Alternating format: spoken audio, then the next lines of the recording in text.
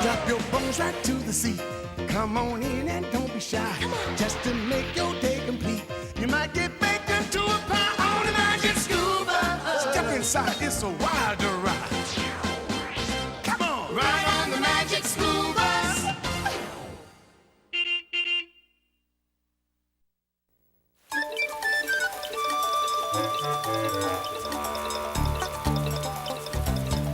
This is really embarrassing, Wanda. It's okay, Arnold. You're with me.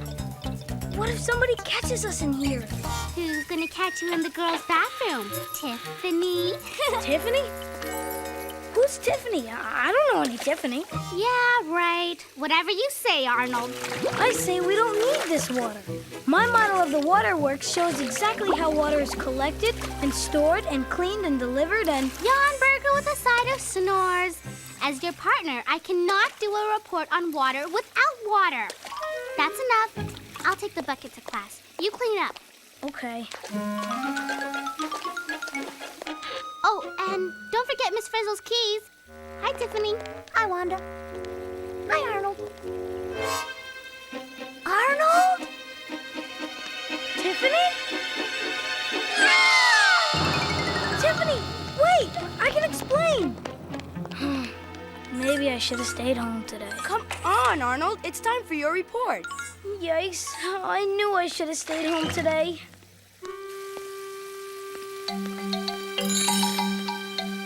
Careful, Wanda. You'll drown my waterworks. Arnold, a properly constructed waterworks cannot drown. What's that noise?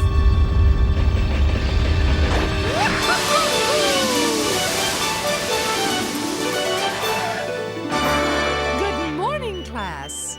Good morning, Miss Frizzle. Oh, everyone ready to find out where water goes and what it does? Ready when you are, Miss Frizzle. Actually, I'd rather hit the surf ride at Waterland. Oh, Waterland, of course! The perfect introduction to our investigation of water.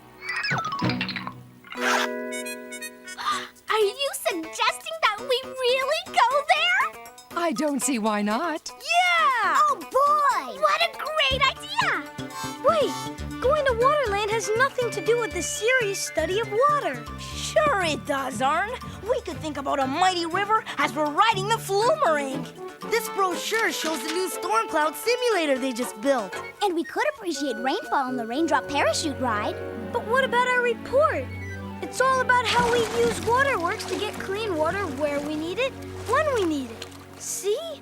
Oh, it really is quite wonderful, Arnold. But compared to Waterland, it's dry, dry, dry. Water's no fun unless you're in it. Oh, water. What goes around comes around. A veritable merry-go-round of moisture. To the bus!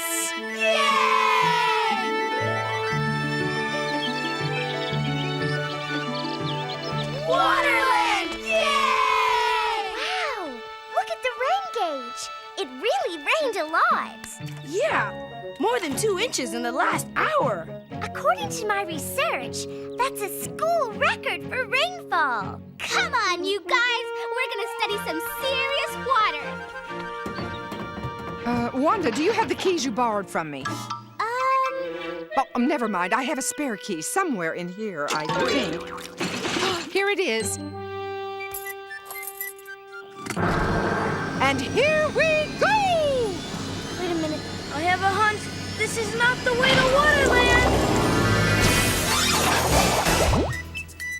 This is a field trip!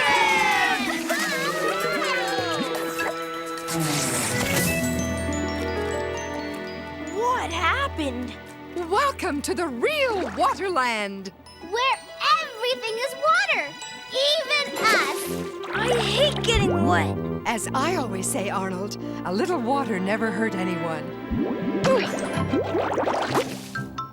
Whoa, this is awesome! I hope we're not going to stay in this rain gauge all day. That would be boring. And we wouldn't want that.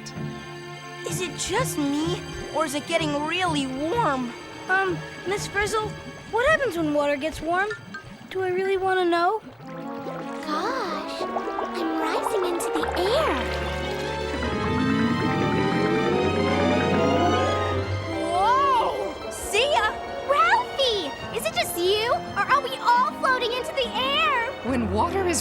by the sun, it evaporates. You mean we're evaporating? Help!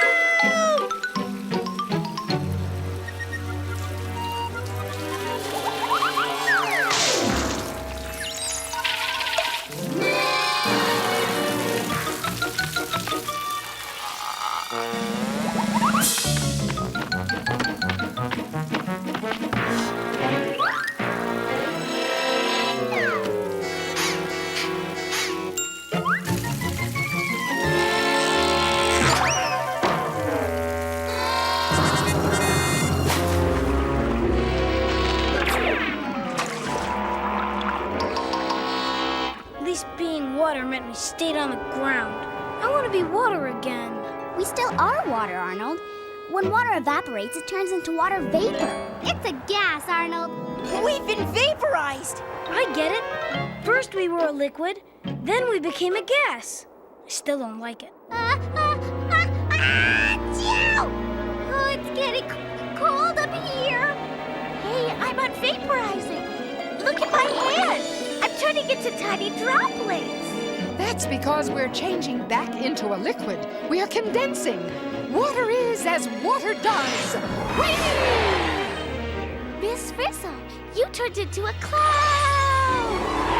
Oh, isn't this heavenly? Wow, I never knew a cloud was water, too. Hey, we're moving. This is fantastic.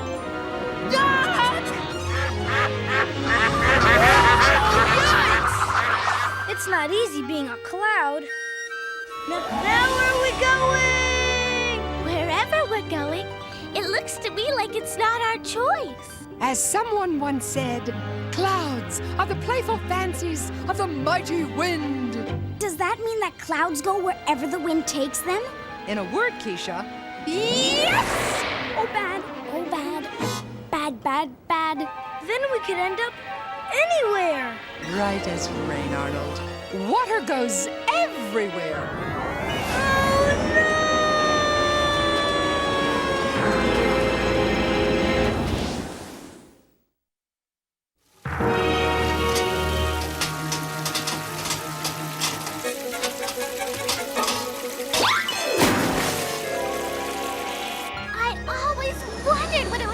To be a cloud. I love it.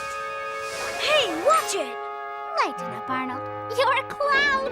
Now we're one big cloud. But clouds don't go to school. Clouds don't give reports. They stay in the air. We'll never get down. Whoa! Oh no! Arnold! We fell out of the cloud. Water always falls out of the clouds. Eventually, it's raining. We are the rain, Phoebe. This is even better than the raindrop parachute ride. Wahoo! Hope you don't mind our dropping ball. Hey, a frizzle drizzle!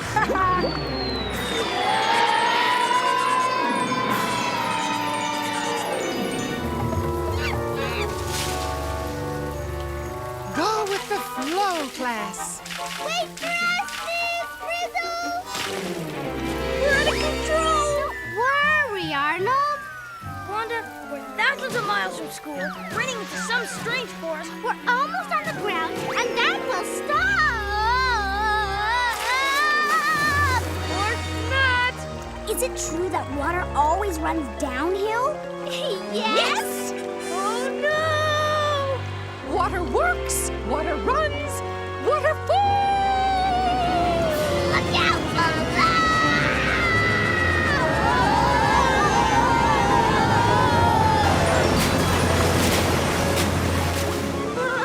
Where's all this water going in such a hurry? Water always flows to the lowest spot, Phoebe, and we're almost there. The ocean?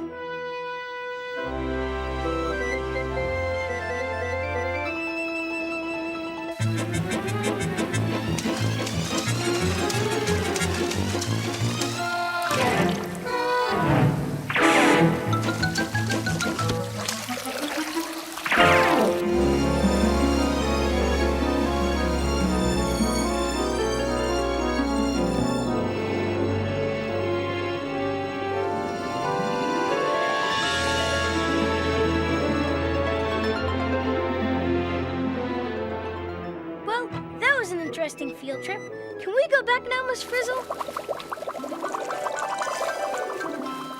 Oh, I'd like to help you out, Arnold, but Oh no. We're evaporating again. I love this part.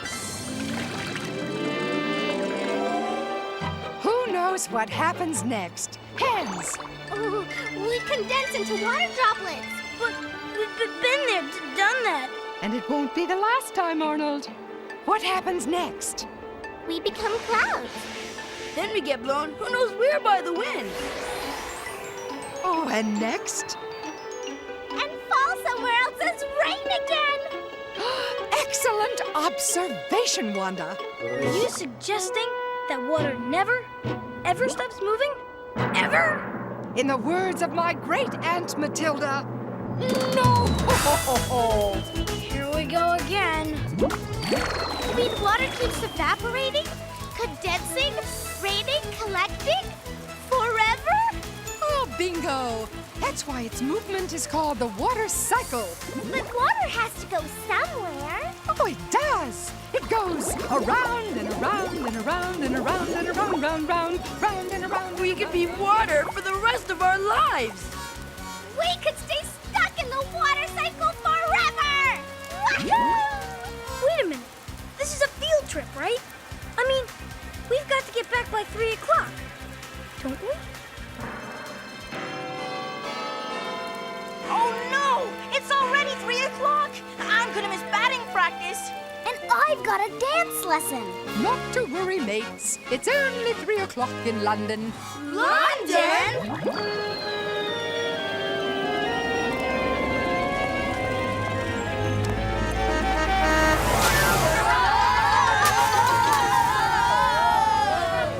How do we get out of here? I've got it, Ms. Frizzle. Since you're the one who turned us into water, just turn us back into regular kids.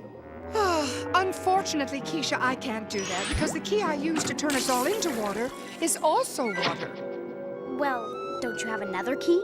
Would you care to take that one, Wanda?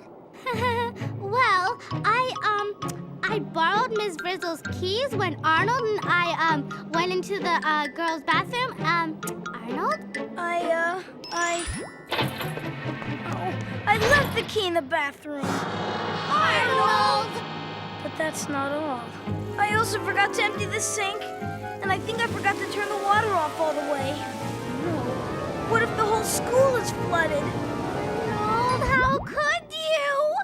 Well, if we'd just done our reports in the first place, none of this would have happened. Look out! Taxi cab at 3 o'clock! What do we do now? Remember the water cycle. What comes after raindrops? Evaporation!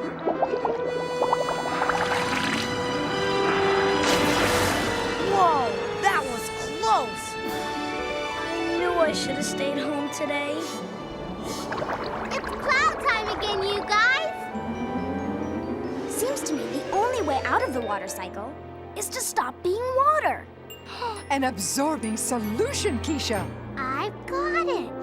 Clouds are water and can go everywhere, right? Wherever the wind blows, Wanda.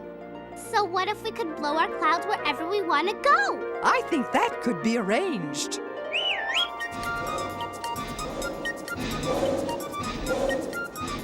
Awesome! The bus can blow us back to school. Then we can rain down, find the spare key. And stop being water. And I can turn off the faucet and save the school. Here we go!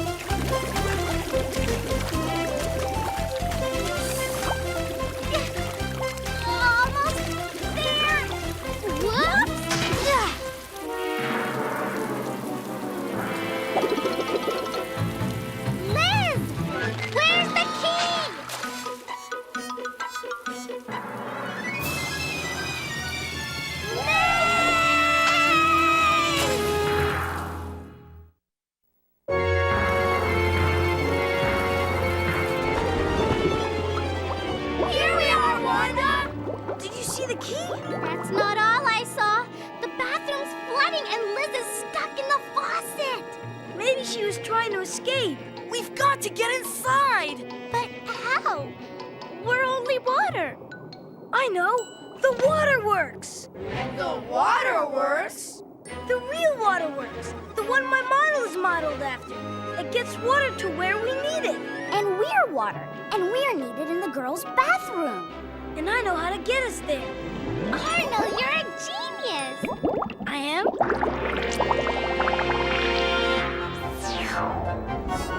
To the waterworks.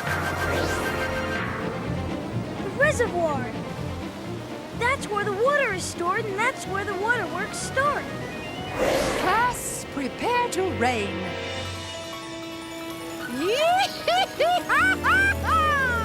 There's no turning back now. Where's the reservoir? At last, I get to give my report. According to Arnold's research, a reservoir is where the water we drink is collected. Arnold, if this is the water we drink, it's pretty disgusting. Yeah, it's full of dirt. Yuck! I can't believe we drink this stuff. Follow me to the mixing basin. Step 1 in cleaning our water.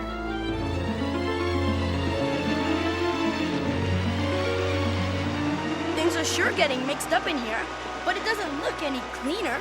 Yeah, Arnold. What is this white stuff? More junk? Actually, it's alum. And if you look closely, Carlos, you'll note that the dirt is actually sticking to it and thereby cleaning the water. It tickles. Yeah, but now the water is full of alum blobs. How do we get rid of this stuff? This way to the settling basin. Look, the dirty alum is settling to the bottom. And up here, the water's clear. Are we clean yet? Almost. We need to get filtered. On to the filtration tank, class.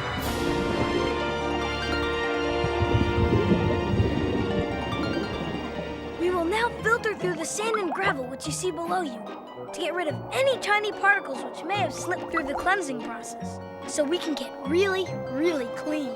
Let's go.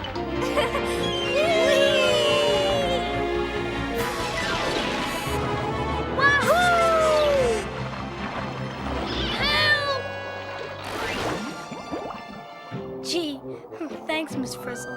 Oh, anytime, Arnold. Don't let this dampen your enthusiasm. Hey, Arnold, now that we're clean, how much further to the girls' bathroom? This pipe should lead to the school. Come on, you guys.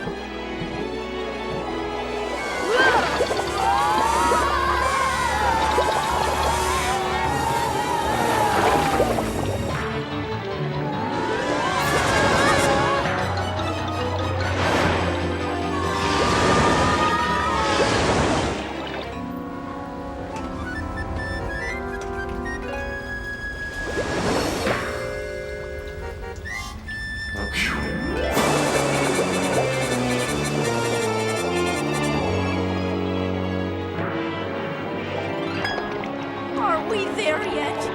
Almost. Look, the sea monster. Wait, that tail looks familiar. Why, it's Liz! Liz! It's us! We're inside the faucet!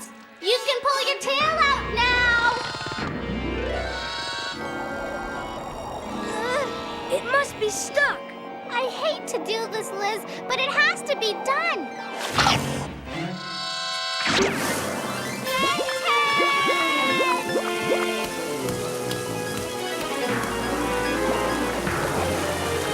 Hey, your bathroom is way nicer than ours.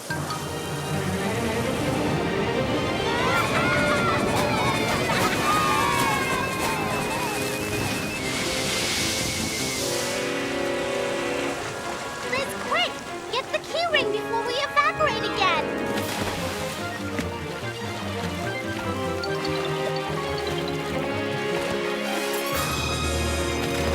Yeah! one problem. There's not enough room in here to transform the bus. Tiffany!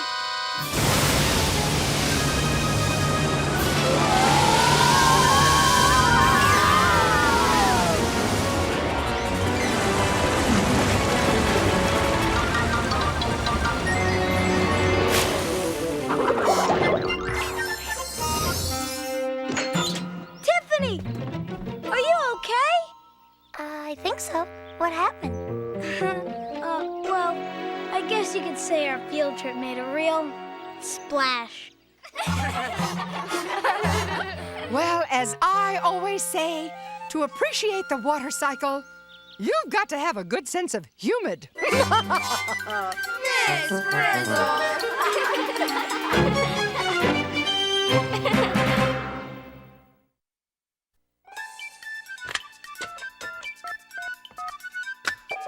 Is this the magic school bus? Is this the magic school bus? Magic school bus? Magic the magic school bus? You mean magic school bus? Magic school bus? Magic school bus? Magic school bus?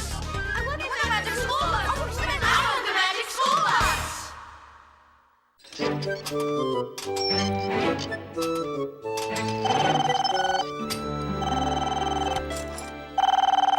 Magic School Bus, the producer speaking. Glad you're still there. I have some questions about the show I just saw on water. Look, I'm really kind of busy now. Can you call back tomorrow? This won't take long. I just want to know who you think you're kidding. Kids can't turn into water. We know that. We just wanted the kids to behave like water, not be water. And kids can't evaporate either. And they can't become clouds or condense into raindrops. Listen, we weren't trying to fool anybody. Everything the kids in the show did, water can do, and does. Thanks for your question. Is this you again? No, this is another kid. I have a question about the water cycle. Water collects, evaporates, condenses. And rains. I know. But you made it seem like it happens in a few minutes. Sometimes the water cycle can take weeks or years. You're right. And water frozen into a glacier can take as many as 10,000 years before it melts again. Which reminds me, my mother keeps telling me to conserve water, but 2/3 of the Earth's surface is water, so how can we ever run out? We won't.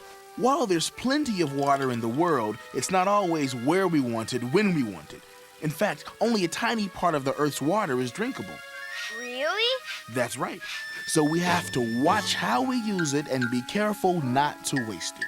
So how come nobody said anything to Arnold for forgetting to turn off the water? Hey, haven't you ever forgotten to turn off the water? Sure, but that doesn't make it okay. I agree. And I promise you Arnold will never do it again. I heard that one leaky faucet can waste several gallons of water a day. That's true. By the way, you never explained how a cloud snows. Well, you'll just have to watch our show on weather to find out the answer to that. Thanks for calling.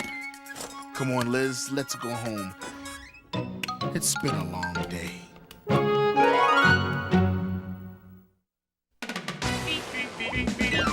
Surfing on a sine wave, swinging through the stars. Take a left at your intestine, take your second right past Mars on the magic school bus. Alligator nostril, climb on the magic school bus. Make a plankton too. On our magic school bus. Drop the river of lava on the magic school bus. Such a fine thing to do. So strap your bones right to the seat. Come on in and don't be shy.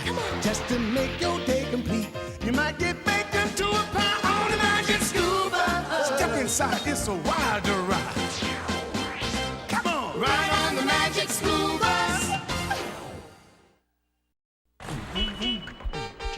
Seatbelts, everyone! Please let this be a normal field trip. With a Frizz? No way! Cruising on down Main Street, you're relaxed and feeling good. Next thing that you know, you're seeing octopus in the neighborhood. Surfing on a sine wave, swinging through the stars. Take a left at your intestine, take your second right past Mars on the magic school bus. Alligator nostril, climb on the magic school bus. Spank a plankton too. On our magic school bus. Drop the river of lava on the magic school bus. Such a fine thing to do. So strap your bones right to the seat. Come on in and don't be shy. Just to make your day complete, you might get baked into a pie on the magic scuba. Step inside, it's a wilder ride. Come on, ride on the magic scuba.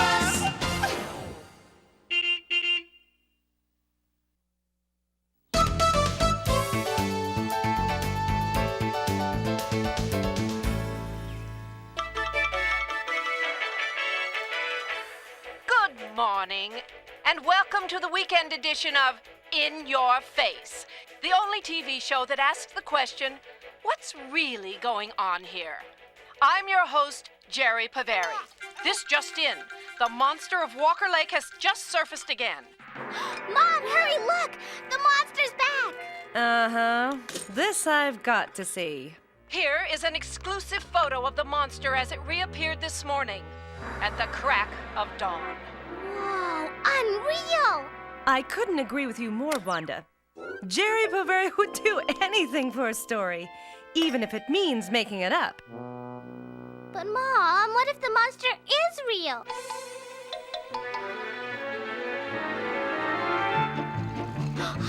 What if I, Wanda Lee, am the first person to make contact with the monster of Walker Lake?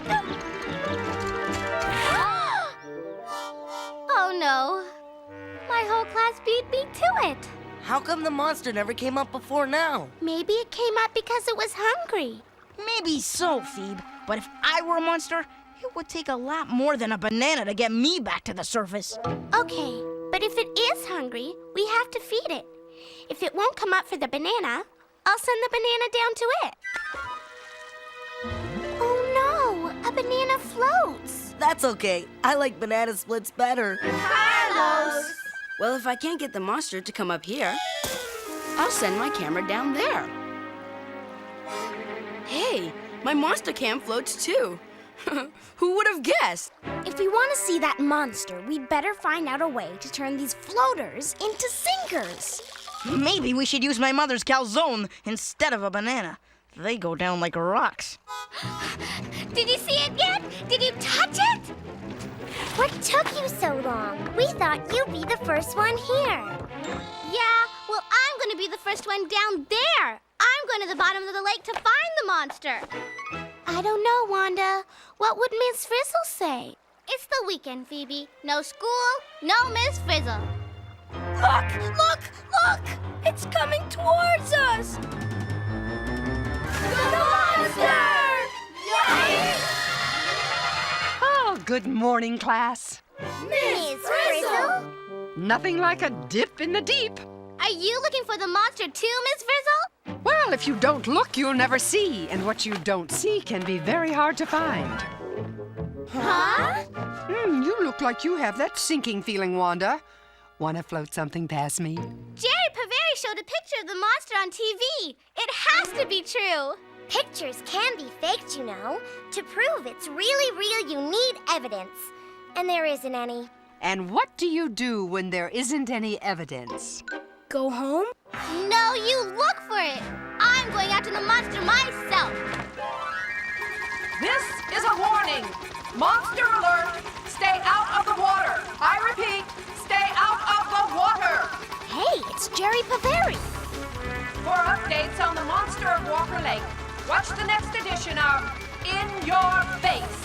You heard me, folks. Stay out of the water. Return to the safety of your homes. Wait a second. She doesn't own this lake. We can look for the monster if we want to. Can't we, Miss Frizzle? Not only that, we can take chances, make mistakes, get wet. Is it just me, or does this sound like a field trip? I propose an underwater expedition to learn the whole truth and nothing but the truth about this monster. A splashing idea, Wanda.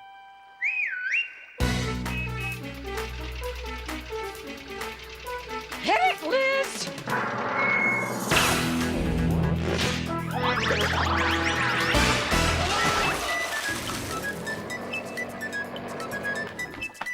All right! Cool! An underwater field trip! Ready to dive, Miss Frizzle? Ready, but unable, Wanda. Oh, The sinker-linker's rusted. Somebody forgot to swab the deck and dry the sinker-linker the last time we went under. Without it, we can't sink, at least not automatically. But we've got to get down there. This is our chance to make history. Be history, you mean? Oh, as my Uncle Wilbur used to say, Oh, you can lead a bus to water, but you can't make it sink. Yes, we can, Miss Frizzle. There's got to be a way. Let's see. The banana floats and the rock sinks. They're the same size, but the banana is light and the rock is heavy. If something is heavy enough, it sinks. What will a banana rock do? Good one, Phoebe. The extra weight of the rock is making the banana sink. Yo, monster! Lunchtime! That's it! The monster! Where? What's it look like? No, not the monster. Extra weight. That's how we're going to get to the bottom of this.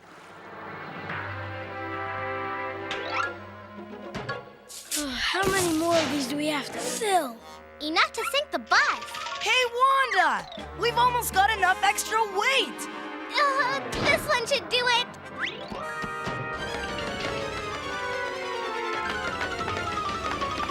Look out! Here we come!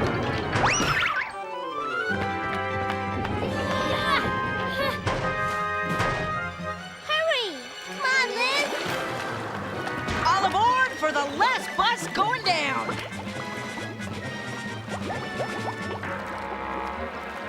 Dive! Dive! Sinking, sinking, sunk. Something about this field trip seems fishy to me. Carlos! You were right, Phoebe. Nothing like adding a little extra weight to make something sink. You think underwater monsters like peanut butter and jelly? I don't know, but if you feed it, I'll film it. Are we going to keep sinking until we hit bottom? sinking only ends when you hit bottom, Arnold. Hard left!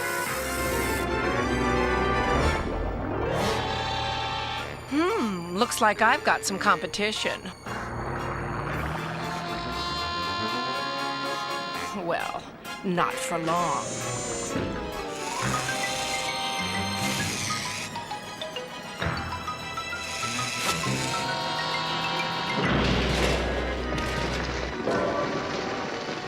What is that? We're losing our weights. Oh no! We're rising to the surface! Right you are, Phoebe. Can you feel the water pushing us up, up, up, up? Oh, isn't floating to the surface exciting?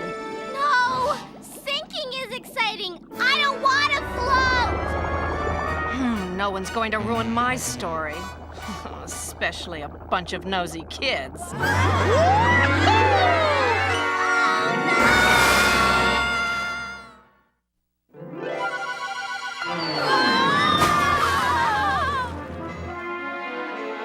Oh boy, we're floating again! Oh, isn't it delightful? Water can be such pushy stuff. Push water out of the way, and it pushes back. It's the water's push that's making us float. But we've gotta find that monster, Ms. Frizzle! We're sunk if we can't sink! As my Uncle Vern always said, Arr! There's more than one way to sink a floater! coming, Liz?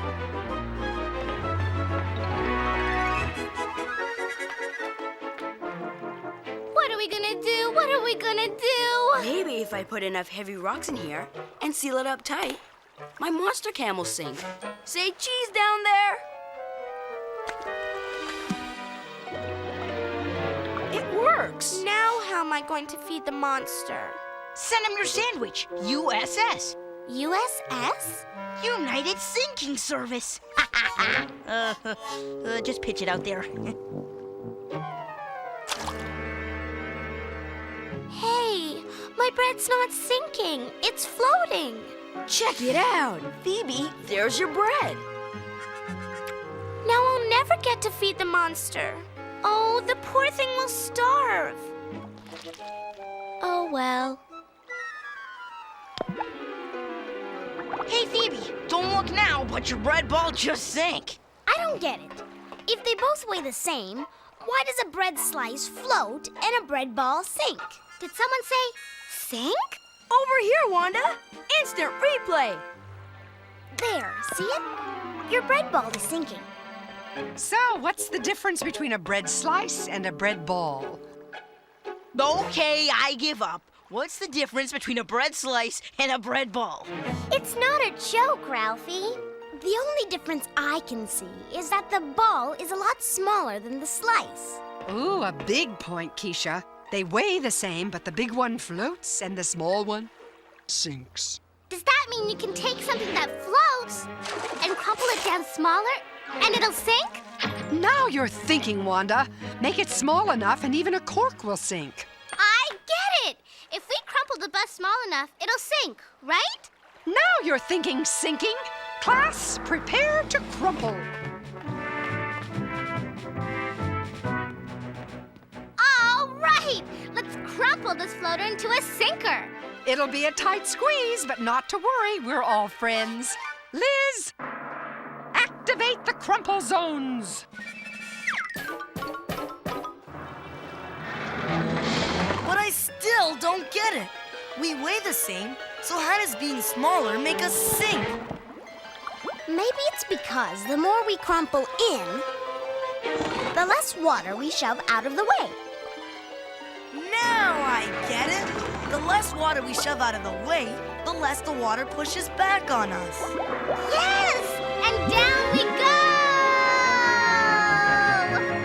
A-sinking we will go, a-sinking we will go, down to the bottom, oh, a-sinking we will go. Don't these children ever give up? Cut it out, Phoebe. It's crumpled enough in here without you squirming around like an eel. I'm just getting ready to feed the monster when we find it. When I find it, you mean? We bottomed out, Miss Frizzle. We're as low as we can go. Wanda! Where are you going? Wait a sec. We're going up. What happened? Why didn't we stay sunk? We were okay until Wanda left. Of course. When Wanda left, it made us lighter. Wanda, come back!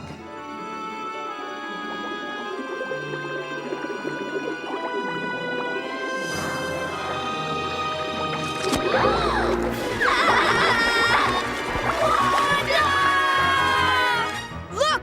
The monster's got Wanda! We have to get back down there. How? The water's shoving us up again. I've got it. Let's get smaller. Oh, I'm afraid we can't do that, Ralphie. The crumple control's jammed. We need something heavy to weigh us down. But what? I know! Carlos! What's he doing? He's letting water into the pontoons. The pontoons are filling up with water. Now one side's heavier than the other. I see what he's doing. Water's heavy, right? More water, more weight. And down we go. Good one, Carlos! Hang in there, Wanda. We're coming down.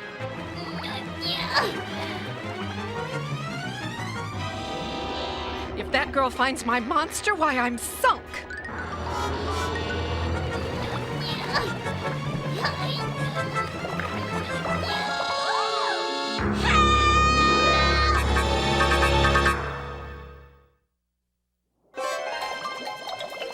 Let go of me! Get away!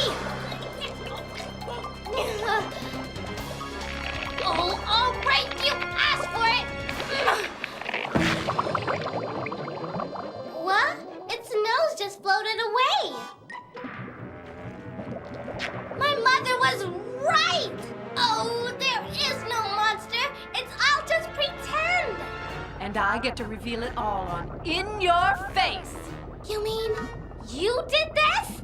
Well, I had no choice, did I? I mean, when your ratings are sinking like mine are, you need a buffo succo expose to make them rise up again. But this is dishonest. No. I prefer to use the phrase creative journalism. Call it what you want. You won't get away with it.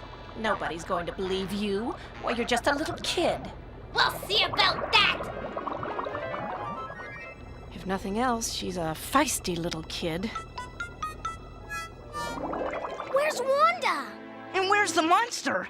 What if the monster ate her? But I wanted to feed it. Phoebe!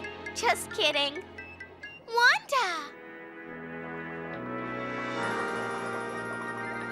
Here she comes. Are you okay? Did you find the evidence you were looking for, Wanda? What happened to the monster? The monster is a fake. What? The real monster is Jerry Paveri. She set the whole thing up just to get people to watch her show. We have to get back to the surface and stop her. The truth must be told. The truth is, the pontoons are completely filled with water. Which means we're sunk for good. Hold it! We know how to sink a floater, right? So there must be a way to float a sinker. Easy. Remember how we got lighter when Wanda left? Oh no. Do I have to go out there again? Push on, Arnold. I think you're wading into something. Well, I was thinking that if the water in the pontoons weighs us down, what if we push the water out with something lighter? And what is a lot lighter than water? Air!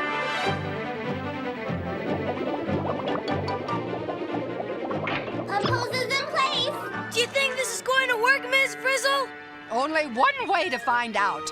Pumpers, start your pumps.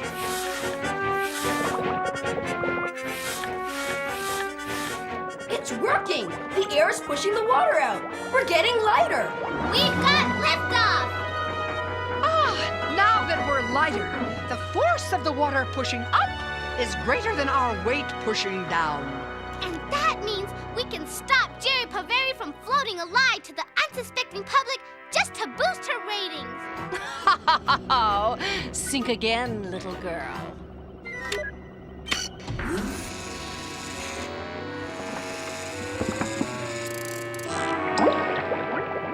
Hey, what happened? We stopped going up. Oh no, we're going down again. The corks are gone and the air is escaping. As my old Uncle Windchill used to say, Air today, gone tomorrow. Look, it's Jerry Paveri. What do we do? What do we do? What do we do?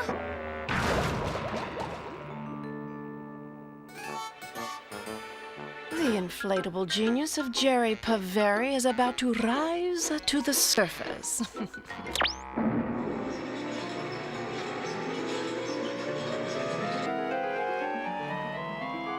It's showtime! This is Jerry Paveri reporting, live from Walker Lake.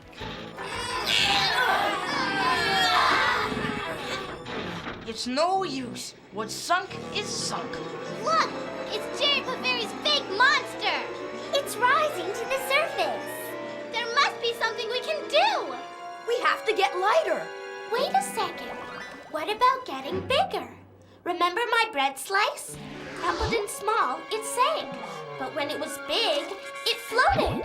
So, if we uncrumple the bus, we'll get bigger, push more water out of the way, and float to the surface. Good idea, D.A. Miss Frizzle, maybe you can uncrumple from the inside. you got it, Wanda. Come on, Liz. Use those uncrumpling muscles.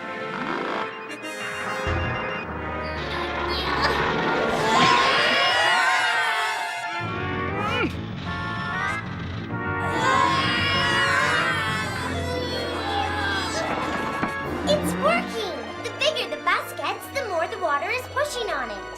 No kidding! We're turning the sinker into a super floater! Bring the monster cam, Tim. I've got an idea. We'll be right back. Going up! Underneath a deceptively calm surface, the residents of Walkerville are gripped with fear. But the recent sightings of the so-called monster have caused this reporter to be more than a little skeptical. Hey, what's going on? Hey! Oh, look for my camera!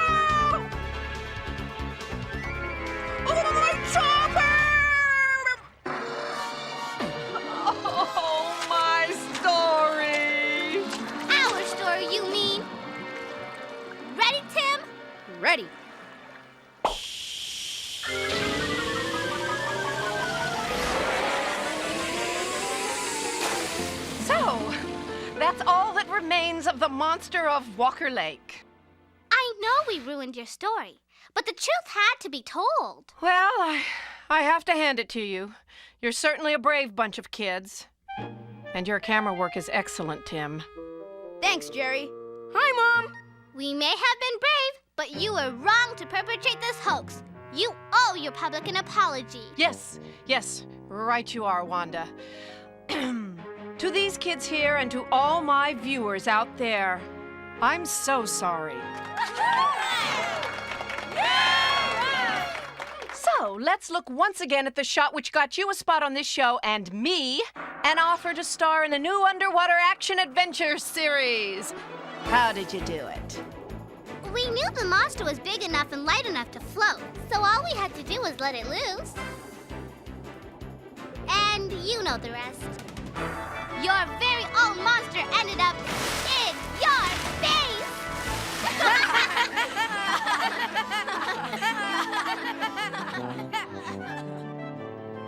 Yes, well, it did, didn't it? Well, you must be very proud of your class, Miss Frizzle.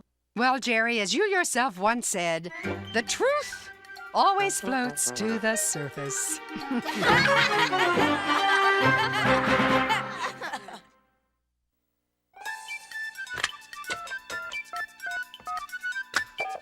Is this the magic school bus? Is this the magic school bus? Magic school bus? Magic the magic school bus? You mean magic school bus? Magic school bus? Magic school bus? Magic school bus? I want the magic school bus! I want the magic school bus!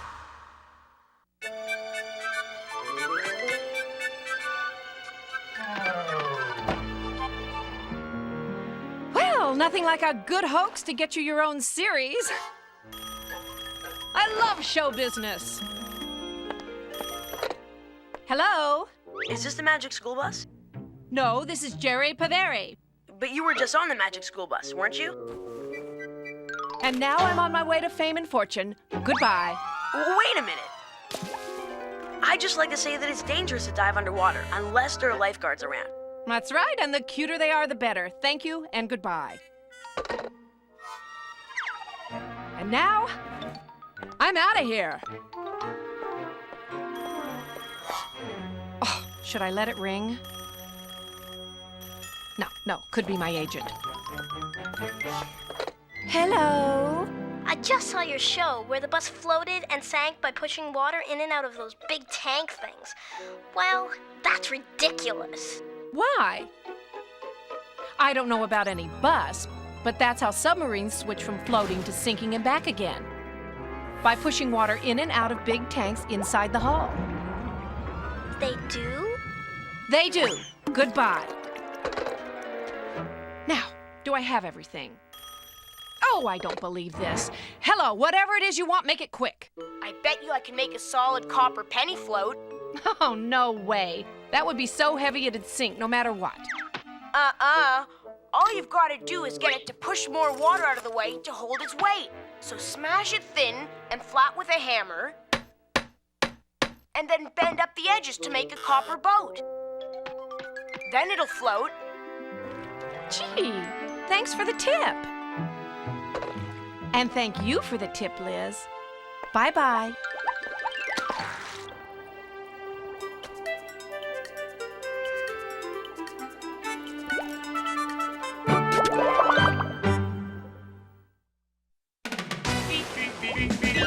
Surfing on a sound wave, swinging through the stars. Take a left at your intestine, take your second right past Mars on the magic school bus. Navigator nostril, climb on the magic school bus. Make a plankton too. On our magic school bus. Raft the river of lava on the magic school bus. Such a fine thing to do. So strap your bones right to the seat. Come on in and don't be shy. Just to make your day complete. You might get baked into a pie on the magic school bus. Step inside, it's a wild ride. Come on, ride on the magic school bus.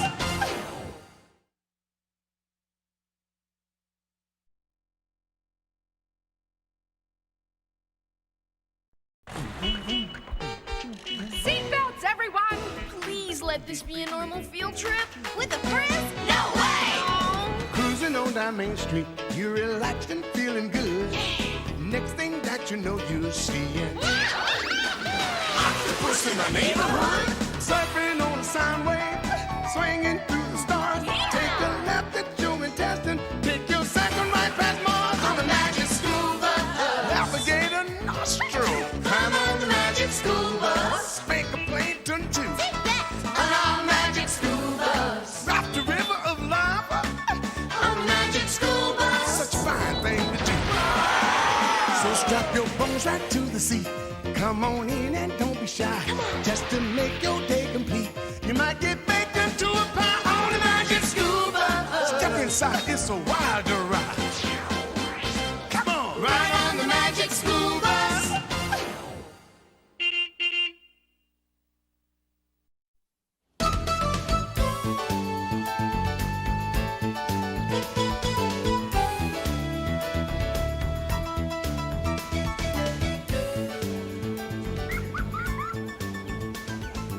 Seconds and counting.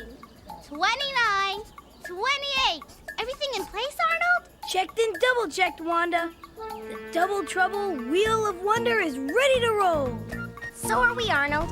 We've already sold 689 tickets. And we just gave the money to the benefit for the animal shelter. That's just for openers, Phoebe. We're gonna be the hottest ticket at the carnival. Crowd control in place. Stand by to be energized. 3, 2, 1. It's showtime.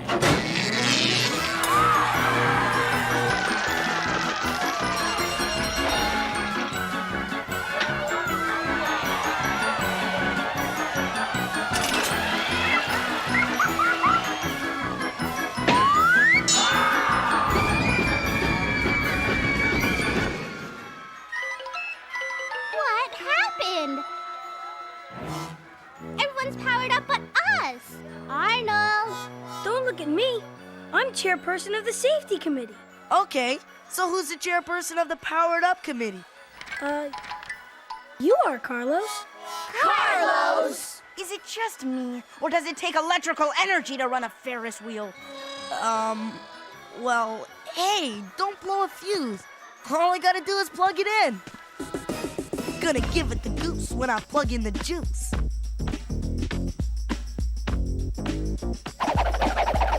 Here goes.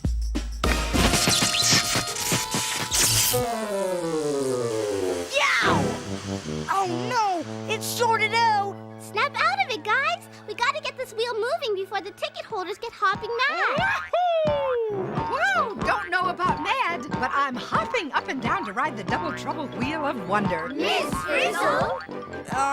We need your help, Miss Frizzle. I leap at the opportunity. Plug me into the problem, Carlos. That is the problem, Miss Frizzle. No electricity. We hooked up the cable and it went kablooey. No energy, no motion. No rides on the Ferris wheel. And that was the last cable, too.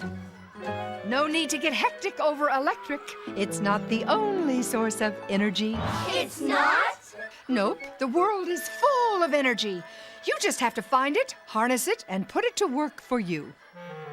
Find it, harness it, put it to work? We don't have time. Sounds like we need an expert. Hey, Mikey, come in. Not Mikey! Last time your little brother helped out, we really got burned. Okay, so we took a ride through my serum and sizzle marshmallow smoker. But you must admit those marshmallows were certainly tasty. Yeah, and I had a heat rash for days. I'd rather turn this thing by hand than ask Mikey for help. That's it! Manpower! Don't you mean person power, Ralphie? Whatever, Phoebe. Come on, guys. People. Let's crank it up. Turn!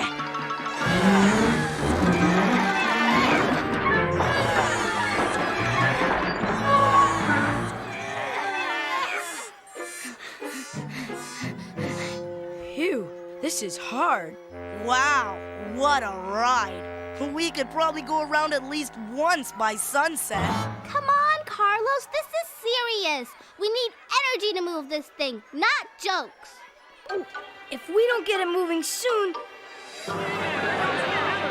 We'll have to call the riot police. I suppose we could refund their money. We can't do that. What about all those poor helpless animals at the shelter? What about them?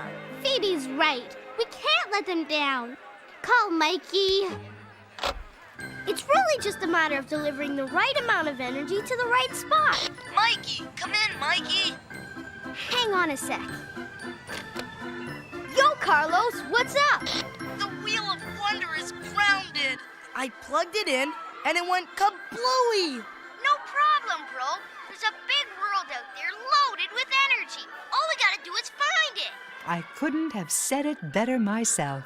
Clear the runway. I'm on my way. So, what was that about delivering the right amount of energy to the right spot? Well, let me put it this way, my friend. It's when motion makes commotion. Boom.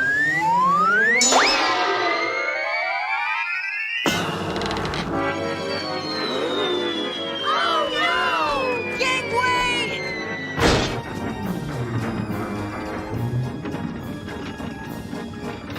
Hey, that might work. Whoa! That falling rock turned the Ferris wheel. Whoa! You got it. Excuse me. And if the energy of one falling rock can turn it once, imagine what a whole bunch of rocks could do. Yo, Mikey! At your service and ready to roll. Hey, Dorothy Ann. Glad to see you got rid of that rash. Excuse me, but as head of the safety committee, I don't think falling rocks are a safe thing to use. Got it covered, Arn. The rocks will fall into one set of seats while the people ride in the other. Why didn't I think of that? Yeah, when I was Mikey's age, I was still doing weight and volume in the sandbox. Let's go rock hunting, you guys. But what about the crowd? They're getting restless.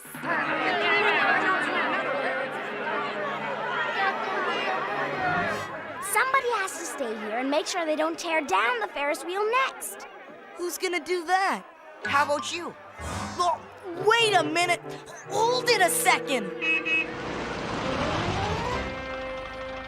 Okay, class, let's rock and roll.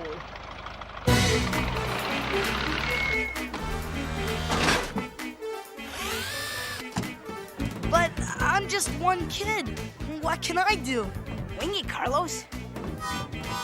May the rocks be with you soon, Carlos. Buckle up, everyone. Okay, Miss Frizzle. It's rock power we're after. We want to find it, harness it, and put it to work. Whatever moves you, Mikey. Bust do your stuff.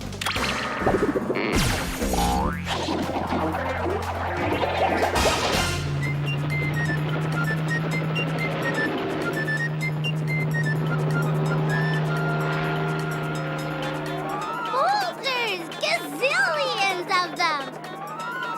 All we gotta do now is get them to the top of the mountain. How? Carry them one by one, then drop them on the Ferris wheel?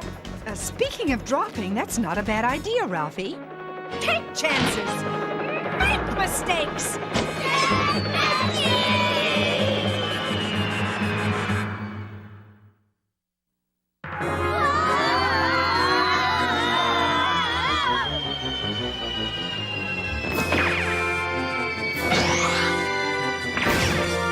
Wahoo! The Frizz thinks of everything.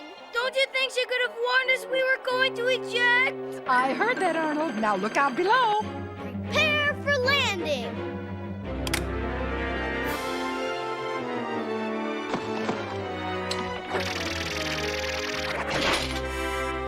Yeah! Catch you later, class. Knock, knock. Who's there? No fair. No fair who? No Ferris wheel yet. Ha ha.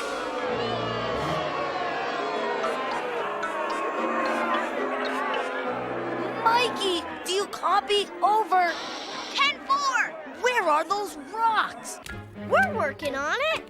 According to my research, at the rate we're going, we should have enough rocks at the top of the mountain by the time I'm 62. DA's right. We'll never get enough rocks to the top of the mountain to power the Ferris wheel. There must be another way. Oops. Ralphie, you chipped it. They're rocks, Arnold, not antiques. Do something, Mikey. I'm out of jokes and blowing hot air. It's blowing pretty good here, too. My cap! Come back here! Hey, if the wind has enough energy to move Ralphie's cap like that, maybe it could move these rocks. Yeah, right, Phoebe. Like the wind is going to blow the rocks up the mountain. Not a bad idea, Keisha. Ever heard of a windmill? The wind turns the blade of the windmill.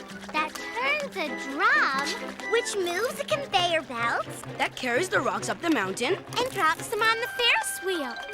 Wow! I have to hand it to you, Mikey. This is a pretty cool idea. Can I have my belt back now? Is it just me, or do we have a little size problem here? Yeah, where are we going to get a windmill big enough to move boulders to the top of the mountain?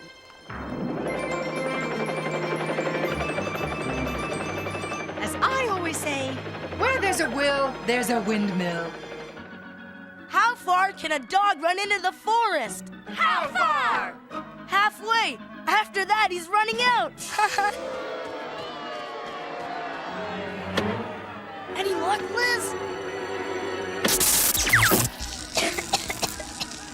I didn't think so.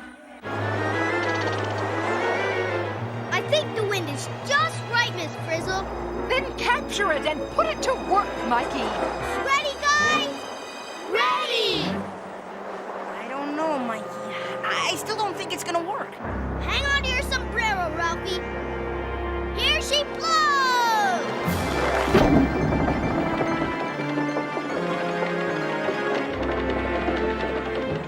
Hey, we're moving! It's working! Well, what do you think, Ralphie? I think moving rocks is a breeze. Especially when the wind is doing all the work. Let's hear it for wind energy. It's taking us and the rocks right up the mountain. And into the river! Oh, no!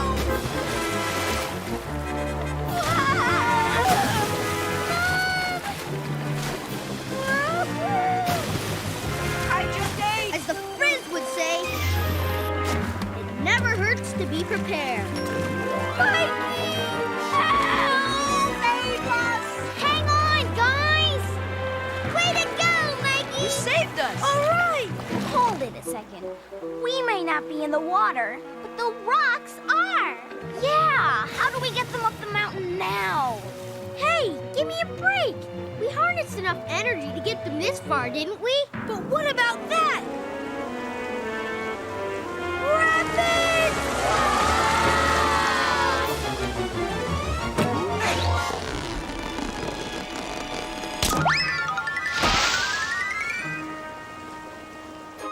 What a ride! Surf City! Yeah, I never realized water had so much energy. Hey, if water has the energy to move us, maybe we can harness it to move the rocks. Ralphie, how are we going to do that? Water can't go uphill, but rocks can. Huh? See what the water did to our raft? It looks like a paddle wheel. Exactly. It seems to me if we hook some kind of stick to the paddle wheel and connected a spoon thingy to the other end of the stick. Yeah, so when the spoon thingy gets bent by the paddle wheel and the rocks fall in, it slings them up the mountain. Kabowie! As the Frizz would say, it's time to take chances, get messy, and... Where is Miss Frizzle anyway? Hi-ho! One water-driven rockapult for your examination. Batteries not needed, some assembly required.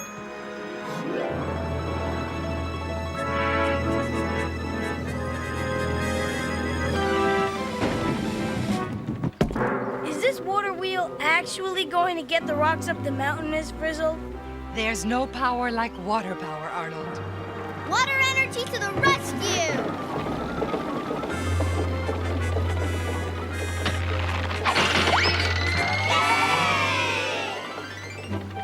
I guess I owe you one, Mikey. I really didn't think there was enough energy in the water to push the paddles hard enough to turn the water wheel so it could flip the catapult and fire a rock.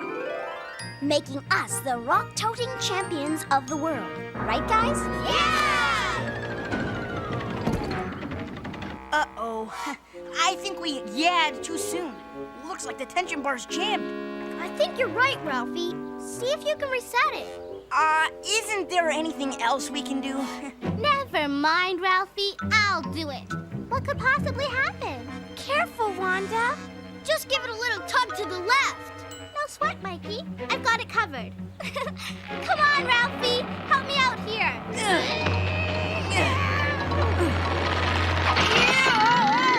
Ralphie! Come back! Ralphie!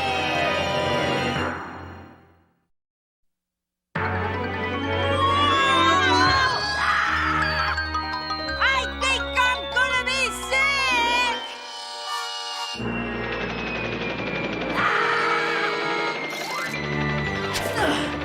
Great catch, Miss Frizzle. Good aim, Ralphie.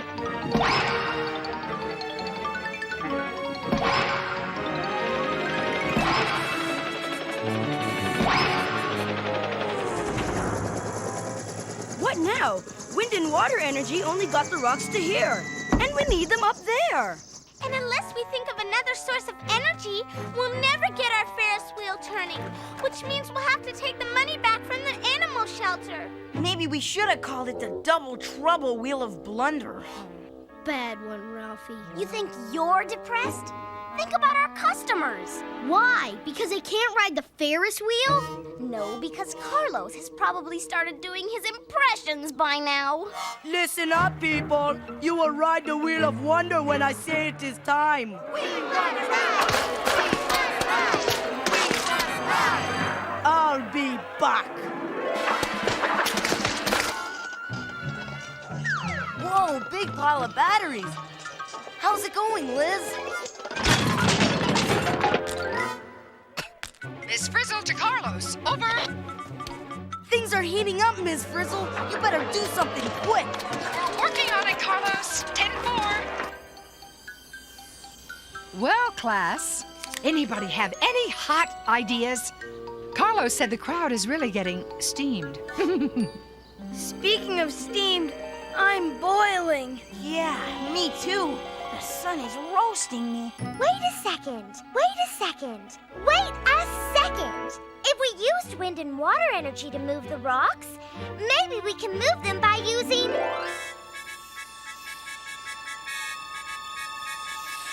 solar energy! Yeah, but how? I got it!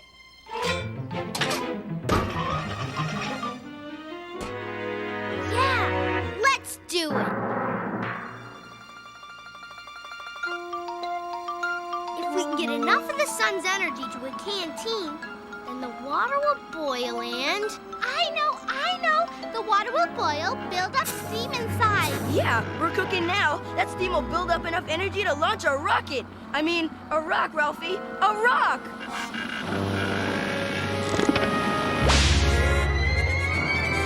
Yeah! It works! They'll be coming over the mountain when they come.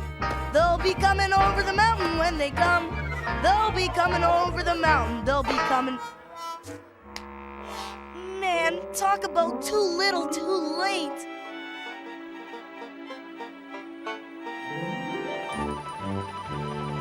You design them, we deliver them. One solar-powered, steam-driven rock launcher at your service.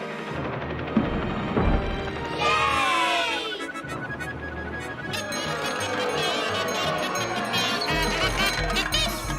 Get back! Back, I tell ya! Or I'll do my Arnold Schwarzenegger impression again. Bravo!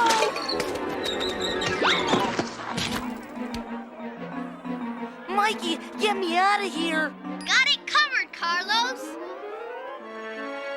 Energy to the rescue! Huh? Okay, guys, let's get those rocks moving. The wind's blowing and the rocks are rolling. Water's flowing. Catapult's very shiny. Yikes, it's boiling. Pressure's right, Mikey. Time to rock and roll, Miss Frizzle. Hit it, Keisha!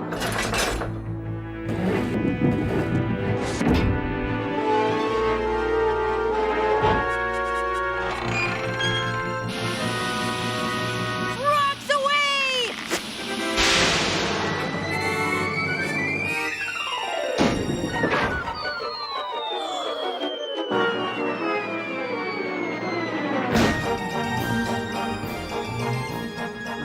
Mikey! Mikey! What happened, Carlos? I think you found a new source of energy. What's that? Mikey power! Yay!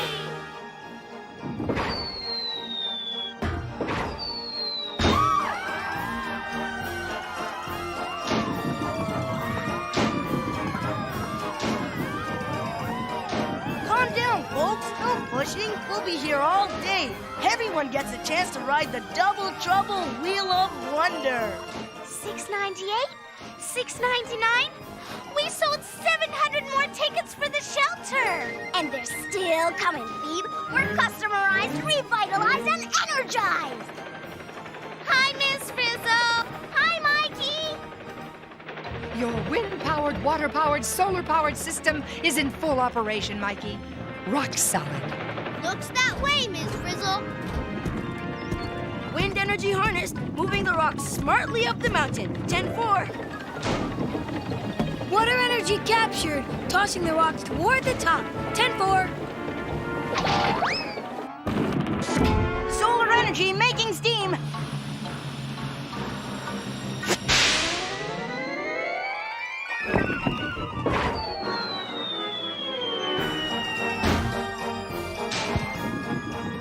We couldn't have done it without you, Mikey. It was nothing, Miss Frizzle. Nothing but your endless energy and the power of your imagination.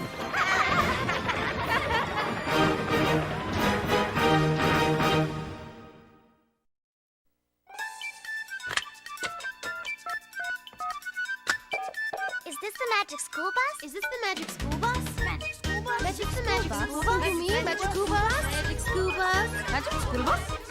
Magic school bus? I want the magic school bus! I want the magic school bus!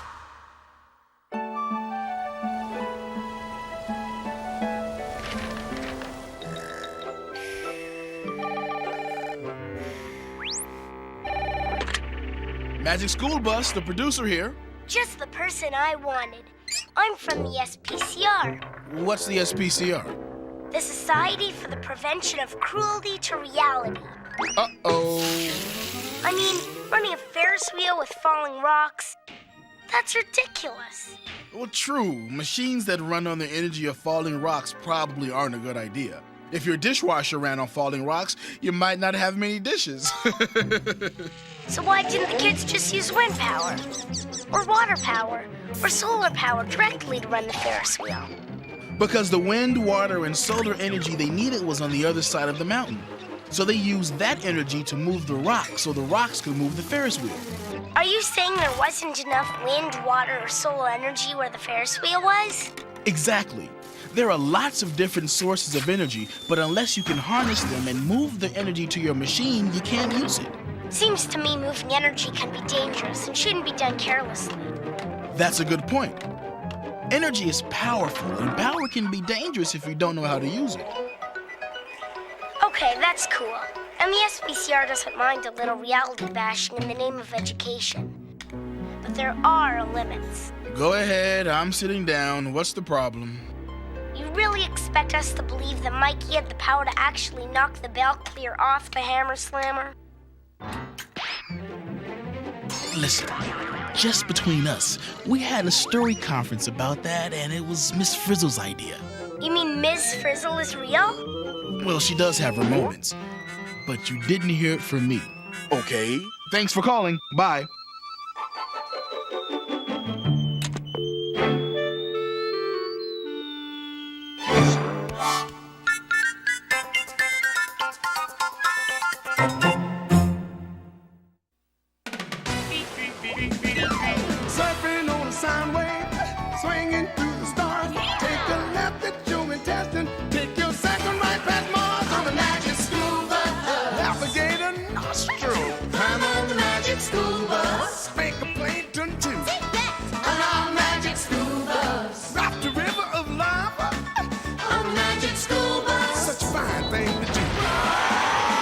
strap your bones right to the seat. Come on in and don't be shy. Just to make your day complete. You might get baked into a pie on the magic school bus. Step inside, it's a wild ride. Come on, ride on the magic school bus.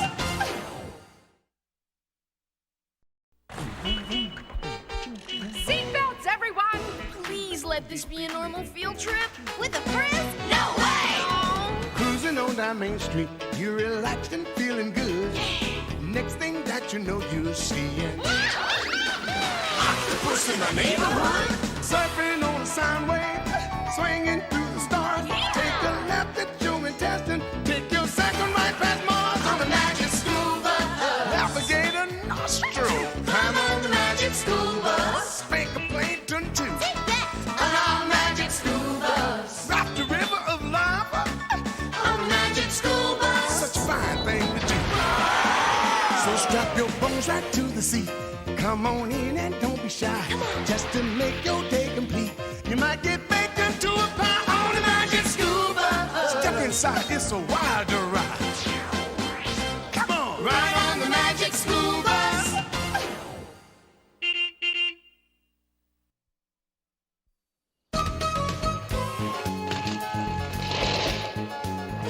Whoa!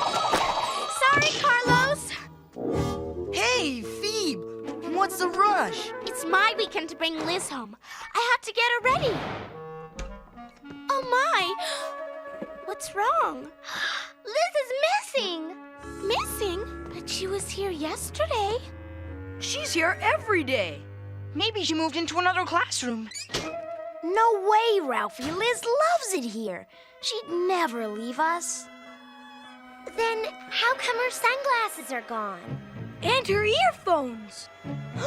And her entire habitat.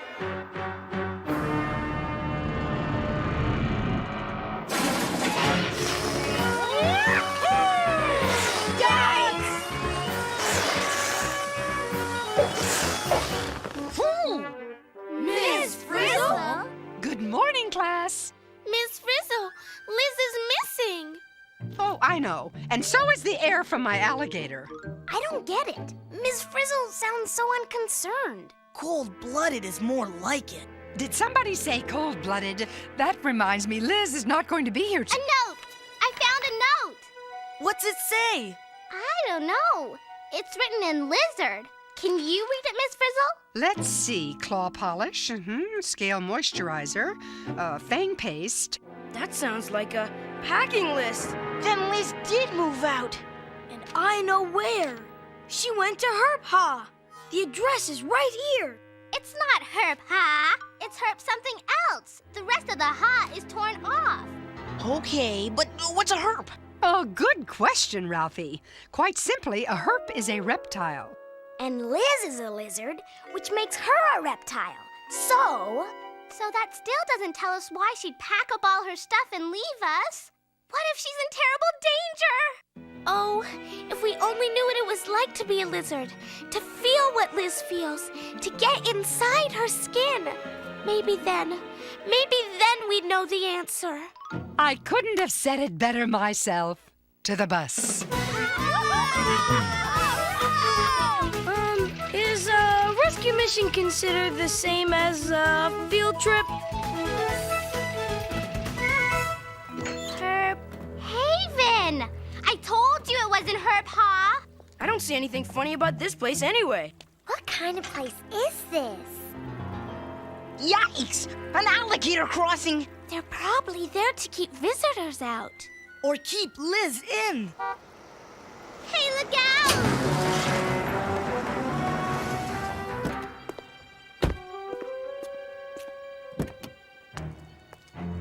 Shoo! That turtle's humongous. Ah, Mrs. Westlake, how can we serve your reptilian friend? I want him toasted and stuffed, just like the last one. Oh, you do have a sense of humor, Mrs. Westlake. Ta-ta! Toasted and stuffed? Sounds like that turtle is about to become somebody's dinner. Oh no. What if Liz is next? Liz It's a la mode, sprinkled with pecans and a light honey chestnut glaze. Oh, if we could only get inside. I think my great Aunt Penny said it best. A lost ball can go a long way. Huh? Yes? Hi. I am but an innocent schoolchild who has innocently lost my innocent baseball over your fence. May I innocently come in and innocently get it back? There are certain requirements that must be met before entry is allowed. Requirements? Yes. Body temperature, changeable. Sweat glands, none. Scales or skin, allowed. Hair, not allowed. See for yourself. And we definitely do not take bats. Thank you. Good day. Wait, Body temperature, changeable. Well, that lets us out. Our body temperature stays mostly the same. That's why we're called warm-blooded.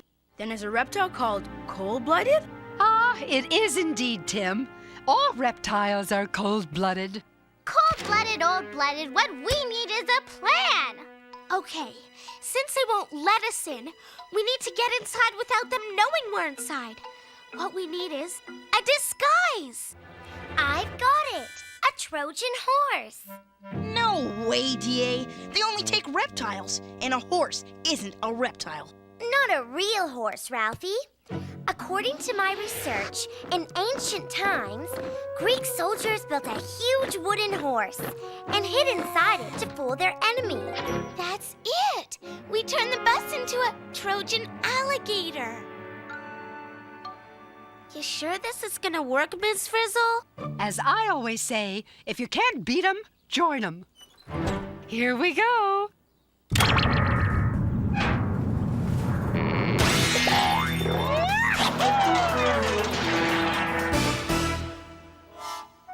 Everyone okay in there? Happy as a hurt, Phoebe.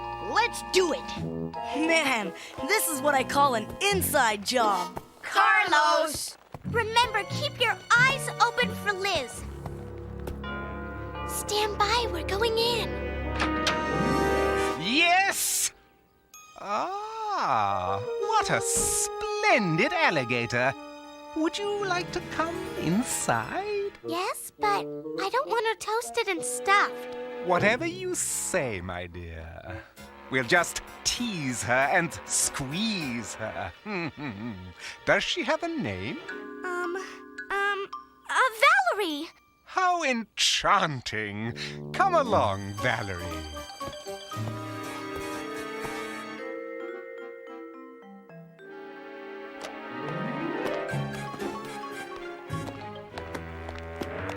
Wait here. But, Valerie doesn't like to be alone. No need to be concerned. We just love our cold-blooded critters to death. What does he mean by that? Did you say something? I said, I hope she's not too fat. Oh, silly girl. Reptiles never get fat. Wait, I was hoping to see how you do, whatever it is you do. Oh, really? Watching can be so tiresome. Relax. Read a magazine. But... We'll let you know when she's done. When she's done?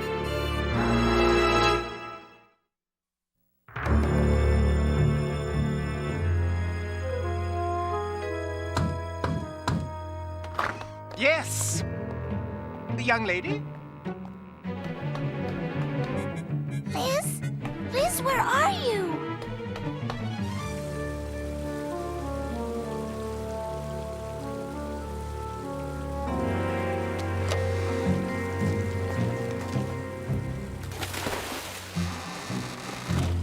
We did it!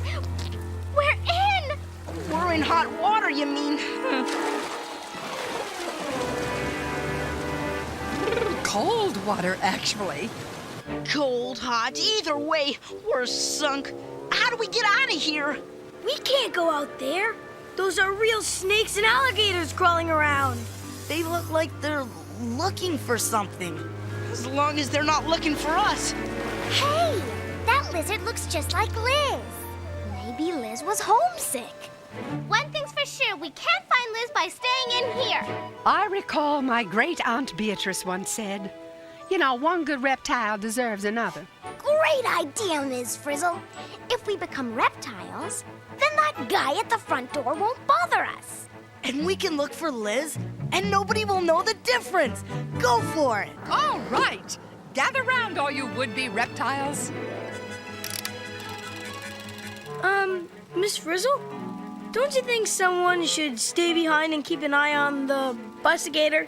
Good thinking, Arnold. The job is yours. I'll stay with you, Arnold. Think of your favorite reptile. Ready? Say, bus.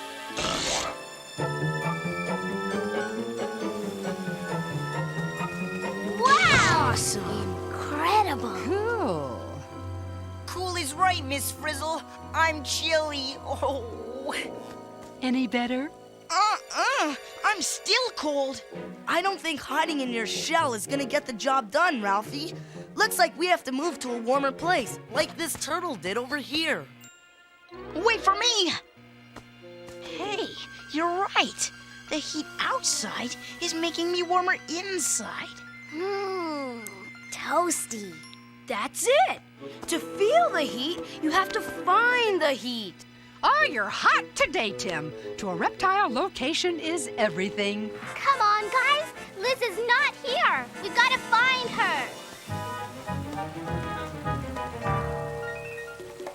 I'll get the door.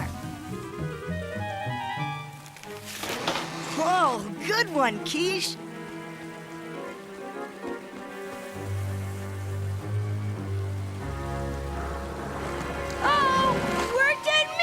According to my research, alligators seldom attack human beings. I hate to remind you, DA, but we're human beings inside a bustigator. Liz?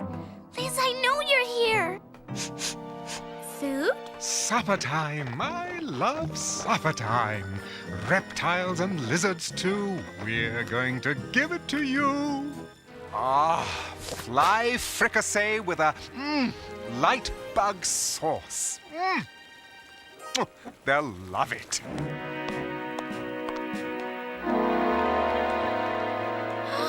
Menu? Please, please, please let there be no Liz Delight or spaghetti and Liz balls. Nothing. Whoa, the lizards get just one meal a week, and the alligators get only one meal a month. How inhumane! What kind of a place is this? I just don't get it. Why would Liz want to leave our warm and cozy classroom for a weird place like this? Got me. Let's look in here. I'm getting good at this. Whoa, big city! Phew, I'm boiling too. That's because we're in the boiler room. So how come I'm not perspiring like I usually do when I'm hot? No sweat, Tim. Huh? Sweat glands. None. That's what it said on the scroll. So I bet reptiles can't sweat to cool down even if they wanted to. Hold it! If you have to find heat to feel warm, maybe you have to find cold to cool down. Only one way to find out.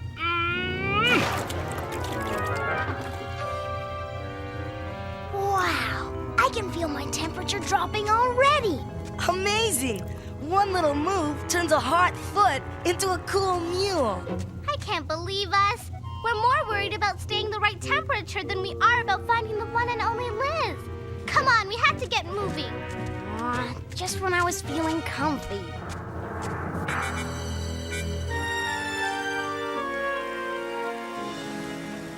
Turn on the heat, DA. I'm cold. I guess there's no heater in a bustigator because it's a reptile. Then move the bustigator to where it's warmer.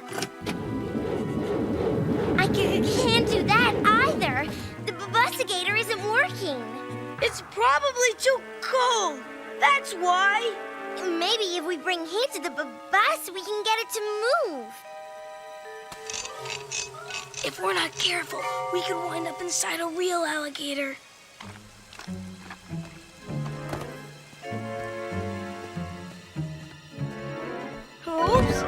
Excuse me. I'm really sorry. I'll never do it again, I promise. Over here, Arnold. Help me push this heat lamp to the busigator.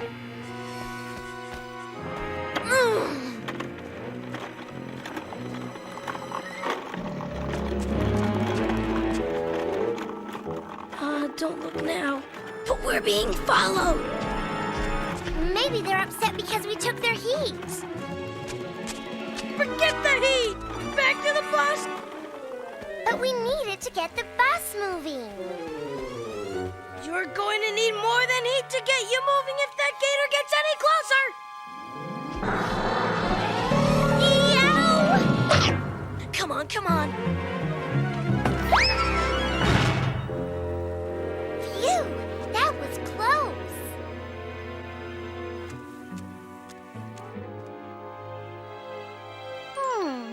The quiet room. Whoa, it's like a fridge in here. Some of these guys look like they've been here for months. And that one on the end looks like... Liz! Liz,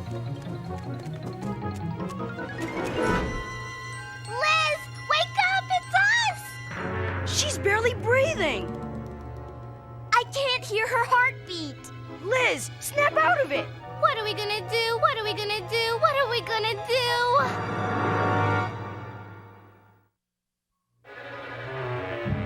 Come on, Liz! Wake up! She's not sleeping. She looks like she's frozen. I don't get it. It feels so cold in here. How come I'm not shivering?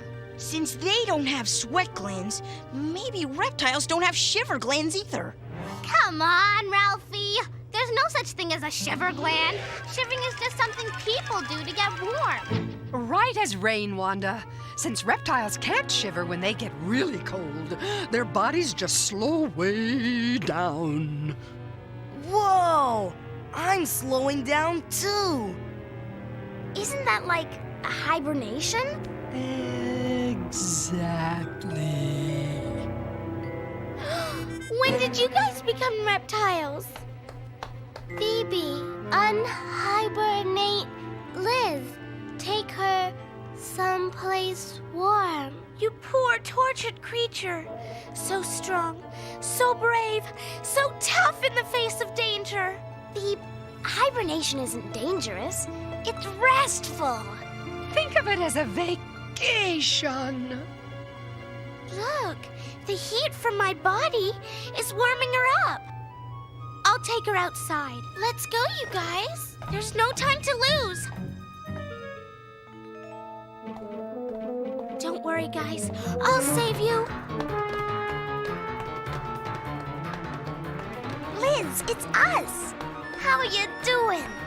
Say hello to freedom. Ah! Pardon me, young lady. Where are you going with those reptiles? Not this way. Yikes!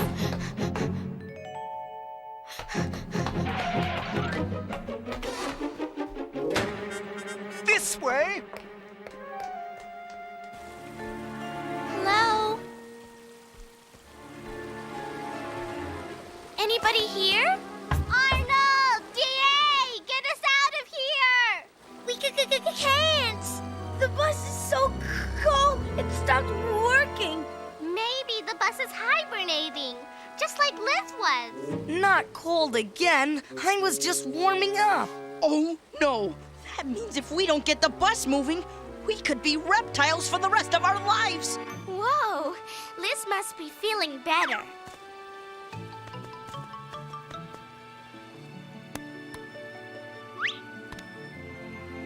Those reptiles aren't cold. They look really happy. Is it just me, or is the perfect place here? Better than perfect. One flick of the tail makes it just right. Yeah, not too hot and not too cold. And coziness is only a slither away. That's it! All we have to do to get the bus working again is to move it over here, where the temperature's warmer. I can do that. You guys get in the bus. You'll be fine once we get you home, won't you, Liz?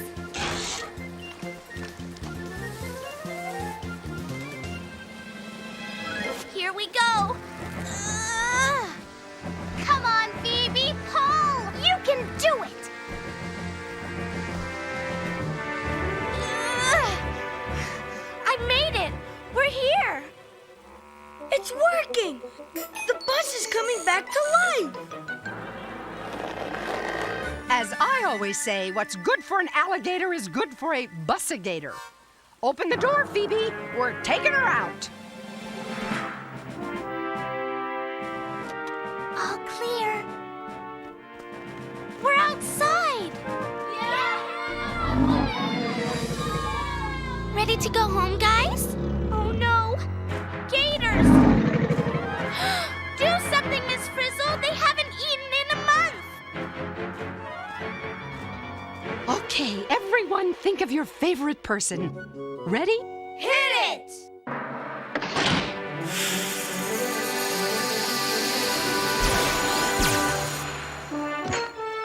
on, Phoebe! Hop aboard!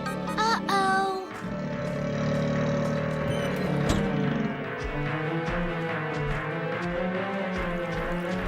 Okay, boss, do your stuff.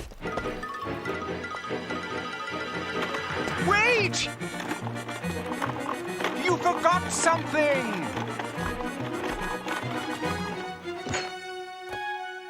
Be careful, Miss Frizzle! Now, what could it possibly be? Liz's habitat? Liz's habitat. Thanks, Harry. Miss Frizzle? You know him? That I do. Harry is the one who built Liz's habitat. It just needed a few repairs. But, you mean this is a good place to be? The place to be, my dear. Harry Herp's Happy Herp Haven, luxury spa and restful resort for weary and worn-out reptiles. Whoa. So, you weren't gonna freeze Liz? Well, we did make her cool and comfy, if that's what you mean. And you weren't going to stuff her? Hardly, but we did make sure she had enough to eat. Which isn't difficult, since reptiles often go for weeks without eating. I guess we're not quite as cold-blooded as you thought. Although our customers are. I made arrangements for Liz to stay here for a well-needed rest while Harry was fixing her habitat. I started to tell you, but, oh, well, I just love it when you find out things for yourselves. Miss Frizzle!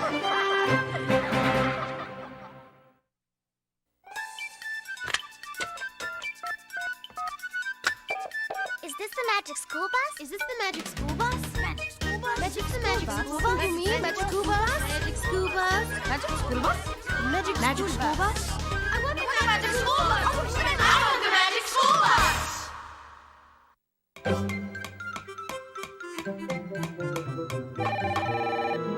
Hey, Magic School Bus, the producer speaking. You have a question? I just watched your show on cold-blooded animals, and do you really expect us to believe that there's such a thing as a spa for reptiles? Oh, no, of course not. I mean, we just made it up so we can show what it's like to be cold-blooded. Does being cold-blooded mean reptiles are always cold? No, not at all.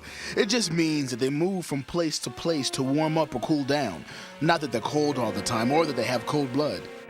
And all of the Herb's Haven staff are trained professionals, and you'd never do to reptiles what they did. It'd be too dangerous. Amphibians like frogs and toads, as well as fish and insects, are also cold-blooded.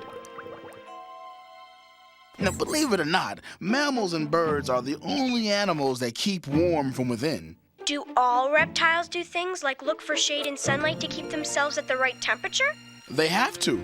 While they can tell when their temperature is getting too hot or too cold, they don't have an automatic heating or cooling system inside like we do. I get it. When it gets colder or warmer outside, cold-blooded creatures get colder or warmer inside. Spoken like a true herp lover. But what happens if they get too cold or too hot? Good question. Normally, reptiles try to avoid getting into that situation. Now, if for some reason it gets too cold around them and they can't move to a warmer place, they might bury themselves under leaves or find shelter underground, kind of like hibernating. I see. So what about Liz? First of all, you have to remember that Liz is a magical lizard. Second of all, she'll do anything she can to make her life easier and more comfortable. So if I know Liz, she'll do everything possible to add a warm-blooded lifestyle to her cold-blooded life. And as Miss Frizzle said, nothing makes a herp as happy as when the temperature's just right.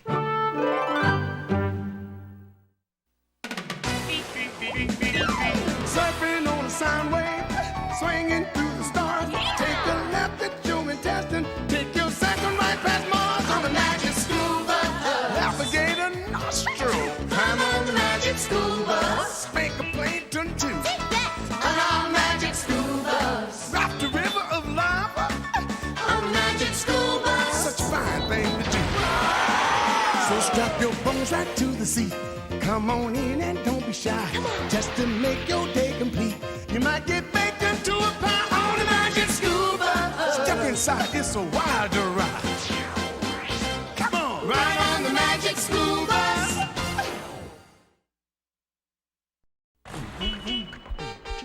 Seatbelts, everyone!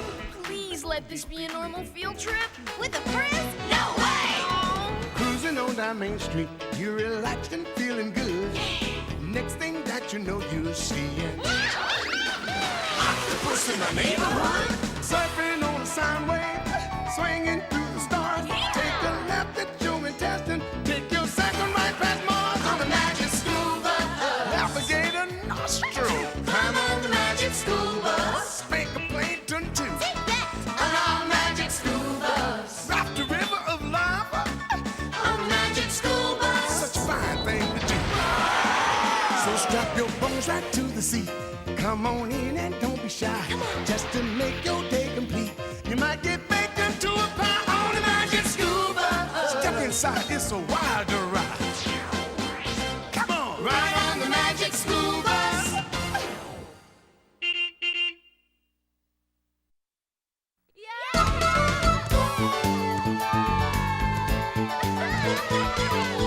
Heads up, guys! Here it comes! Oh, very good, class. But let's see a little more spirit. Move those bodies. Get your back into it, Arnold. Good. Now bend your knees, Wanda. That's it. I got it! I got it! Oof. More wrist, Carlos. It's all in the wrist. Poor Ralphie. He doesn't look very happy cleaning the bus all by himself. It's his turn, Phoebe. Besides, we're always doing things for Ralphie. Like, how many times have I clapped the erasers for him or cleaned the hamster cage? You know, just yesterday he asked me to change the water in the goldfish bowl for him because he was late for soccer practice. I tell you, Liz, using all this elbow grease is wearing me out.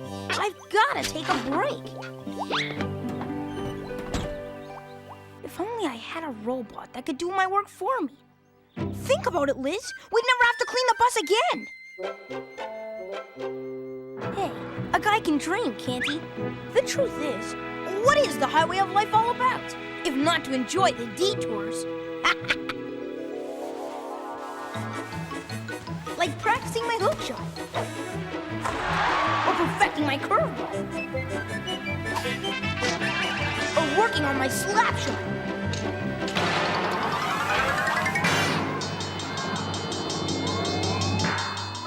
That's it, Liz! I could make a robot! Hey, guys! I have a brilliant idea! What would you say if I built a robot to do all our chores? A robot? Cool. Oh, no. I'd say that was the silliest idea you've ever had. Silly is as silly does, or doesn't. Oh, excuse me, Ralphie. I need to get out of the sun. You can't be serious, Ralphie. You can't build a robot. Oh, yeah? Wanna bet? Sure. But if you can't come up with a robot, no baseball, no basketball, and no soccer. And you have to do all the chores. Still wanna bet? Well, I can do it if everybody helps. I mean, once the robot's built, none of us have to do chores again. Maybe we can do it. We won't know unless we try. Way to go, Wanda. Keisha, you got a bet. Whoa, whoa! Hold on there, Buzz.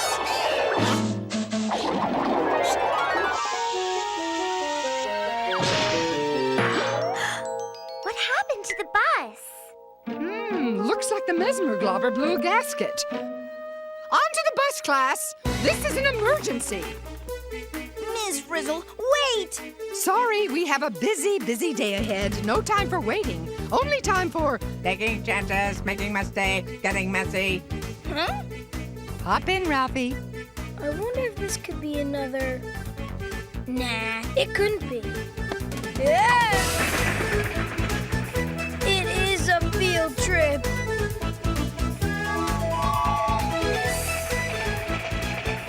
Excuse me, Miss Frizzle, but there's something important I have to do.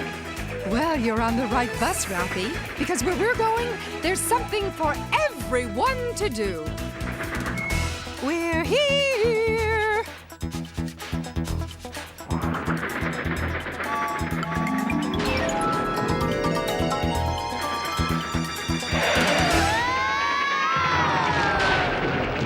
Presenting the one-of-a-kind, satisfaction guaranteed, service with a scowl, Body Shop. Yes! Look at all that stuff! Just what I need to make a robot. How do we get across, Miss Frizzle? Across?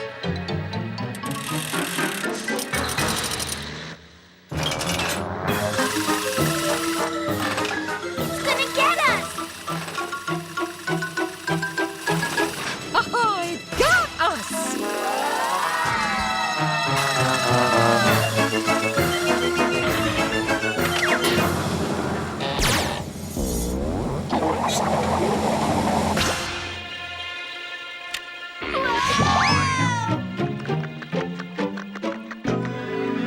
Wow!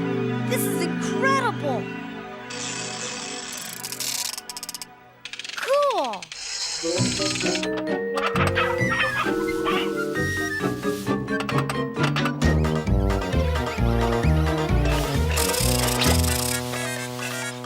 Look out below! Long time no see, Valerie! They must know each other. Class, meet Radius Ulna Humerus, magical mechanic at large. Humorous? As in upper arm bone? Or are you humorous? As in really funny? I love it. Carlos. RU is the genius who taught me everything I know about busonautics. You must have forgotten it all, or else this bus has acquired a split personality. Or else it's the mesmer globber behind the shrinkerscope, which I believe is still under warranty. I'll check it, Val, but you caught me at a bad time. I'm expecting another customer. More important than moi. No one's more important than you, my little toggle bolt. My little toggle bolt? Let's get cracking!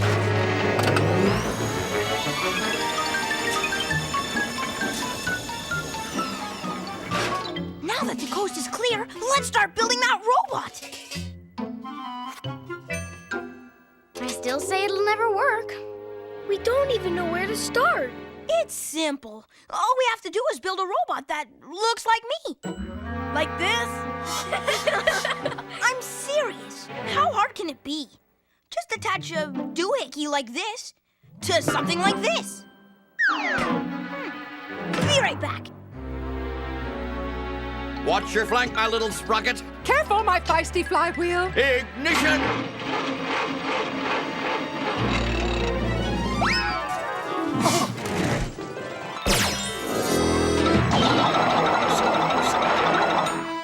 The bus has never done that before. It's definitely not the Glasmer Globber. Oh, well, maybe it's the plane dabber. Excuse me, Miss Frizzle. Let's say you wanted to, build something. You mean build character? Build a new and better tomorrow? Or build a robot that would do all your chores? Probably closest to that last one. You can't build a robot unless you know how your own body works. You know how it works, huh? Well, not exactly. Your body needs support to hold it up.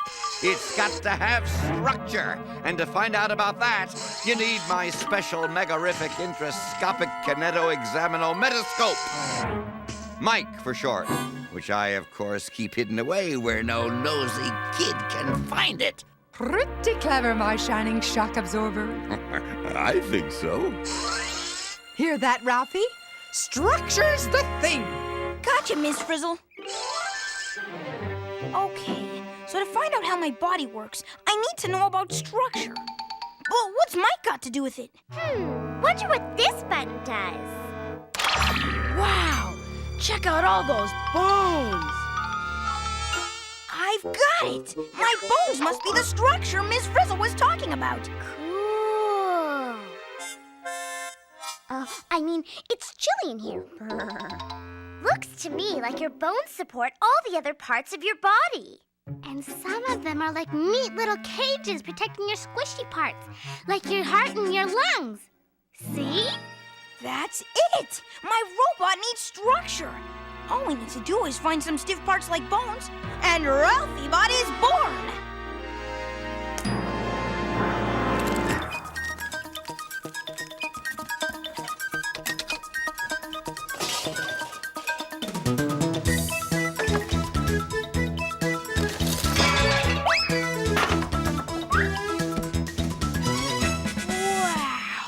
Don't forget our bet, Ralphie. Forget it? I'm about to win it! Step back, everyone! I command you, Ralphie Bot. Make me a sandwich!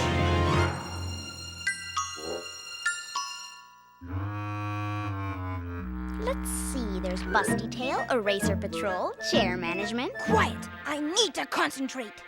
Listen to me, Ralphie Bot. Make me a sandwich! Now!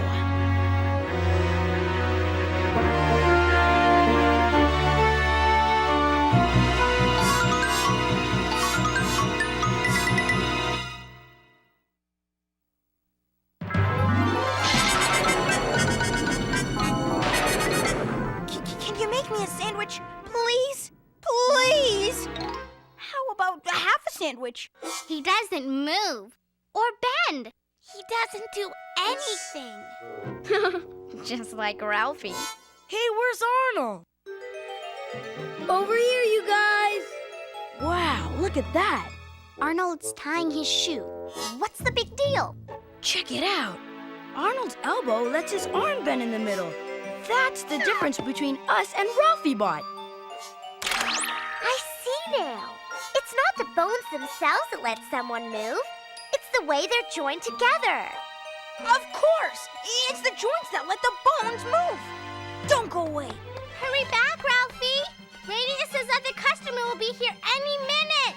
Can I come out now? Find the problem yet, are you? One thing's for sure. Your levitation linkage is leaky. Sorry, my little... It ain't gonna rain no more, no more. It ain't gonna rain no more. Whoa! It ain't gonna rain no more. Excuse me, Miss Frizzle, but let's say you need to make some connections. But you don't know how. You mean connections as in meeting the right people? Connections as in a cable TV hookup? Or connections as in joints to let your bones move? Probably closer to the last one. Everything hinges on making the right connections, my boy. Time to buckle down before my next appointment gets here. Catch my bent? This door hinge is perfect. It goes back and forth, but not sideways. Just like Ralphie's elbow joint. This shower head has a joint that can move in all directions. Just like Ralphie's shoulder. And this thing's got a whole series of joints, perfect for a backbone that bends and twists. Now Ralphie Bot can move and do all the things I do. At my old school, we weren't allowed to make a robot that could move. Well, Quiche, ready to admit that this is the greatest idea in the history of kidkind? We'll see, Ralphie. We'll see. Ralphie, it's amazing! Yup. Kinda reminds me of me. I command you, Ralphie Bot. Bow to your ruler and master, Ralphie the Magnificent! It's not bowing. Do you blame it? I wouldn't either. Come on, you guys. I don't get it. It's got bones for structure. It's got joints for flexibility. Why won't it move?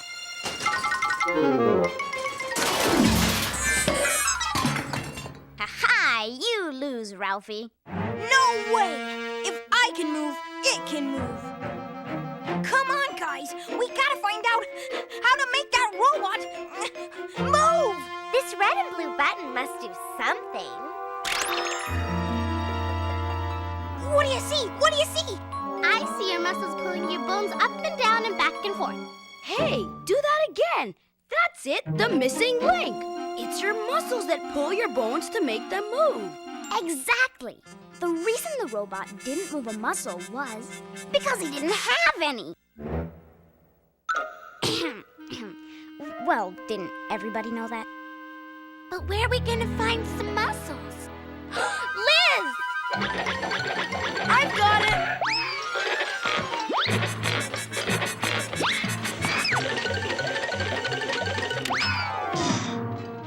Look at this.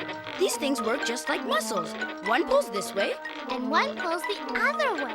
That makes sense, because according to my research, muscles can only pull on things, not push them. Seems to me, if we all pull together, we can make Ralphie Bot move. Let's do it!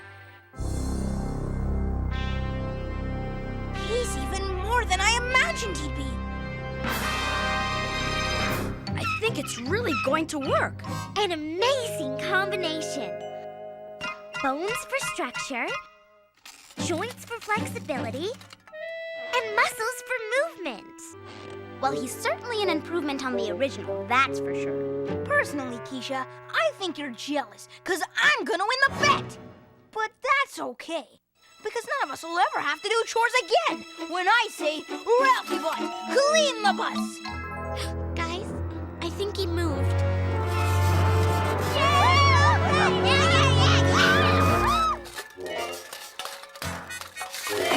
Hey, where's he going? Ralphie, do something! Stop him!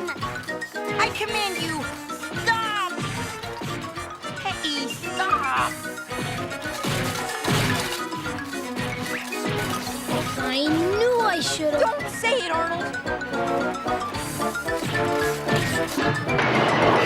Miss Frizzle! Look out!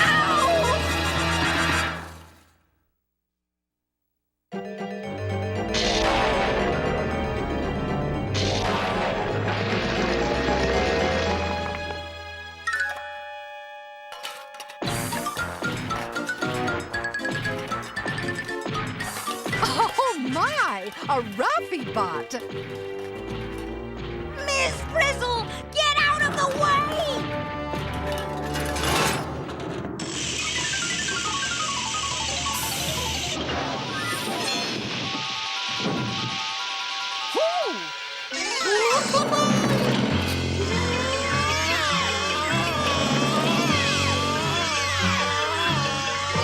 Miss Frizzle, are you okay? I am better than okay, Ralphie. I am blown away by your ingenuity.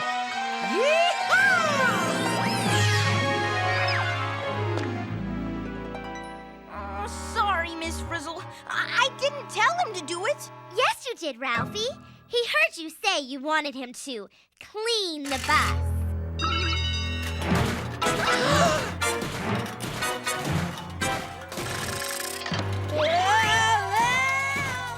Me and my big mouth.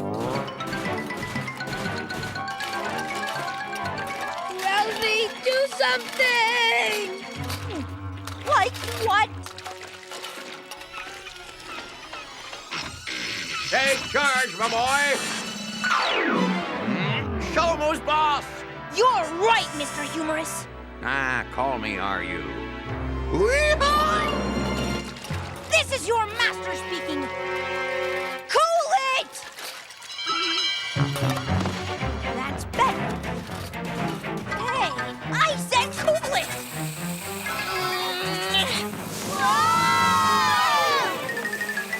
No! I didn't mean soak the bus. I meant stop! I don't think he's gonna stop until he's finished. Or we're finished.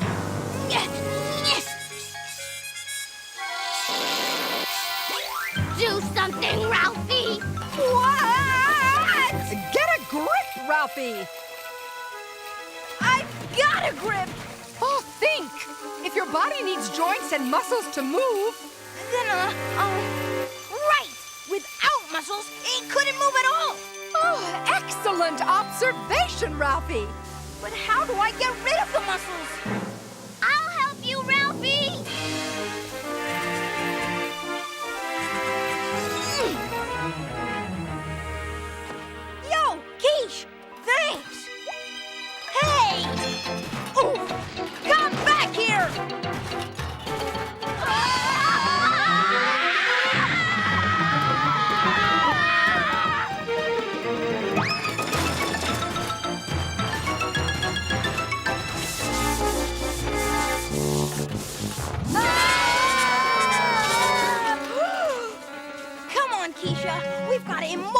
those muscles, unhinge those hinges, and debone that robot before it wipes out our entire class! Ah! Keisha, get me that screwdriver! That's off, Ralphie. Do what you have to do. You're okay, Keisha. No joints, no movement, no muscles, no movement. I really wish I didn't have to do this, but it's the only way.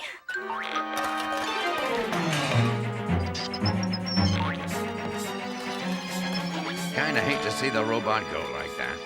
The kid did a good job. Ah, that's my Ralphie. No movement, no nothing. Hey, you okay, You okay, Ralphie? Looks like you stopped them all right. I take back what I said, Ralphie. The robot wasn't such an improvement after all. Tell me about it. I took a chance. I got messy. And what do I have to show for it? Don't feel bad, Ralphie. You didn't do anything wrong. Yeah, you were on the right track. And we did find out that bones and joints and muscles are just as important for a robot as they are for us. Maybe next time it'll work. Hope so. Good help is always hard to find. Why, Liz, thanks. I'm touched. So I guess it all goes to prove something, doesn't it, Ralphie? Yup. When you've got all the moves like I do, it's pretty hard to make improvements. Yeah.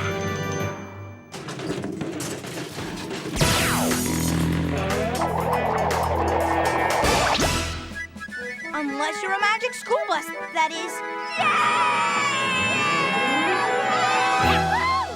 There was nothing wrong with the shrinkerscope, my little wingnut, and you knew it. And looks like your other customer never showed up, are you? Oh, yes, they did.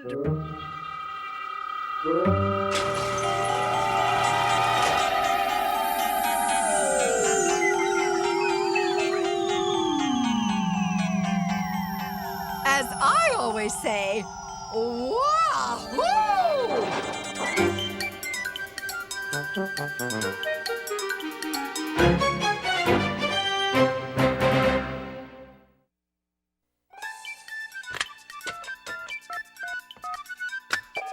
Is this the magic school bus? Is this the magic school bus? Magic school bus? Magic the magic school bus? You mean magic school bus? Magic school bus? Magic school bus? Magic school bus? I want the magic school bus! I want the magic school bus!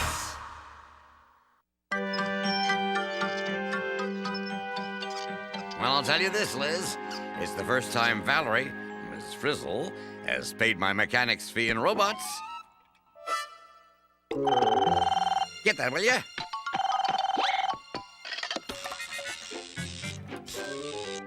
Body shop, where the best come to get better.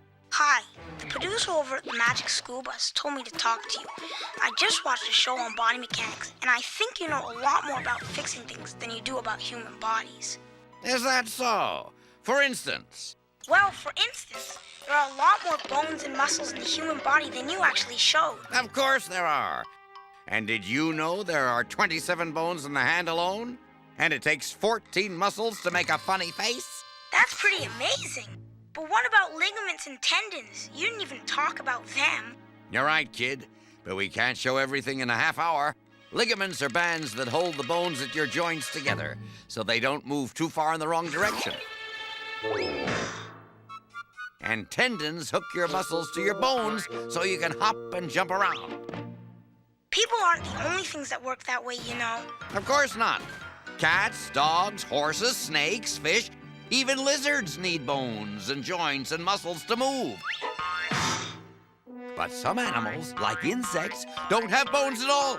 Instead, they have a stiff covering on the outside, which works with the muscles on the inside to let them move. Come on, it takes more than bones, joints, and muscles to build a real robot. I mean, it would need a battery or an engine for energy, and some sort of brain to control it. Are you saying that the Ralphie bot is brainless? Well, yeah, I guess so. Well, all I can tell you is this. For not having a brain, he makes a pretty good Sunday. Thanks for checking in.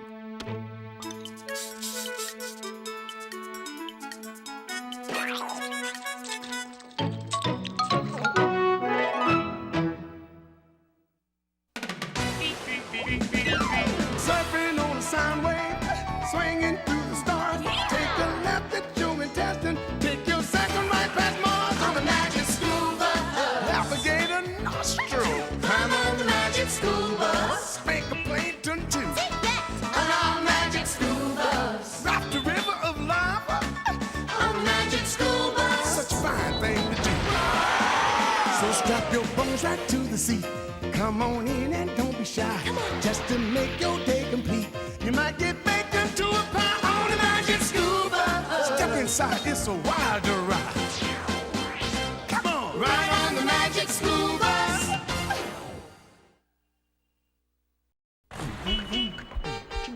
Seatbelts, everyone! Please let this be a normal field trip. With a Frizz? No way!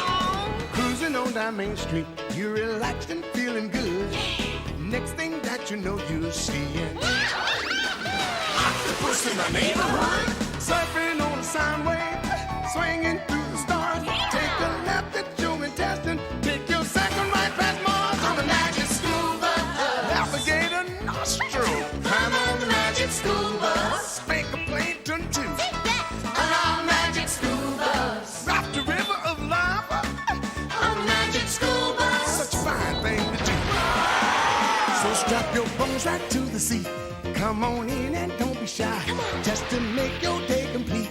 You might get baked into a pie on the magic school bus. Step inside, it's a wild ride. Come on, ride on the magic school bus.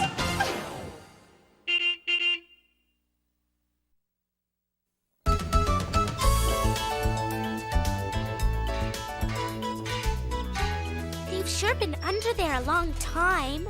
I don't like it. I'm worried. And I'm very concerned. Well, I'm not. The Frizz wouldn't let anything happen to the magic school bus ever. She might not have a choice, Wanda. A VMI is a very powerful person.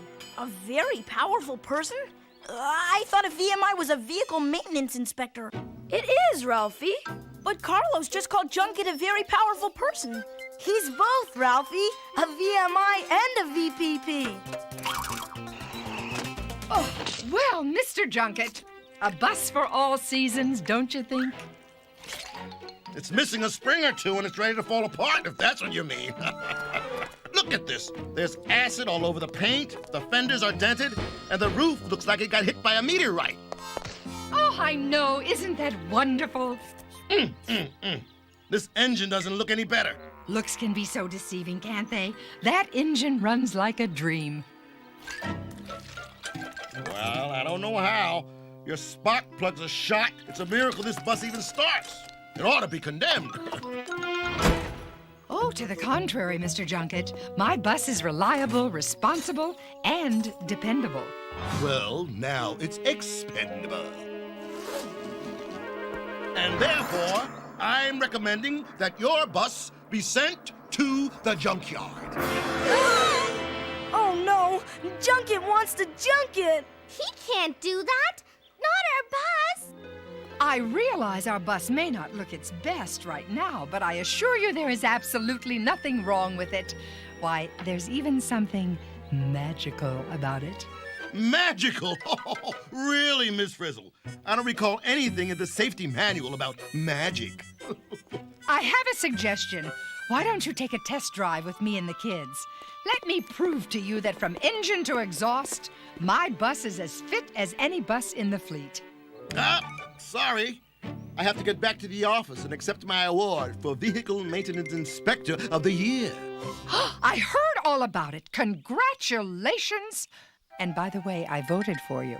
You did? How nice. Well, I suppose we could take a short drive. Class, time to take chances, get messy, and take Mr. Junket for a ride. To the bus. What if the bus doesn't pass the test? What if the engine stalls? Comfortable, Mr. Junket. You must be joking. The seats are saggy and the springs have sprung. Ah, just feel the power. It's almost as if we were flying up this hill, don't you think?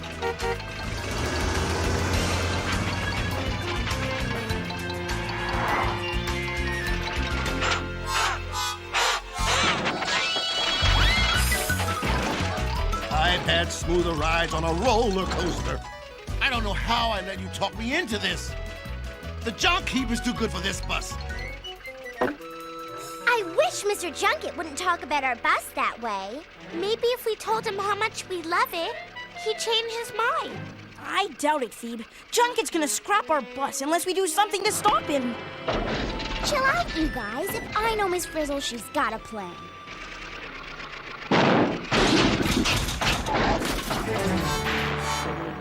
Then again, maybe she doesn't. Oh dear, what can the matter be? I knew it! I knew I shouldn't have listened to you! I knew I shouldn't have taken this test drive! Now I'm going to miss my award! Here's your cat, Mr. Junket. Oh, I just can't seem to find the problem. The engine just stopped working. However... That's it!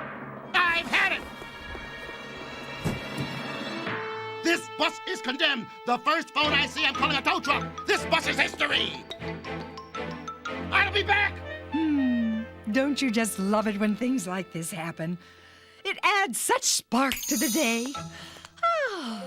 What are we gonna do? He's gonna take our bus away. Not if we can start it before he gets back.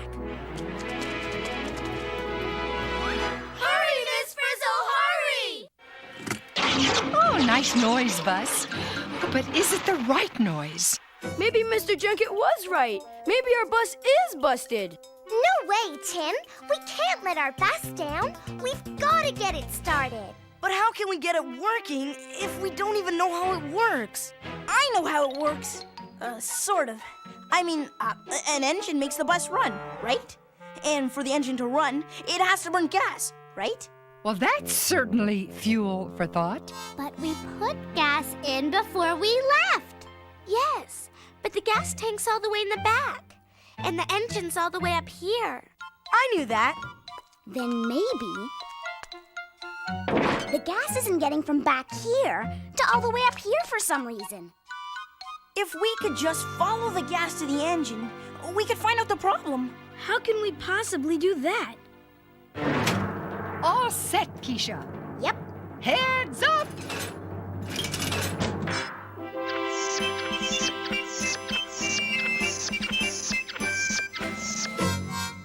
What'd I even ask? This is a field trip, isn't it? Look at it this way, Arnold. If we don't fix the bus now, there may never be another field trip. Let's go! We've got a bus to save! Hit it, Liz! Hey, what happened? What's going on? Where are we going?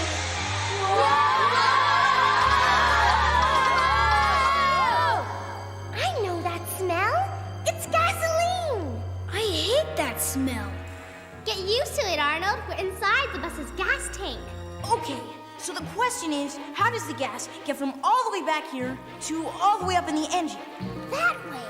The gas is going into some kind of tunnel or pipe. As Christopher Columbus said when he set sail to look for America, all aboard for parts unknown! Arr, mend the oars, me hearties! Full speed ahead! Stroke, stroke, stroke! Faster, faster! The sooner that bus is out of my life, the better!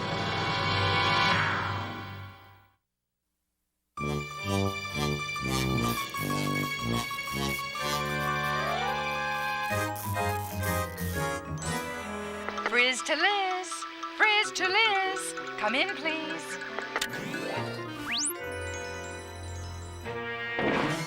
We're moving out of the fuel tank and into the fuel line. Stand by. Ready, set, dock! It's a tight squeeze in here. I guess gas doesn't need a lot of room to get to the engine. Look up ahead. The gas seems to be trying to get through, but it's blocked by something. Is it just me, or is that peanut butter I smell? It is peanut butter. Maybe this is what's stopping the gas from getting through to the engine. And without gas, the engine won't run. That's it! Make way for the gas! But what's peanut butter doing inside the fuel line? Good question. Junkets! We're almost there. Step on it. I'm getting an award today. Did I tell you? Twice. Oh. Line's clear, Ms. Frizzle. The gas is flowing again. Then the engine should start. Right, Miss Frizzle? Oh, we'll soon find out. Seats, everyone. Turn the key, Liz!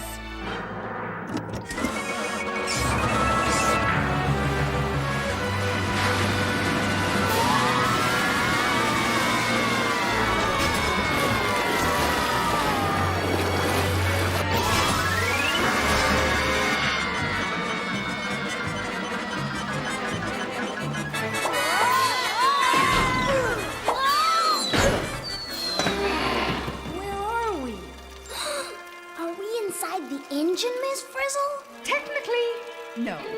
We've just been pumped into the carburetor. Oh, my favorite place. Keep pumping, Liz! I don't get it. We got the gas flowing. How come the engine won't start? Maybe it needs more than just gas. Maybe it's too chilly in here for the gas to work. Yeah, I feel a draft too. It's coming from that opening. Up there. Right you are, Tim. Air. Of course. Don't you remember what we learned in fire safety? You need air for things to burn. And since a running engine burns gas...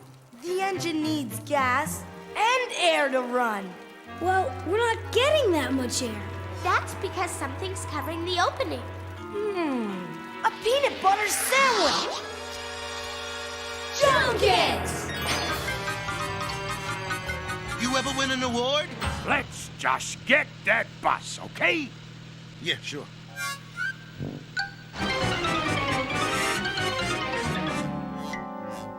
How come I have to be on the bottom? The class stack-up was my idea. It's really stuck. Wait, I think I'm getting it. Almost. Got it.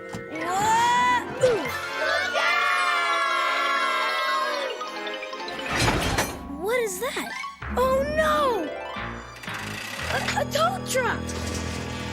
There's a tow truck out here! They're going to tow us away! Hold on, Arnold! Now that we have gas and air, maybe the engine will work. Start it up, Liz! Oh, come on, Liz. Don't quit on us now. Champions thrive on adversity. Heroes are born at times like these. Turn the key, Liz! Hold it. Is that awful hunk of junk trying to start? I thought everyone had gone for help.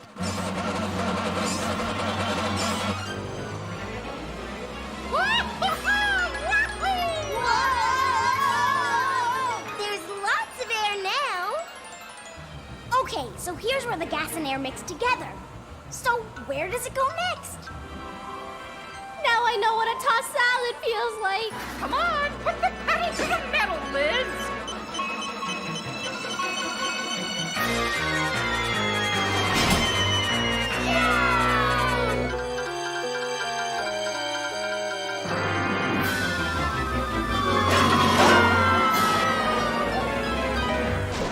Where are we now? I think we're trapped. Something's wrong. Liz, stop turning the key.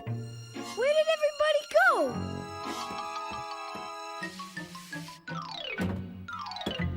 Anybody home? Thought for sure I heard this mechanical mistake for a motor trying to turn over. That must be working too hard. All right, let's get out of here.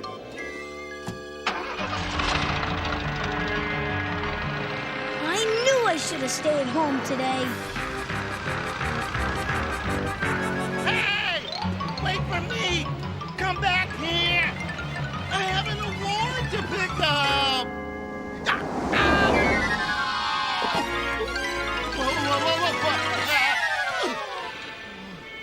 I had such a good speech to give.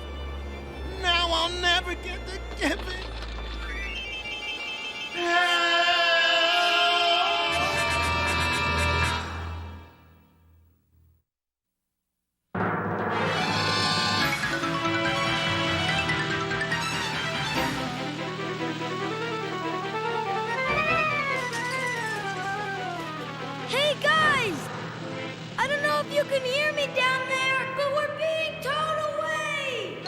bad. Oh, bad. Oh, bad, bad, bad. Where's Liz? I don't know.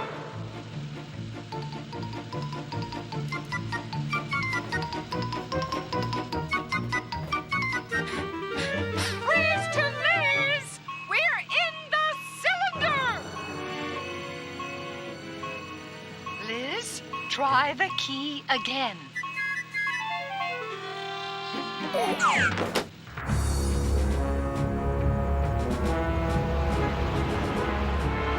Oh boy, we're in real trouble now.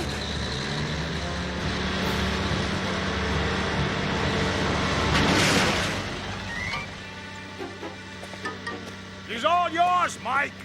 The VMI said to crush it. What happened now? What was that? This is Arnold! We're in the junkyard!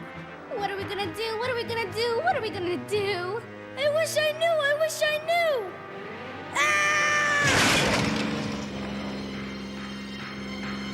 No! Stop! Let us down!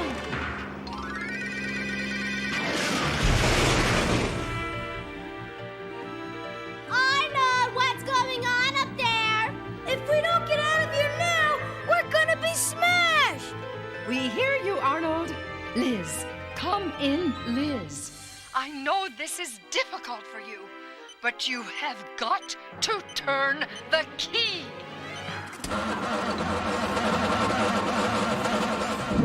We're moving! Yay, Liz! Hey! We're going down like an elevator! That smells like... I think I smell gas. Yeah. Now the gas is following us. Oh, not to worry, class. When it comes to pistons, what goes down must go up. Maybe now the engine's gonna start. Oh, it should, Ralphie. This heartwarming chamber is where all three ingredients we need to get the engine started come together. Gas. Air. And what else? Look out! We're gonna get crushed!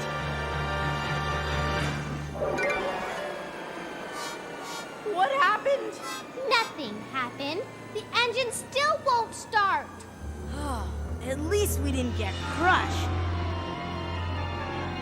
Stop! You're going to crush us! Go away! Don't drop that! You'll be sorry! I don't get it, Miss Frizzle. We had gas, we had air, and the bus still didn't run. Maybe the engine's burned out.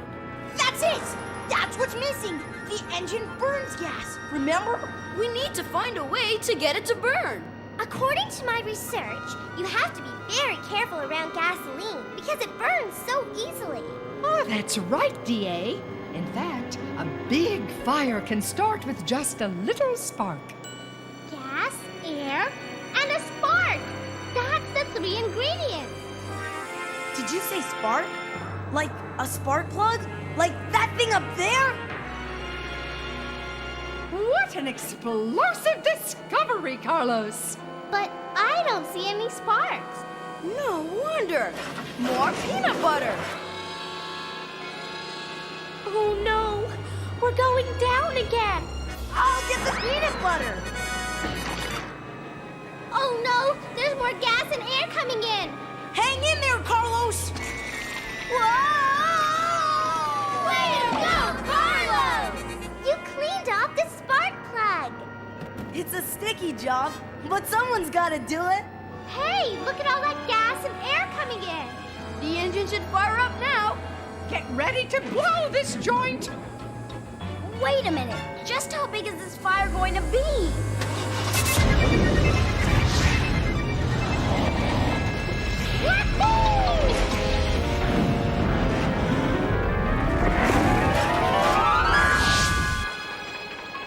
As we travel with the burned gases, let's enjoy the enchanting exhaust pipe, a tunnel of exotic fumes, and dark surprises that will take us into the metallic maze known as the muffler.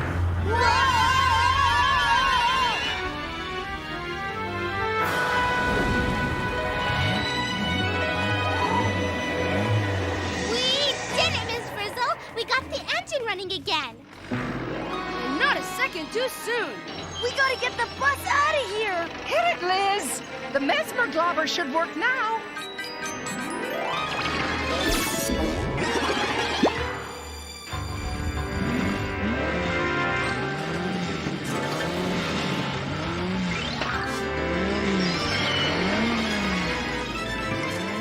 I don't think I'm gonna like this.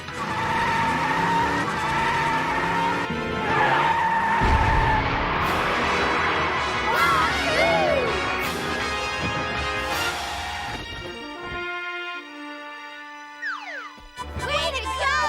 We saved the bus! We got gas to mix with air. Added a spark and kaboom! We've got the engine running again. Liz, that was fantastic! Hip hip hooray!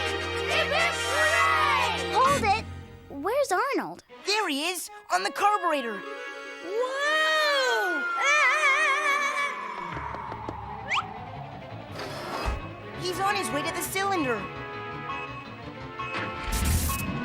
Now he's about to go through the exhaust system. Arnold, are you all right? I'm fine, Miss Frizzle. Anyone want a peanut butter sandwich? Arnold! Speaking of peanut butter, where's Mr. Junket? We'll be right with you, Mr. Junket. You hang on now, Mr. Junket! Here he comes. But Miss Frizzle, we can't let Mr. Junket know the bus is magic. He can't know what he can't see, can he? Cover me. You okay, Mr. Junket? You must have been scared. Let me fix your cat. Oh, let me brush you off. Okay, Buzz. Here we go. Excuse me. Excuse me. That's strange. I thought for a second that bus was a tow truck. Hop in, Mr. Junket. There's still time to get your award. Huh? Looks like I owe you and your class an apology, Miss Frizzle. As my great Aunt Janine used to say, a good engine is worth the price of ignition. Huh?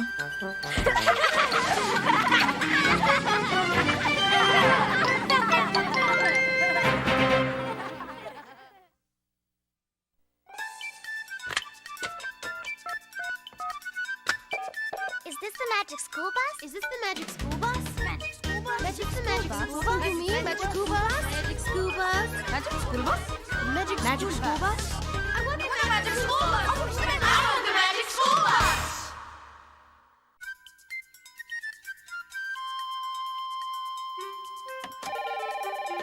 Magic School Bus, the producer speaking. Hi, I just watched a show on engines. It was a real blast. Only one question. Do you really expect us to believe that Miss Frizzle and her class could stay alive inside a real engine when it's running? It's more than 3,000 degrees in there. We know that. It was just our way of showing you how an engine works up close and personal. Thanks for calling. Magic School Bus. Is this the producer? At your service. What can I do for you? About your engine show. Peanut butter's a pretty silly way to stop an engine from working. Silly, maybe, but it sure would gum up the works. Then why didn't they use gum? Thanks for calling. Why didn't I think of that? Magic School Bus. Glad you're still there.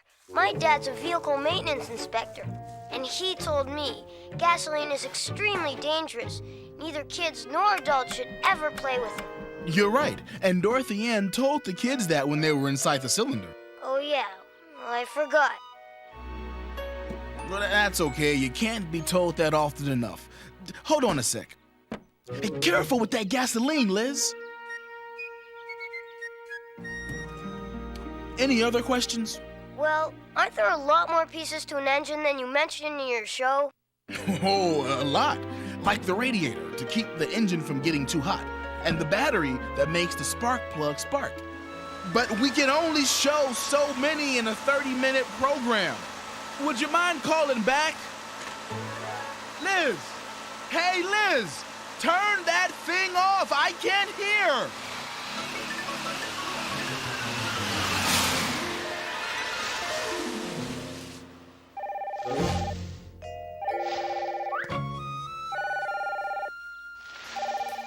magic school bus.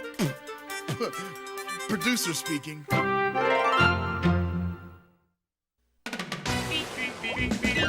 Surfing on a sound wave, swinging through the stars. Take a left at your intestine, take your second right past Mars on the magic school bus. Alligator nostril, climb on the magic school bus. Spank a plankton too. On our magic school bus. Rock the river of lava on the magic school bus. Such a fine thing to do. So strap your bones right to the seat. Come on in and don't be shy. Just to make your day complete. You might get baked into a pie on the magic school bus. Step inside, it's a wilder ride. Come on, ride on the magic school bus.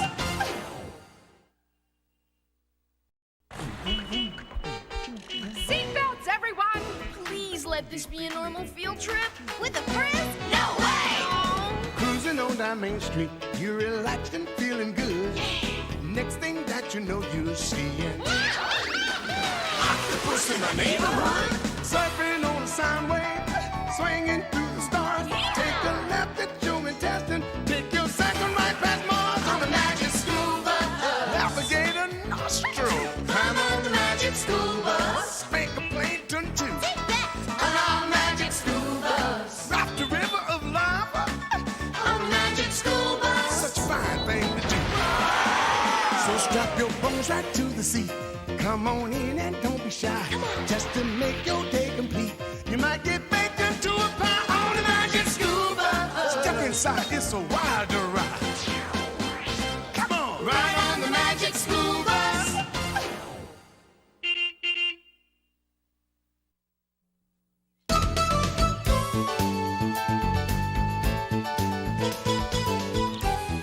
I don't know about you, Phoebes, but I can't stand vacations.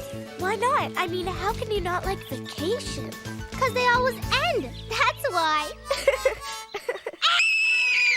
That sounds like Keisha. I've been robbed! Somebody stole my cucumber! Why would anyone steal a cucumber? Especially my cucumber!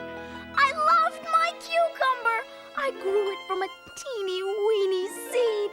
It was a champion! At least whoever took it left you a tasty-looking pickle. I mean, look at my carrot. Not even a starving rabbit would eat it now. And my tomato doesn't even look like a tomato anymore. It would have been better off stolen. I don't understand. How could things so good turn so bad over one little vacation? In the famous words of Ms. Frizzle, Time waits for new vegetable. huh? Let's face it, our county fair has turned into the city dump. Hey, give me 5, guys. The kid's back. Hi, Ralphie. Hey, how you doing, Ralphie? Whoa, Arnold. I haven't seen anything that gross since my baseball glove got rained on and run over by the garbage truck. In case you forgot, Ralphie, my tomato did win 3rd place. With the way that tomato looks now, my glove could have come in 2nd. Hey, nice pickle, Quiche. Wait a minute. Hold it. Doesn't anybody care that somebody stole my cucumber?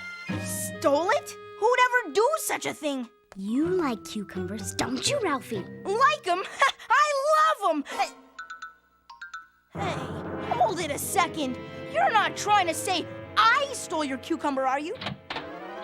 Good morning, class. Isn't it awfully early to be eating a pickle, Miss Frizzle? Oh, it's never too early for a pickle, unless it's a cucumber. Speaking of cucumbers, Miss Frizzle, mine was stolen while we were on vacation. We must have had a thief in here. Is this what you're looking for, Keisha? This isn't my cucumber, Miss Frizzle. It's a pickle. And it's almost ready to eat. Whoa! There's a ton of pickles in here. You caught me, Ralphie. Oh, I have a private and powerful passion for pickles. Something smells funny here. Your nose knows, Keisha. It's the salty brine the pickles have pickled in. I'm talking about my prize cucumber, Miss Frizzle. And all I know is the door to this classroom was locked during vacation. And you had the key! Keisha, are you suggesting that Miss Frizzle, that our beloved teacher, that she could have done something with my cucumber? Oh, you're right, Keisha. I admit it. Miss Frizzle! I admit that thanks to me, your cucumber is gone. But it isn't missing. How can something be gone, but not missing? You see, Keisha, this pickle used to be your cucumber. Isn't that amazing? Not amazing and not possible. This does not look like my cucumber.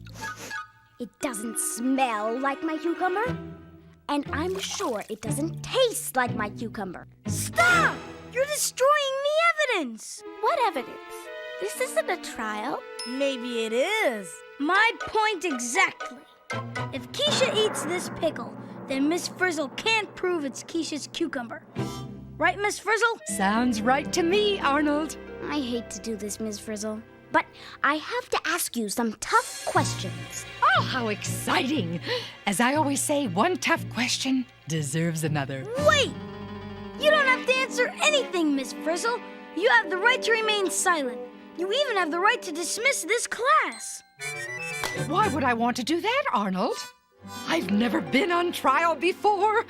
Let the trial begin.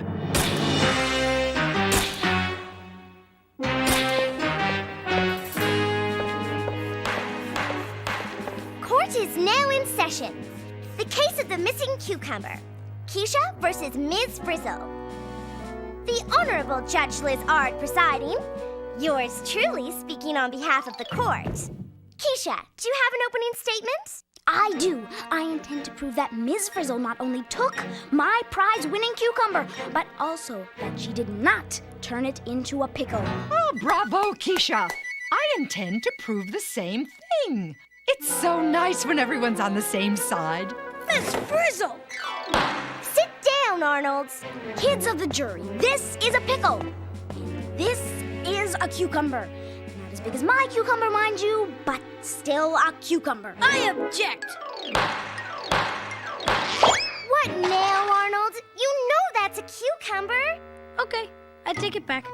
Ms. Frizzle is asking us to believe that a pickle and a cucumber are the same thing. Now I ask you, do these look the same to you? I don't think so. Does the defense have anything to say in defense? Yes, we do. We will prove that no crime was committed and Miss Frizzle is innocent of all charges. Right, Miss Frizzle? As I already said, Arnold, I did take Keisha's cucumber, but I did not change it into a pickle. But I know who did. You do? They were members of a gang. A small-time gang with big ideas. A tiny, troublesome crowd of two-bit thieves known as the Microbe Gang. And even though they hang around a lot of different places, they're extremely hard to find. Is that because they're always on the run? No, it's because they're invisible.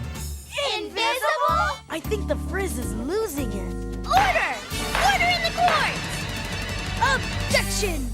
Miss Frizzle is not losing it. There is a perfectly logical explanation. Tell them, Miss Frizzle. Tell them the gang is invisible because they wear disguises, right? Oh, no. They're invisible because they're too small to be seen with the naked eye. Yet every second of every day, they're busy changing the very world we live in. Miss Frizzle, you're not making this very easy.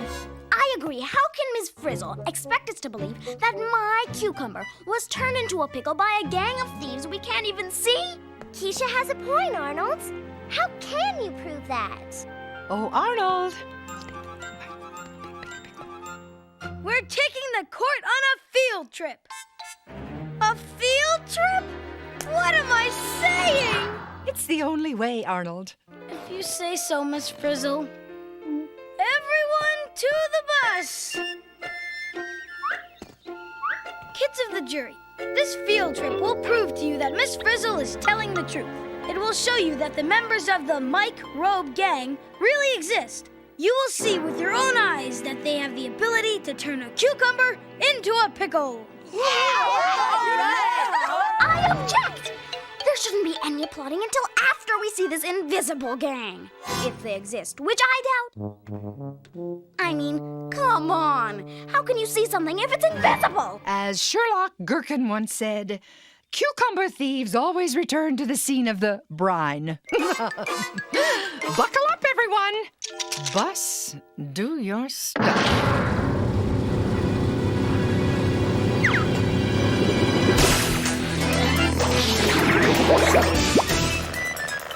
Whee! Whippy!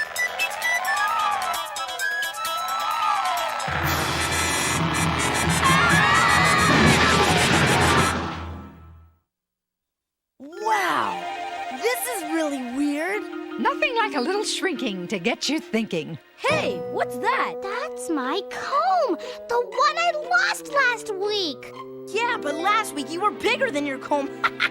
Now your comb's bigger than all of us. Excuse me, Miss Frizzle, but does this really count as a field trip? I mean, we haven't gone anywhere. Technically, we're still in our classroom. Here's the button to my favorite blouse. Oh, I knew I'd find it. That's it. We're inside the lost and found box. Hey, look at this. I never knew Lincoln was inside this building. How you doing, Abe? Whoa! Got it. Lift. Thanks. Good thing it wasn't a quarter. Okay, so we're really small. What does that prove? It proves that when you're small, you can see things you never saw before. Like this spider mite. No way, I saw one of those before we got small. Though I have to admit, it didn't look so big. Yeah? Well, I bet you never saw one of these before.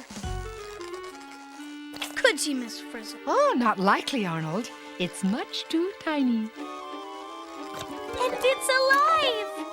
It's a kind of yeast called ascomycete. Yeast? What's yeast doing here? Ascomycete grow nearly everywhere. Cool. But I'd rather find one on your seat than my seat. Carlos! I don't care whose seat it's on. If it's so tiny you can only see it when you're tiny, that makes it an invisible member of Microbes' gang, just like Miss Frizzle said. I rest my case. Not so fast, Arnold. Just because there are tiny little creatures here doesn't mean they're everywhere, and it doesn't mean that they turn my cucumber into a pickle. Okay, Keisha. You want more proof, more evidence? Pick a place, any place. I'll show you more invisible creatures. I hope. Fine. Let's go to the vegetable garden.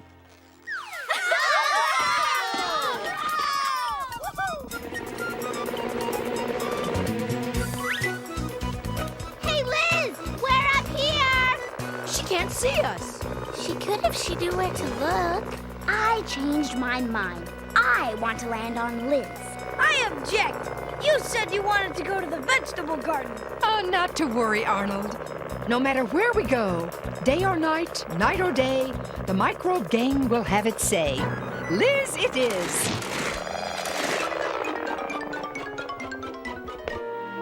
I don't see any creepy crawly creatures. I do. Aha! Another member of the Microbe gang. Right, Miss Frizzle? Right on, Arnold. Oh no! I think Liz thinks we're one of them. I really hate it when we land upside down. Where are we now? I hope we're not back in the water cycle. Unless I'm mistaken, we're inside The hamster's water bowl. And Liz still can't find us. I object. What now, Arnold? I object to being the smallest defense attorney in history. I object to where we are. Look! I think we landed in the middle of a feeding frenzy. What are they? Ah, the fat, juicy ones are amoeba, and the ones that look like hairy hot dogs are paramecium. Looks like the Underwater Wrestling Association to me. Actually, Ralphie, they are more members of the Microbe gang. We're under attack! Gosh, I never knew things like these existed. But now you do. And not only that, they're everywhere. Case closed. Well done, Arnold. Objection. Our hamster drinks this water, right? So how can this invisible gang change my cucumber into a pickle if our hamster is still a hamster? Huh? Explain that. Well, it seems to me, Okay. You want change? I'll show you change. There, my tomato. Something is definitely going on there. I don't know about you guys, but I hope our hamster isn't thirsty! My tomato, Miss Frizzle, and hurry! Here we go!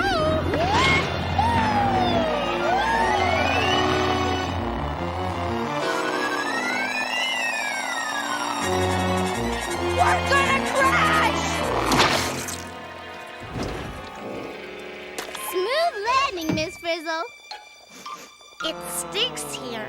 I'd rather be on Wanda's carrot. Hear that, Keisha? I told you something was going on. Sorry, Arnold. Smelly and gushy isn't enough. I don't see anything here to change my mind but a rotten tomato. Maybe we need to, shrink some more. Can't believe I said that. As my great aunt Chameleon used to say, there's nothing as constant as change. No sooner shrunk than sunk.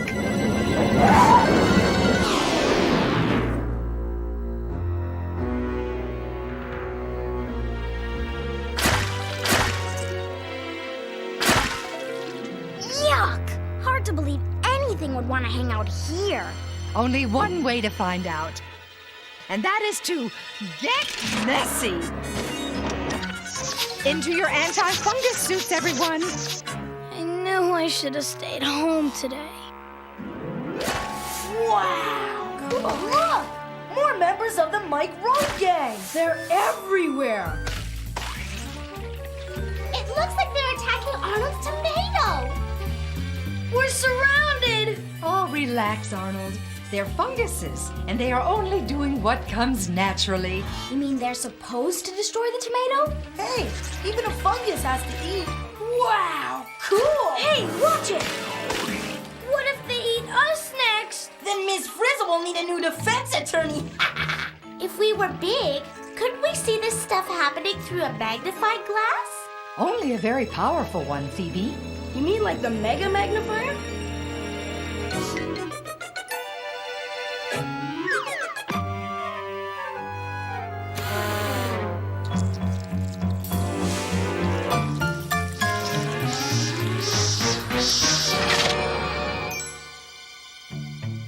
Your point is a juicy one, Miss Frizzle. But even though I've seen that Microbes gangsters are everywhere, and that they can make things change, you still haven't proven that they turned my cucumber into a pickle. I object! Just in case that calls for another shrink. That won't be necessary, Arnold. Uh-oh! Is it just me, or are we having a tomato?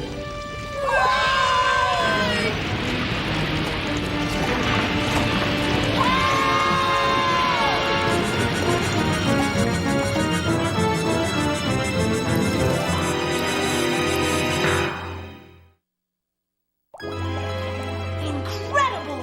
We're inside Miss Frizzle's pickle jar. This is it, Keisha. This is where it all happened. You mean we're actually at the scene of the crime? Follow me! I object! It's too late to object, Arnold! Look out! It sure is crowded in here. Ugh! The tomato fungus is still among us. They're everywhere. All right, you are, Wanda. Everywhere and anywhere. Yuck! What's going on here? More destruction. First the funguses ate the tomato. Now they're trying to eat the pickle. Looks to me like they've got some competition for those little squirty things. The little squirty things are a kind of bacteria, and they are actually protecting the pickle. Whoa! Look at those pickle protectors work! Wipeout! The funguses are history! Pickle juice! I hate pickle juice. So do the funguses.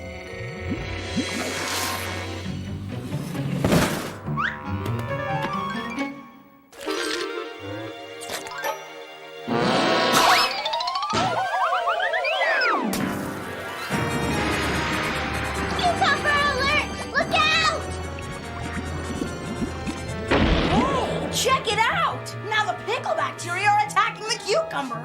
What's happening? I thought the picklers were the good guys. They are, Keisha. They're not destroying the cucumber. They're saving it. So, if it weren't for the pickle bacteria, the same rotten thing that happened to the tomato would happen to this cucumber. Yeah, total annihilation. I get it. The funguses rot things by eating them, and the pickle bacteria stop things from rotting by getting rid of the funguses. Only one problem. The pickle bacteria is turning the cuke into a pickle. Oh, not a problem, Ralphie. That's preservation. A pickle lasts a lot longer than a cucumber. Don't tell me the pickle bacteria are gang members too. That they are, Keisha. They may be small, but they make big changes. And all those tiny living things we've just seen are called microbes. Did you say microbes? As in microscopic? So tiny that you need a microscope to see them? So tiny that they're invisible? Just like us. Tiny, invisible, microscopic, yes! Kids of the jury, you've seen with your own eyes that all around us is an invisible world of microbes.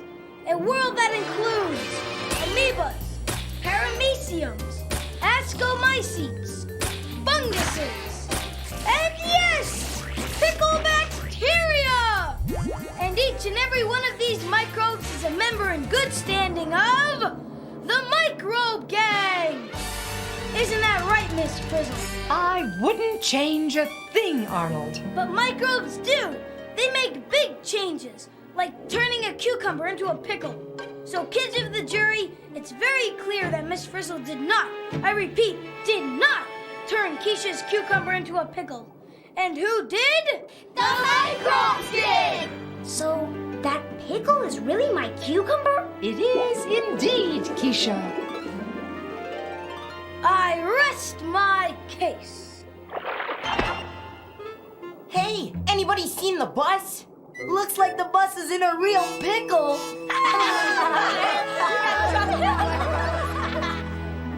Members of the jury, have you reached a verdict? We, the jury, find Miss Frizzle innocent of all charges. Yay! Thank you! Thank you! Thank you! And thank you, Ms. Frizzle. If you hadn't put my cucumber into the brine before we left on vacation, it would have rotted just like Arnold's tomato and Wanda's carrot. You're a hero. Well, as you saw, Keisha, I did have a little help preserving your cucumber. And turning it into a prize pickle.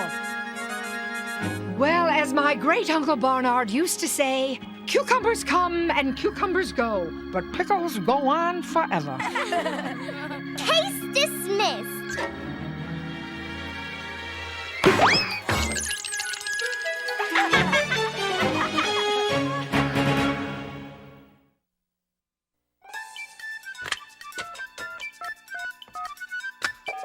Is this the magic school bus? Is this the magic school bus? Magic school bus? Magic the magic school bus? You mean magic school bus? Magic school bus? Magic school bus? Magic school bus? I want the magic school bus! I want the magic school bus!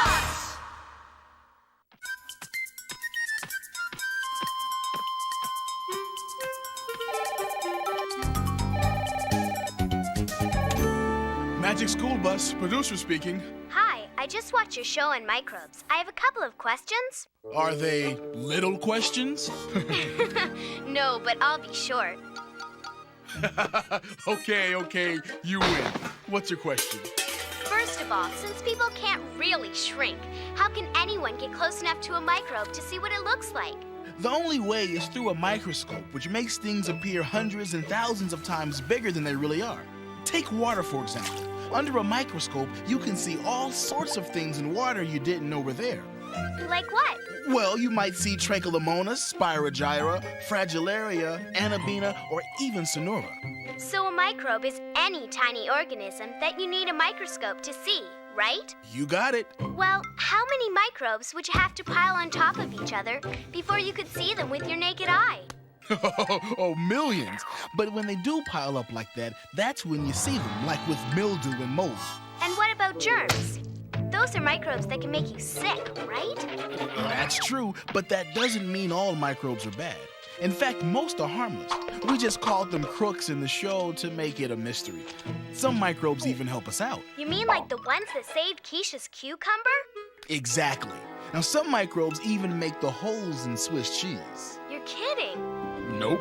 Others, like bacteria, change milk into yogurt and sour cream. And yeasts are microbes that help make breads and pizza dough. Cool. I love pizza. I like pizza too, but I'm afraid you'll have to call back for your order.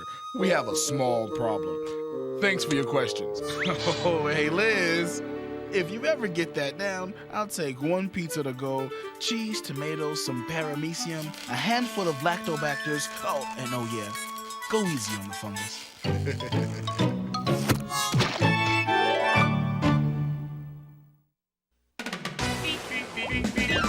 Surfing on a sound wave, swinging through the stars. Take a left at your intestine. Take your second right past Mars on the magic scuba. Alligator nostril. Climb on the magic scuba. Spank a plankton too. On our magic scuba. Rap the river of lava. On the magic scuba. Such a fine thing to do. So strap your bones right to the seat. Come on in and don't be shy. Just to make your day complete. You might get baked into a pie on the magic scuba. Step inside, it's a wilder ride. Come on, ride on the magic scuba. Seatbelts, everyone! Please let this be a normal field trip. With a Frizz? No way! Cruising on down Main Street, you're relaxed and feeling good. Next thing that you know, you're seeing octopus in the neighborhood. Surfing on a sound wave, swinging through the stars. Take a left at your intestine. Take your second right past Mars on the magic scuba. Alligator nostril. Climb on the magic scuba. Spank a plankton too. On our magic scuba. Rap the river of lava. On the magic scuba. Such a fine thing to do. So strap your bones right to the seat. Come on in and don't be shy. Just to make your day complete. You might get baked into a pie on the magic scuba. Step inside, it's a wilder ride. Come on, ride on the magic scuba.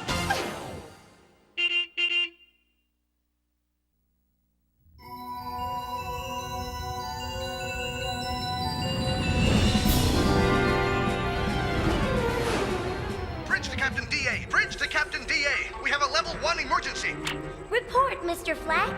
A rogue asteroid is on a collision course with Earth! Destination? Walkerville, USA. The elementary school. I was afraid of that. Sound the alarm and alert Valerie Frizzle immediately. Valerie Frizzle? Frizzle!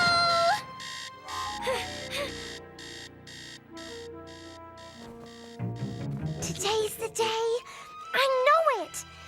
Where is it? There it is!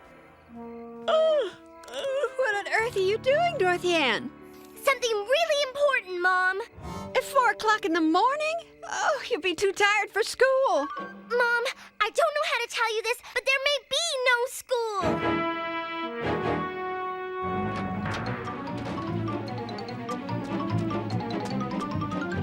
As we all know, the planets go around the sun in their own special paths.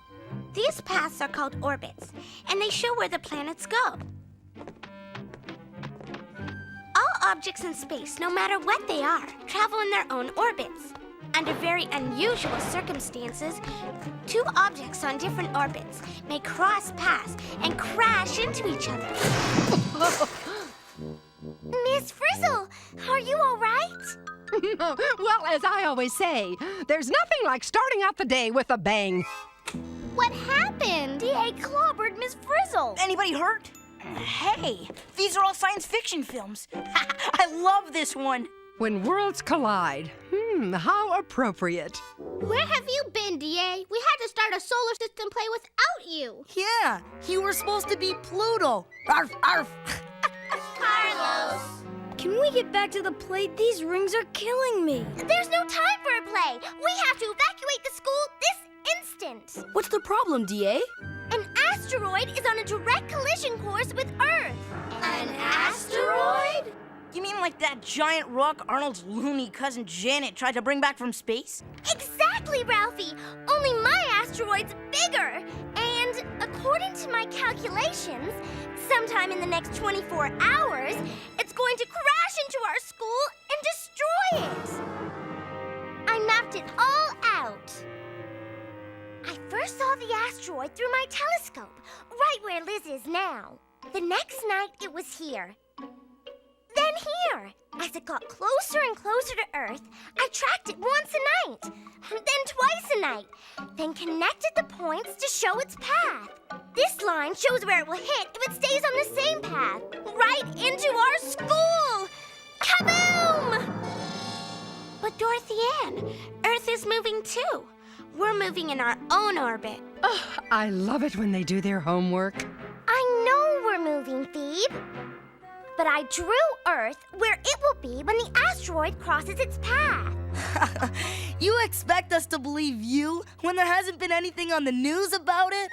Or in the papers. Hey, why don't we call NASA? Those scientists ought to know what's going on in space. You have reached the NASA hotline. All of our scientists are busy right now.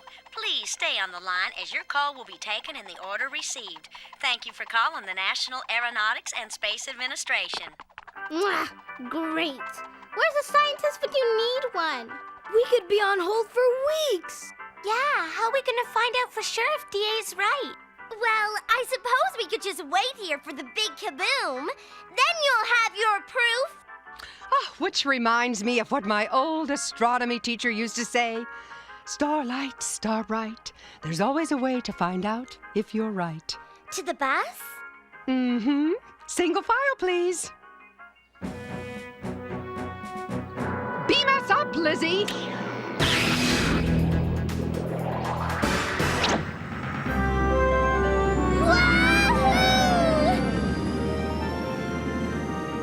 Teacher's Ledger, field trip number 24. Welcome, crew of the Magic Space Bus. We are about to go where few even dare dream to go. We are embarking on a dangerous but necessary mission. The objective? Seek and discover Dorothy Ann's mysterious space object. Follow its path, and if necessary, prevent it from impacting Walker Elementary. Hamburger with a side of snores, Ms. Frizzle. Why don't we just find it, follow it, and finish it off? That'll work. Lieutenant Liz, begin scan phase. Is it too late to turn back? It is too late. Hey guys, look what's coming! It's the home run I hit at recess yesterday. That ball's still going. Good one, Ralphie. No, Ralphie, it's a shooting star. Nope, it's a falling star. Whatever it was, it's burned out. Actually, it wasn't a star at all, but rather a small piece of space junk. They burn up when they enter Earth's atmosphere. Maybe that was DA's asteroid. Good, then we can go home now. Sorry to disappoint you, Arnold, but the asteroid I tracked was much bigger than that. According to my observations, the asteroid is coming from the direction of Saturn. We need to go this way! Lieutenant, set course for 093, 481, Sector 555. Delete low-level float and transfer to warp speed. In other words, Liz, head for Saturn and step on it! Keisha, any news from NASA? Still on hold, Ms. Frizzle. Oh no! We're being pulled off course! Re-establish itinerary, Lieutenant Liz. What's happening?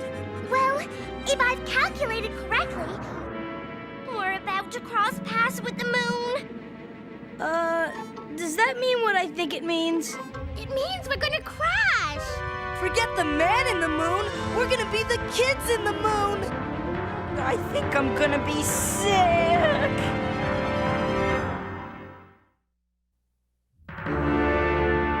We're gonna be moon dust!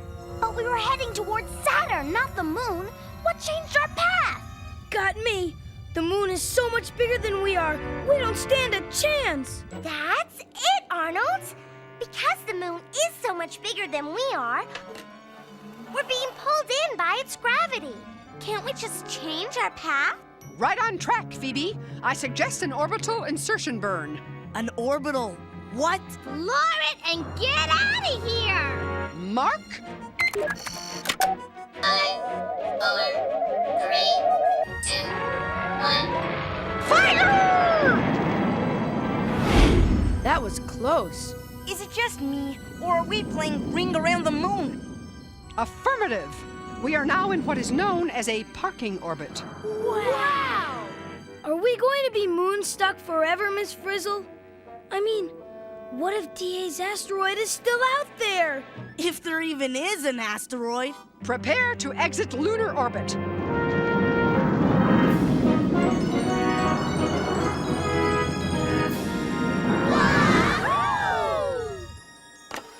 Plotting new course, Miss Frizzle. Here's Earth, and here's the moon. I think the asteroid is here. Actually, DA, I think your asteroid's right there. Wait a second. It's got a tail, which means it's a comet. And I don't think what I saw through my telescope was a comet. Comets? Meteorites? Asteroids? Where does all this space junk come from?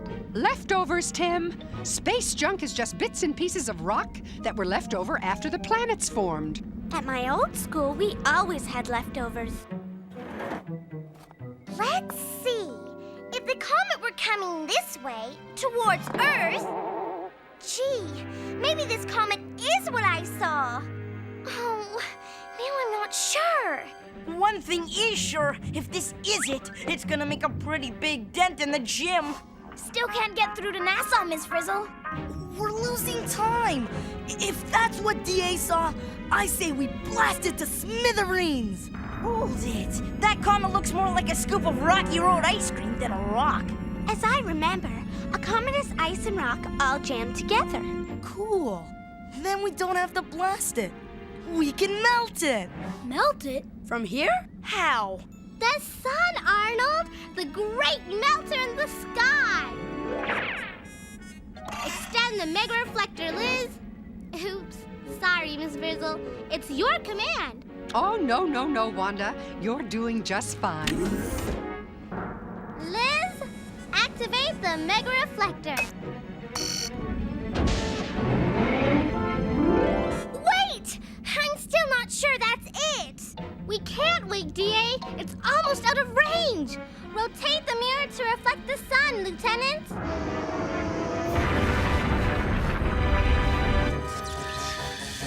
Begin meltdown. Check it out. All the rock and dust is coming off.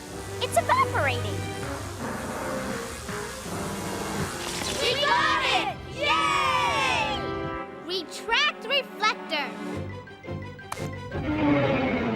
Tell us, Wanda. How does it feel to have saved Walker Elementary School from sure destruction? Sorry, no comet. Oh, good one, Wanda. I couldn't have said it better myself. Let's go home. Mission accomplished. Not so fast. According to my latest corrections, we destroyed the wrong space object. The one that's going to hit the school is still out there somewhere. What do you mean we destroyed the wrong space object? When we orbited the moon, I got myself all turned around. I thought we were here, but we were really here. To get to the asteroid we're looking for, we have to go this way. Lieutenant, alter course to 090, Sector 388, point of departure 1300. Begin orbital inversion. Hey, Huey!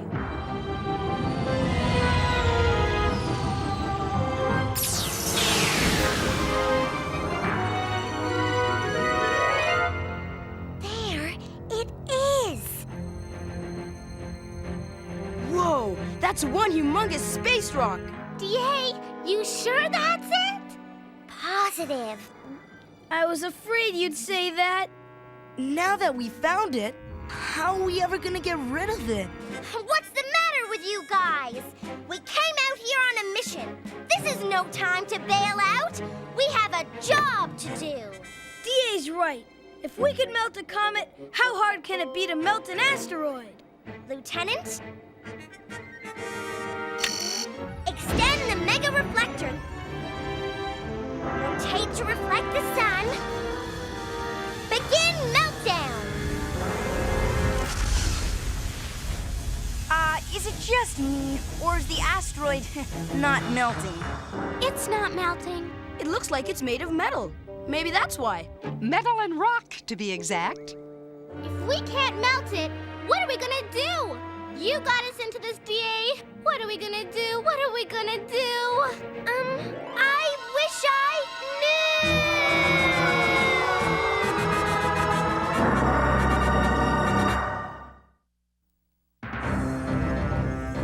Follow that asteroid!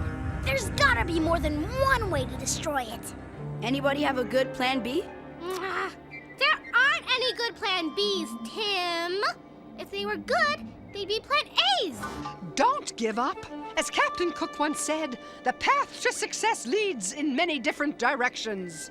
It's simple. The asteroid is on a path like this toward the school. We don't need to destroy the asteroid. We just need to change its path. And here's how we do it. Carlos!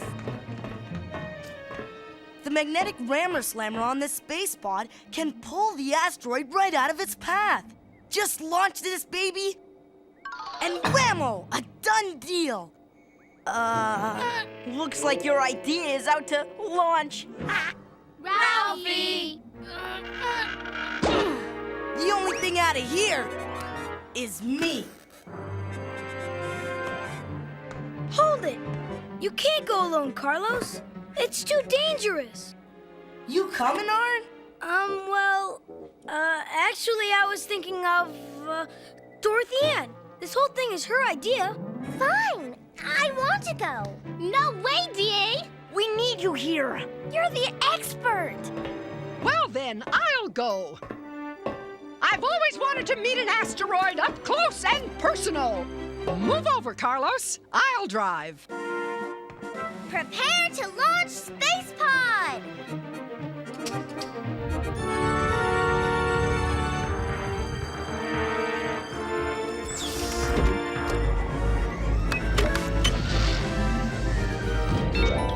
Ready to launch.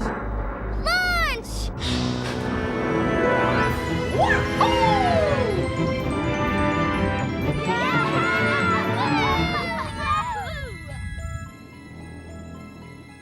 This could be the most important thing I ever do in my life, Miss Frizzle. As long as it's not the last thing, we'll be fine. Arm the rammer slammer. Armed and ready to fire.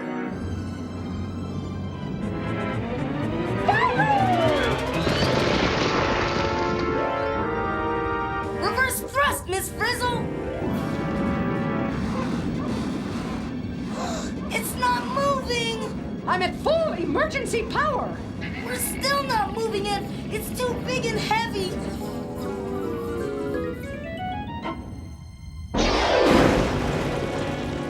Not only that, we're stuck. They're stuck! Oh, bad. Oh, bad. Oh, bad, bad, bad, bad, bad, bad. This space pod can't pull the asteroid out of its path because the asteroid is so much bigger and heavier than the space pod. What if we become bigger and heavier than the asteroid? Wouldn't our gravity pull it into an orbit around us, just like we got stuck in an orbit around the moon? Terrific. Then we can babysit the asteroid for the rest of our natural lives! Not if we get rid of it. Get rid of it? Exactly. We get big, swing the asteroid around us, then get small again. Losing our gravitational pull and sending the asteroid flying into the sun and gone forever. Right. And melt Carlos and the Frizz at the same time? Wrong. Maybe they can't get the pod off the asteroid, but they can escape the pod. vehicular activity. DA to Miss Frizzle. I have a plan. I sure hope it's better than Carlos's plan. We're counting on you, Liz. Ours coming up fast. You have to make this bus as big and as heavy as you can. At least as heavy as the moon. Just do it. Bigger! Bigger! All right! We're coming, Carlos! It's working, Miss Frizzle. The gravity of the space bus is pulling us in. Well done, class. Prepare for ejection, Carlos. Duck! Chill out, Ralphie. It only looks like it's going to hit us, but it's going to go around us in an egg-shaped orbit. If it doesn't, we're gonna be scrambled eggs. It's gonna be close, Miss Frizzle. You sure this is gonna work? In the immortal words of my cousin Bob, it better. Eject!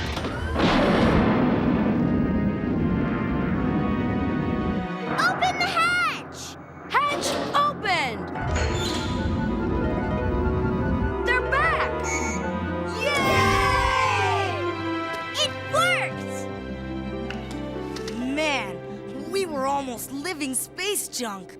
Now all we have to do is get smaller at just the right time and send that asteroid on a path right into the sun.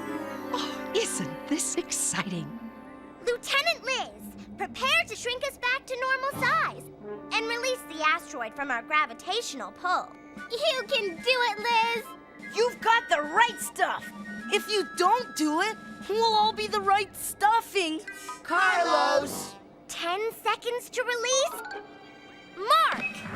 10, 9, 8, 7,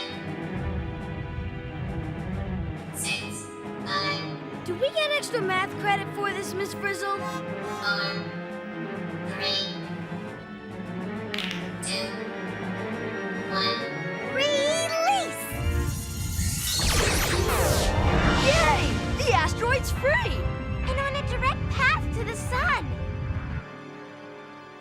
Hey, it's NASA. They said they'll be right with me. Tell them, never mind. We took care of it. But thanks anyway. Yeah, right. Tell them we already found the asteroid, followed it, and finished it off. Yay! We did it. Awesome! Well, we don't have to worry about that asteroid anymore. Way to go, DA! Way to go, Lieutenant Liz. Prepare for re-entry. We're going home.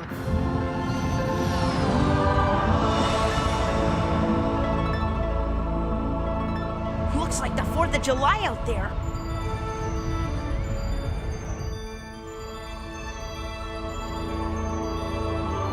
Come out here, Evan. It's a meteor shower. Isn't that spectacular? Oh, it's too bad Dorothy Ann's on that field trip with her class. Your sister would have loved to have seen this. Beam us down, Lizzie. Good old building. Thanks to DA, you won't be crushed by an asteroid this school year. And if one does decide to mess with you, we know what to do with it, don't we, gang? Change its course, of course. Carlos! Ah, good one, Carlos.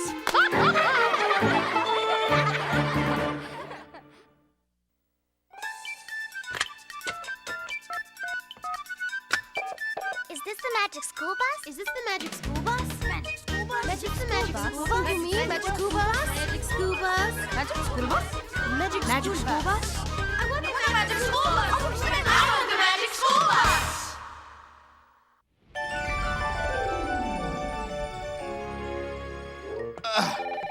Hit the speakerphone, Liz.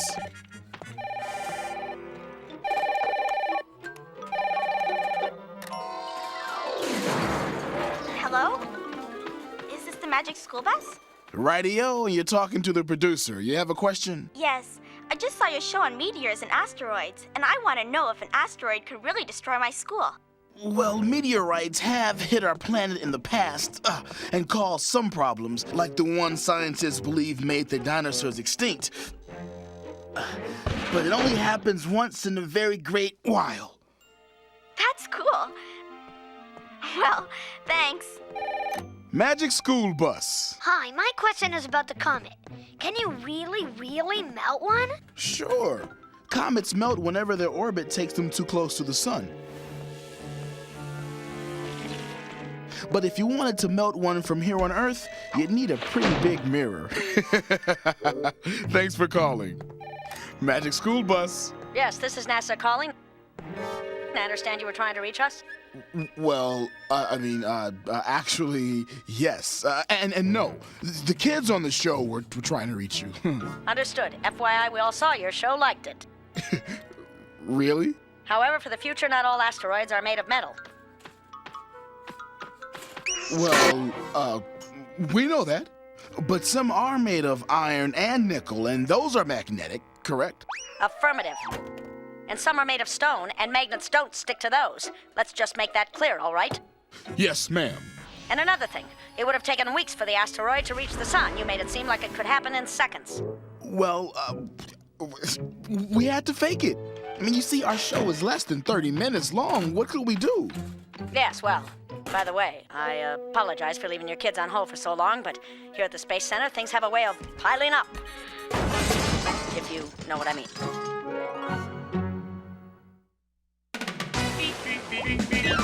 Surfing on a sound wave, swinging through the stars. Take a left at your intestine, take your second right past Mars on the magic school bus. Alligator nostril, climb on the magic school bus. Spank a Plankton too, on our magic school bus. Rock the river of lava, on the magic school bus. Such a fine thing to do. So strap your bones right to the seat. Come on in and don't be shy. Just to make your day complete, you might get baked into a pie on the magic school bus. Step inside, it's a wilder ride. Come on, ride on the magic school bus.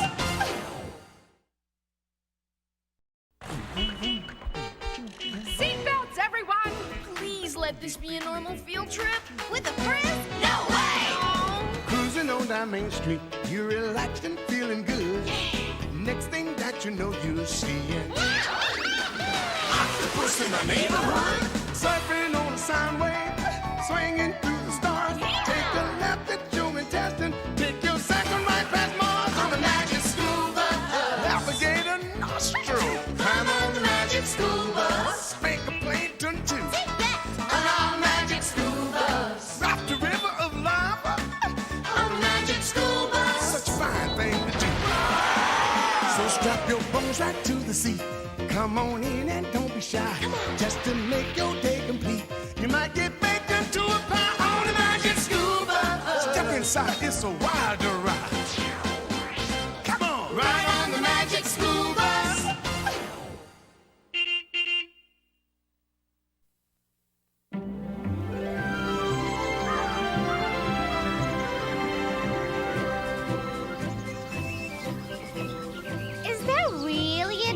Here, Dr. Skeleton?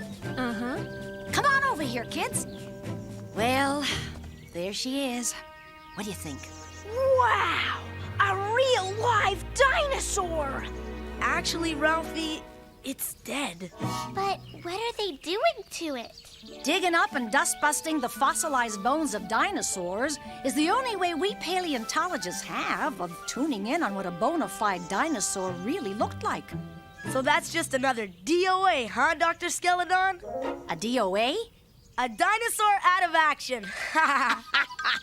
That's good. Actually, Carlos, it's a TROA, a Tyrannosaurus Rex out of action. Wow! A T-Rex! The killer of the killers! The meanest of the mean! I don't think dinosaurs are so terrible. Then how come the word dinosaur means terrible lizard? According to my research, dinosaurs were not lizards. That's right, Dorothy Ann. They weren't. But they were reptiles, just like the lizards of today. And most of them weren't very terrible. How do we really know? Dinosaurs became extinct so long ago, no human being ever saw one.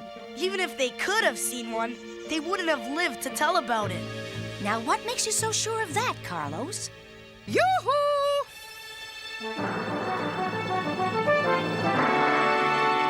Miss Frizzle! A Teacher-saurus! Anyone know what you call a 65-million-year-old dinosaur egg? Egg stink. Oh, get it? Extinct. Good yoke, Miss Frizzle. So, everyone digging the dig? Yeah, great! We love it! From the looks of things, Valerie, you really got into it yourself. Just like old times, huh, Carmina? Like the time we went to Scotland in search of the Loch Ness Monster. That must have been in prehistoric times. I heard that, Arnold. Here, Bonesy, add this to your collection.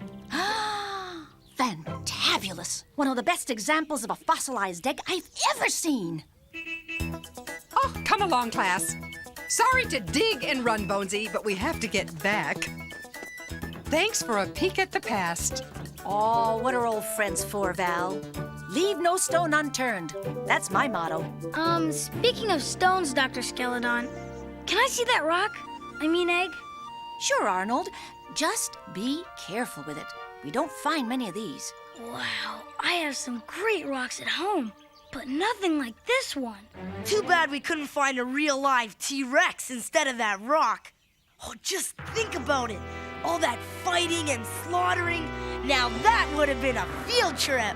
As far as I'm concerned, the only safe dinosaur is a dead dinosaur. Come on, you guys. Dinosaurs couldn't have been that mean. Get real, Phoebe. Dinosaurs are the biggest and meanest animals that ever lived. You know, Carlos, to really understand a dinosaur, you need to walk in its shoes. Isn't that right, Bonesy? With knobs on it, Val. Dr. S, come quick. Bye, kids. I'm history. Wait! Dr. Skeledon, your rock! Buckle up, Arnold. But I've still got Dr. Skeledon's rock. You'll have plenty of time to give it to her when we get back. Get back? Well, why do I have a sneaking suspicion? Ah!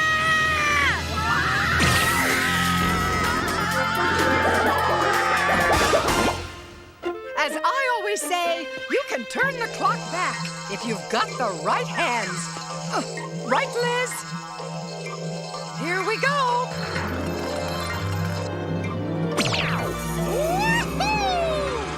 Is it just me, or did someone hit rewind? The dig is undigging!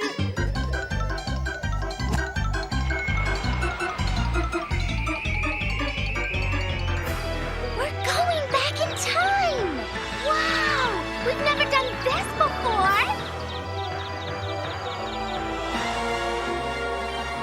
Wow! At this rate, we're gonna be unborn. Now I'll never know what I was gonna be when I grow up. On the other hand, Phoebe, there is no time like the past to take chances, make mistakes, and get messy!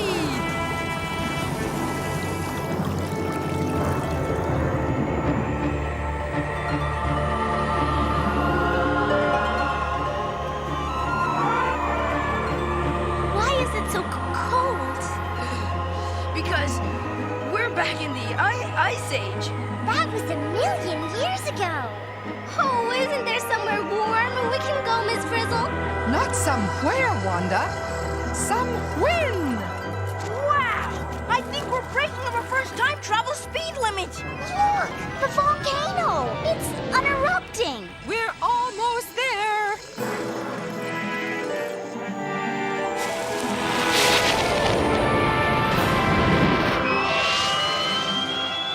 Just a few million years to go.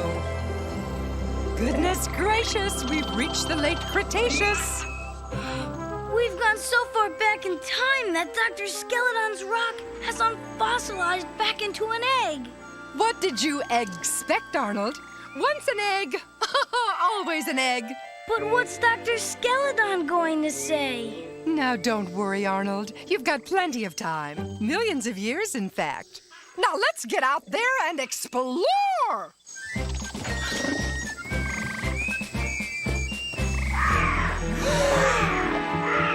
Oh, the best thing about time travel is that it's easy on the tires. Ms. Frizzle, how far back have we come? Oh, 67 million years, give or take a month or two. 67 million years? That means we'll probably see...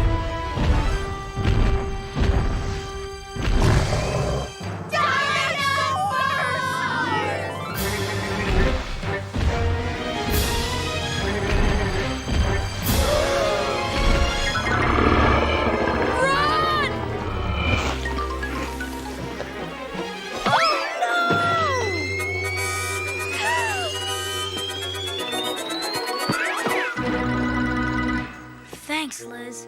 Dr. Skeleton wouldn't have been very happy if her egg broke.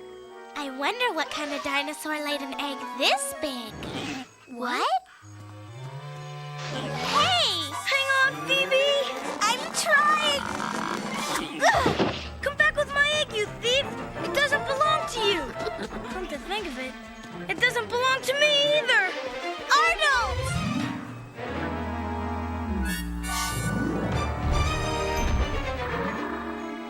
Now, don't play with your food, little Alamosaurus. Oh, bad. Oh, bad. Oh, bad, bad, bad, bad, bad. Ugh. Hurry, before it eats us for lunch! Seems to me it wants to eat the leaves, not us. Tim, they're still dinosaurs! Ferocious, mean, nasty dinosaurs!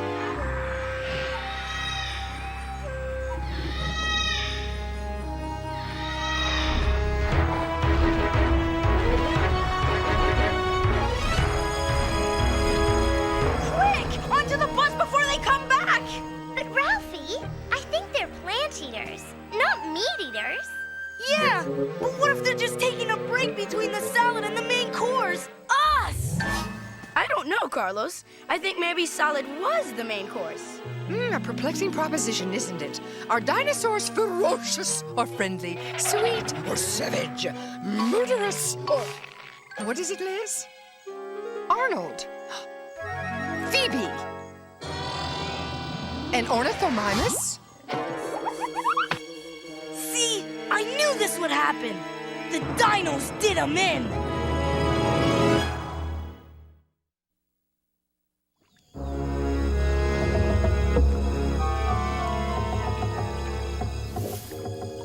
Any sign of them, Dorothy Ann? Not yet. What was that? The sound of a hungry dinosaur ordering an Arnold burger. And Phoebe fries to go. The noise is coming from a bunch of Parasaurolophus, drinking water and eating plants. Maybe those monsters already ate Arnold and Phoebe, clothes and all. How can you even think that? They're just minding their own business. Yeah, sure. Now they're washing them down with a drink of water. You heartless! Carlos, did you ever think maybe they're just thirsty? Yeah, bloodthirsty for Arnold. Come back here, you egg napper!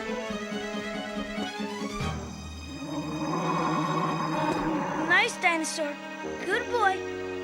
You think he's a plant eater or a meat eater? I don't know. Maybe he only eats eggs. And little kids. Come on, Arnold. Let him go. It's just an egg. But it's Dr. Skeleton's egg. And it's up to me to get it back to her. Gee, what a guy. According to my research, those horn things help them to stab their innocent victims. No, Carlos. Help them make noises. Is it really noise? Maybe it's their way of talking to each other. Talking to each other? Yeah, right. They're saying, that guy with the glasses was good. Actually, I think they were talking about us. Now, class, let's not time travel to any hasty conclusions. Miss Frizzle's right. They're not acting like bloodthirsty killers. Chalk up another vegetarian, Liz. Hey, look! There's Arnold and Phoebe! They're still alive! Yeah! Let me see! That critter they're chasing looks awful small to be a dinosaur. Oh, don't judge an ornithomimus by its cover, Carlos. Dinosaurs come in all shapes and sizes. Hey!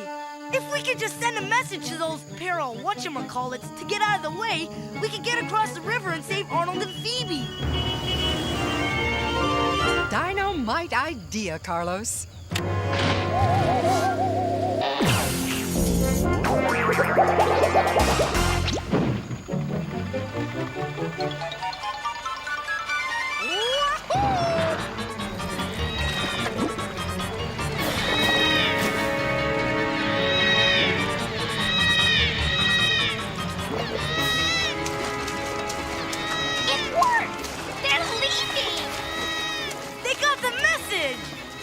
Over the river and through the woods, to Arnold's and Phoebe's rescue we go. Yikes! Oops, maybe not. Where are we? Look, eggshells. It kind of looks like a nest I once found. Exactamento, Wanda. And since most of these shells are pretty trampled, I'd say the babies hatched a few months ago. What kind of babies? Big ones! And here comes Mama!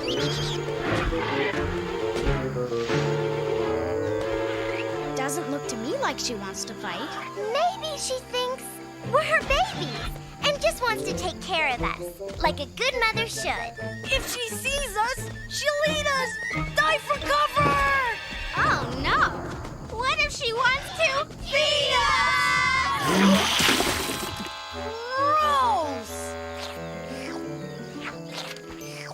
Berries that have been chewed and spewed are nutritious and delicious. And the babies just love a good ABC fruit salad. What's an ABC fruit salad? Already been chewed!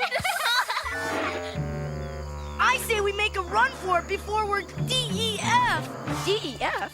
What's that? Digested, eliminated, and forgotten. Carlos, wait! They're not meat eaters. They're even good mothers. Come on, class.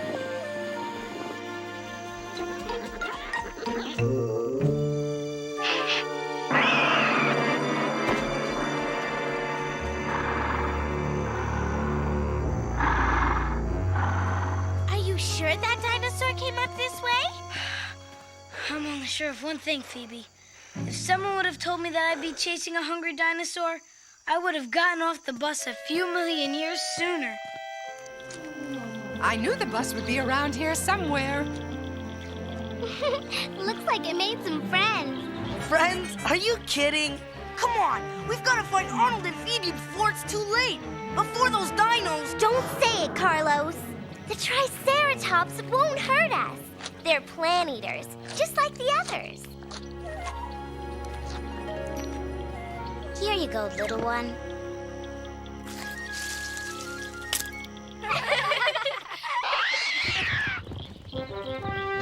Uh-oh, it's a pack of troodons, and they do eat meat! No kidding! That's not a head of lettuce he's chasing! Oh, bad! Cool! The troodons can't get to the baby Triceratops because the big ones are protecting it.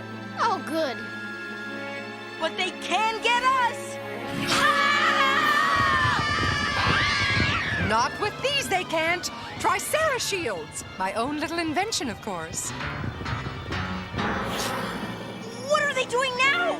They're trying to figure out which one of us to eat first. I don't think so, Carlos. Looks to me like they want an easy lunch without a fight. The horns scared them away. They were afraid of getting hurt. Phoebe! The egg! It's next to that big rock. Now Dr. Skeleton won't be mad at me. It's stuck. Something tells me we shouldn't be here. Like what?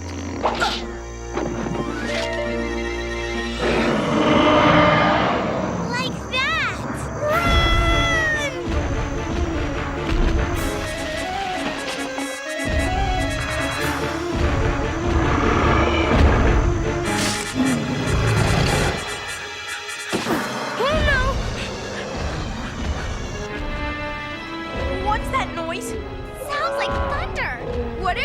Liz. It's scaring the Triceratops. Stampede!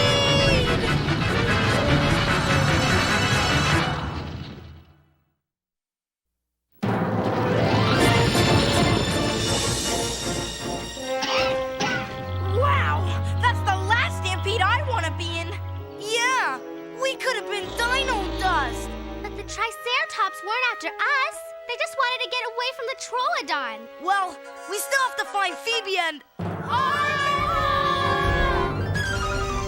There's the bus, Arnold. Faster! Is it just me, or is that a real live Tyrannosaurus Rex behind them? Correctosaurus, Ralphie. And the T-Rex was the biggest meat eater of all time. Or should I say, is. Come on, hurry! You can make it! Oh no, I'm dead meat now. Arnold!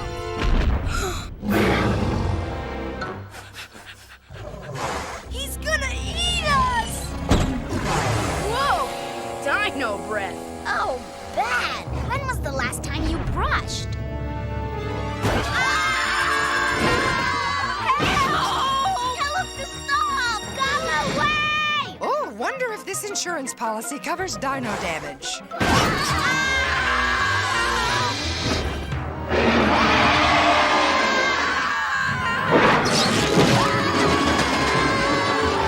Hey, you big bully!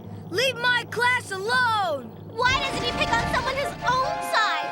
Maybe he's on a diet. Maybe he's afraid he'd get hurt. Remember the Troodons? You know, this would be the perfect opportunity to study the digestive system of a T-Rex. Miss Frizzle! Do something! Okay, class. Think big! Oh, great! Nothing happened. Excuse me. Arnold!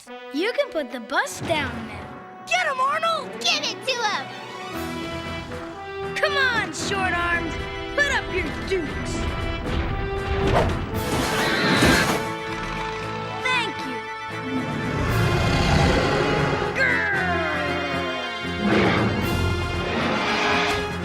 Oh, yeah! Ooh, yeah! Gee, the T-Rex doesn't act so tough against someone his own size.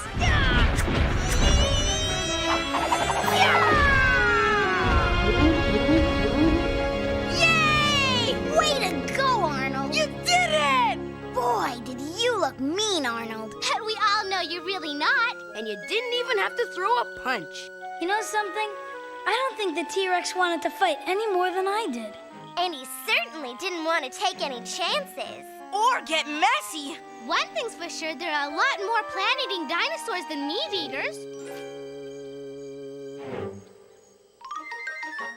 And those that do eat meat aren't bloodthirsty monsters. Yeah, they're just looking for a quick meal without getting hurt. So I guess you guys are right. Dinosaurs aren't so mean after all. And I can give Dr. Skeledon back her egg. Except I'm too big to fit into the bus. With a few adjustments, you could be the bus. Ralphie! Well, time to go small.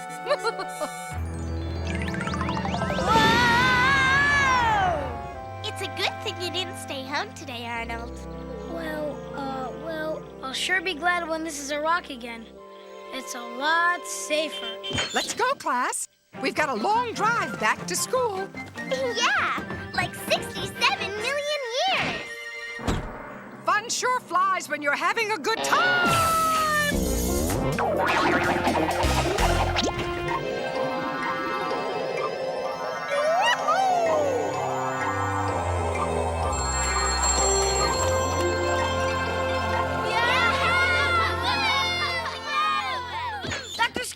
Dr. Skeledon! I almost forgot to give you back your egg. Oh, I'm sure it was safe with you, Arnold. Thanks. Up here, Dr. S. What an unusual geologic formation. I wonder what strange creature left that. I'd say it was a Sneakersaurus. Carlos!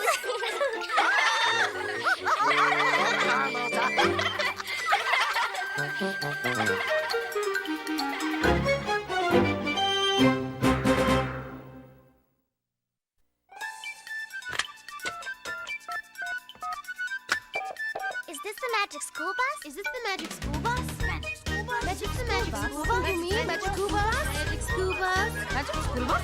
Magic school bus? I want the magic school bus! I want the magic school bus!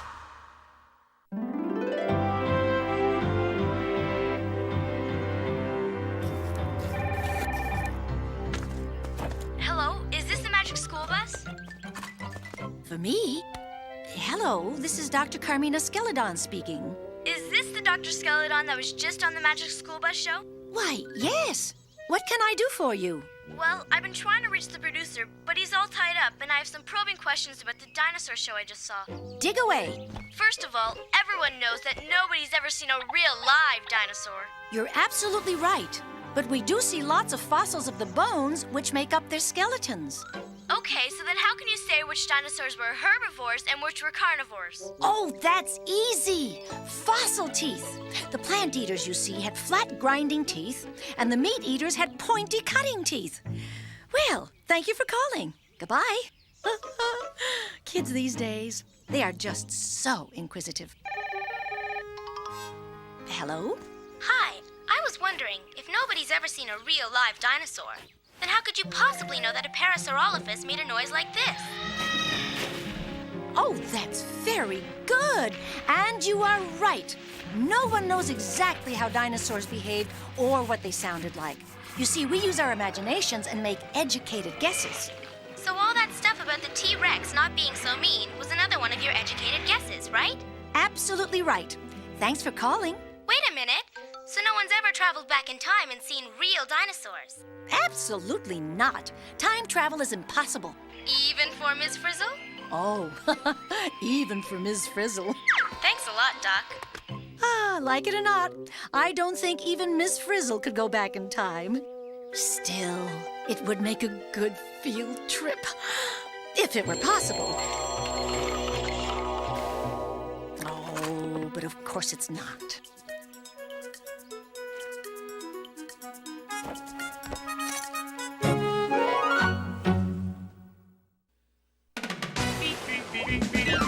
Surfing on a sound wave, swinging through the stars. Take a left at your intestine, take your second right past Mars on the magic school bus.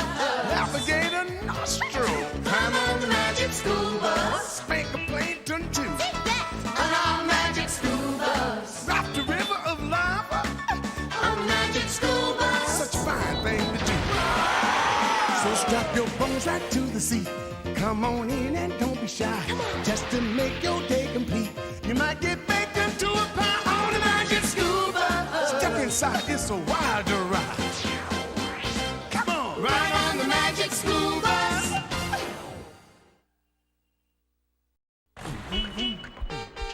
Seatbelts, everyone! Please let this be a normal field trip. With a Frizz? No way! Cruising on down Main Street, you're relaxed and feeling good. Next thing that you know, you're seeing octopus in the neighborhood. Surfing on a sound wave, swinging through the stars. Take a left at your intestine, take your second right past Mars on the magic school bus.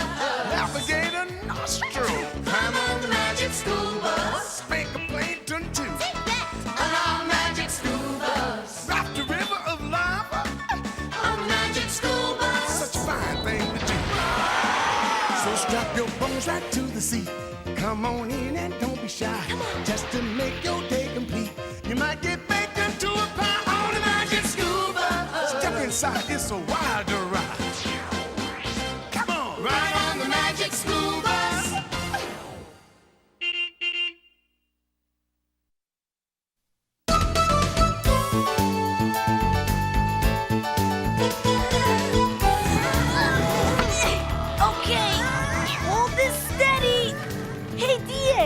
Get your nose out of that book! We need help with this thing! Just a sec, just a sec. We've got to follow the instructions or the whole thing is going to fall apart. Whoa!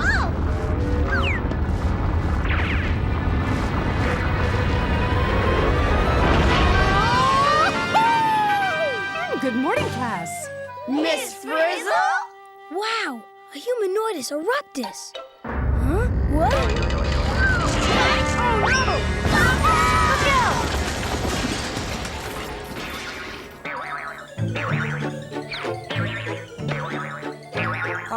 man. Carlos, according to my research, it looks to me as if you need one more piece. If you didn't spend so much time reading and researching, you might actually do something. And if you'd spent more time researching, you would have known how to put this globe together. Gotcha! I'm afraid you can't put that globe together until you have all the pieces. So, there is a piece missing. I knew that. Of course there's a piece missing. An island so new, it hasn't even been discovered yet. How can there be a new island? Everything's already here. Yeah, the Earth never changes.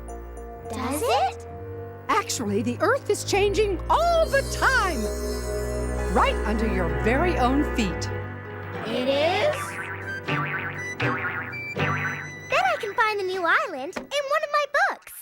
What's its name? How can it have a name if it hasn't been discovered yet? Yeah!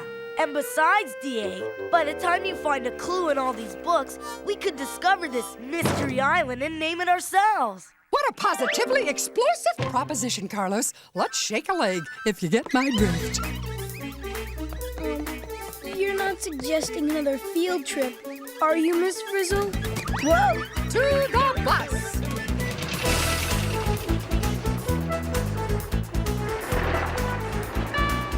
This is your captain speaking.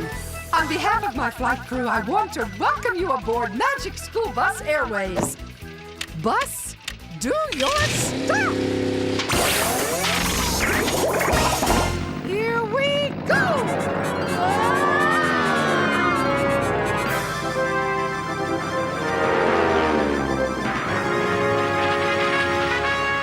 Class, at our present speed, the new island should be arriving. Oh, a lot sooner than I thought. The island should be arriving? In accordance with federal regulations, let me remind you that this is a non-nail-biting flight. When we find the island, what should we name it? Let's see. I now declare this island, which I alone have discovered, to be Carlos Island. Forget it! That's a silly name for an island. What would you call it? According to my research island? That's too clunky. Wait a minute. I've got a book of names in here. You can't even think of a name without looking it up. Let's see. We could call it Paradise Island. No, too predictable. Then there's always Gilligan's Island. No, that's already taken.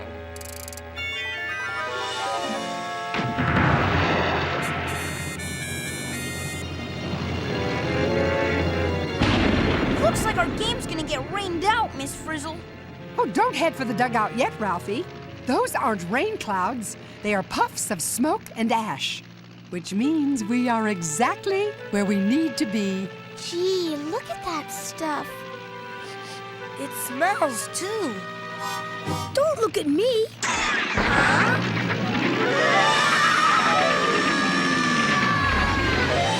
Windows are covered with ashes. Put your seats in an upright position, class, and prepare for landing. We can't land now. We can't see where we're going. Don't worry, Arnold. We won't be landing for another few minutes. Whoops! Oh, make that a few seconds.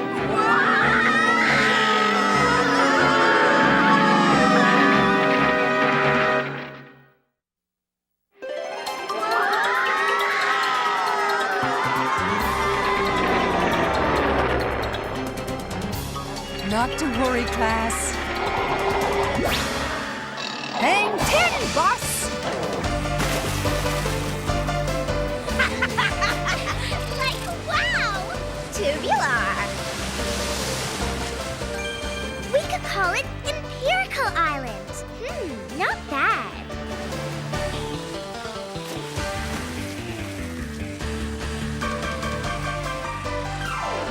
All ashore that's going ashore.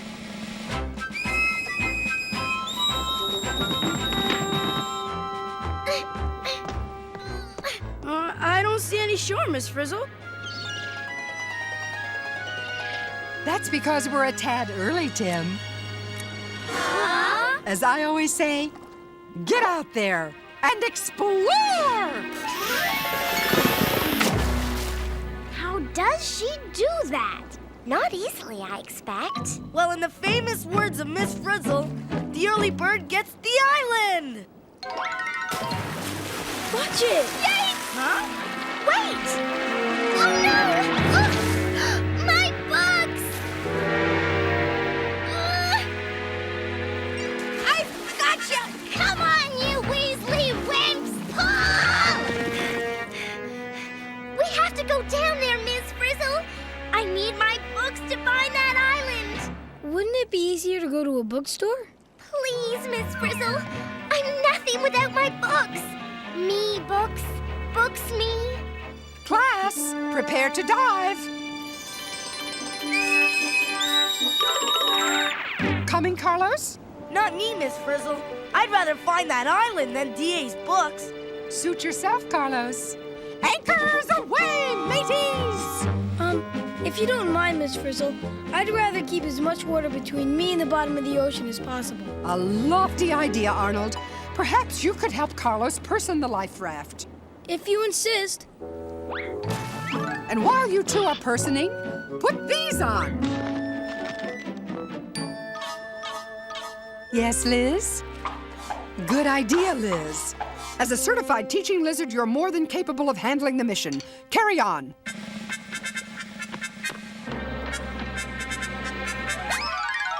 Huh? Do your stuff, Bus. Whoa! Batten down the hatches! Don't be too long. Come on, Arnold. Let's find that island before DA comes back. Don't you think we should wait here? He who hesitates is lost. Lost. That's the word that bothers me. Come on, Arnold. Relax, will ya?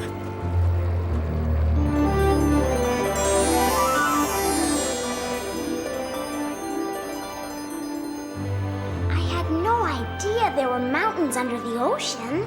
If I had my books, I could tell you all about underwater mountains. Who needs books when you have the real thing? My bag! Miss Frizzle, step on it! You got it, D.A. Going down.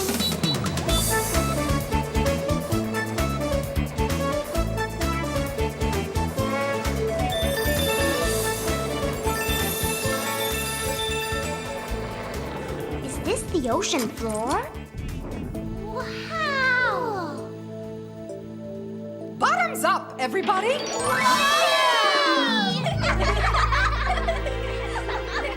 Now, where'd that book bag get to? There it goes! I'll get it! Huh? On second thought... Move aside, Ralphie! I've got to get my bag! Ah, here it is! Huh? Oh, no! Holy jumping! It's got my bag!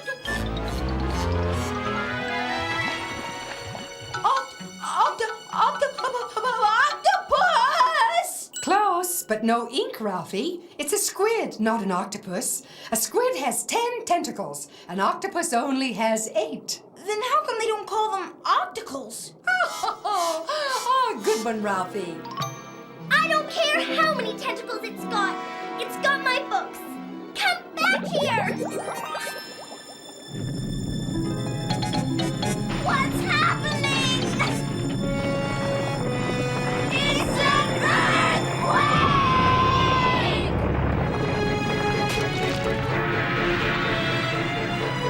We're in trouble! Got it! Oh my!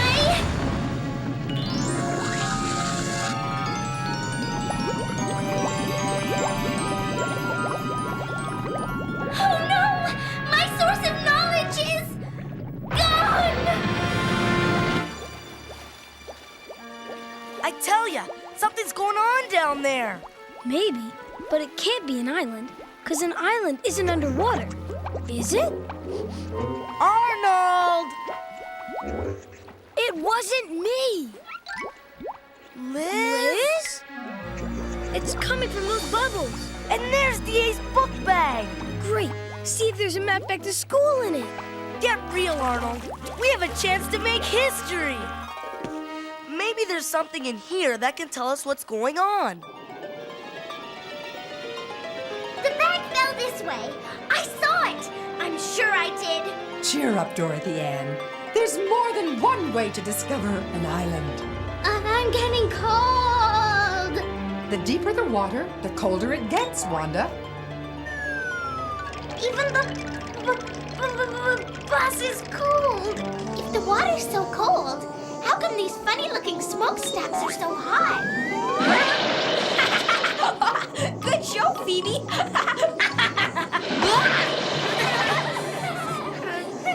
Something must be heating these things from underneath. Is that revelation according to your research? How could it be according to my research? I don't have my research. Bingo! But if you keep asking questions, you'll keep getting answers. Huh? Hey, DA! Maybe your book sank down there. I sure hope not. That looks like a canyon in the bottom of the ocean. In the immortal words of our very own Ralphie, you can't hit a home run unless you swing the bat. Back to the bus, team. I wonder if Carlos found the island yet. Oh, before us? Not on your pigtails, DA. As the sea billowed around them, it seemed as if the entire Earth was going to explode. Lars could feel the ocean floor trembling beneath them. He could almost smell the crust melting. What are you reading? A cookbook? Listen to this. It says right here, the Earth's surface is made up of layered crust-like plates of rock. These plates normally move incredibly slowly, but sometimes one plate jams under another one. When the plate slips, we can actually feel the Earth move. Carlos, you're starting to sound like Dorothy Ann. I like to think of the world as a toasted bowling ball with a crust. And we are right here on the edge of two pieces of crust like these. And sometimes one piece gets shoved under the other. Oops. You created an earthquake. Does that mean we're actually going down between those two pieces of crust? We have to. That's where my books must be. But there's no space between them. How can we get through? Show 'em, Bus. It's action time!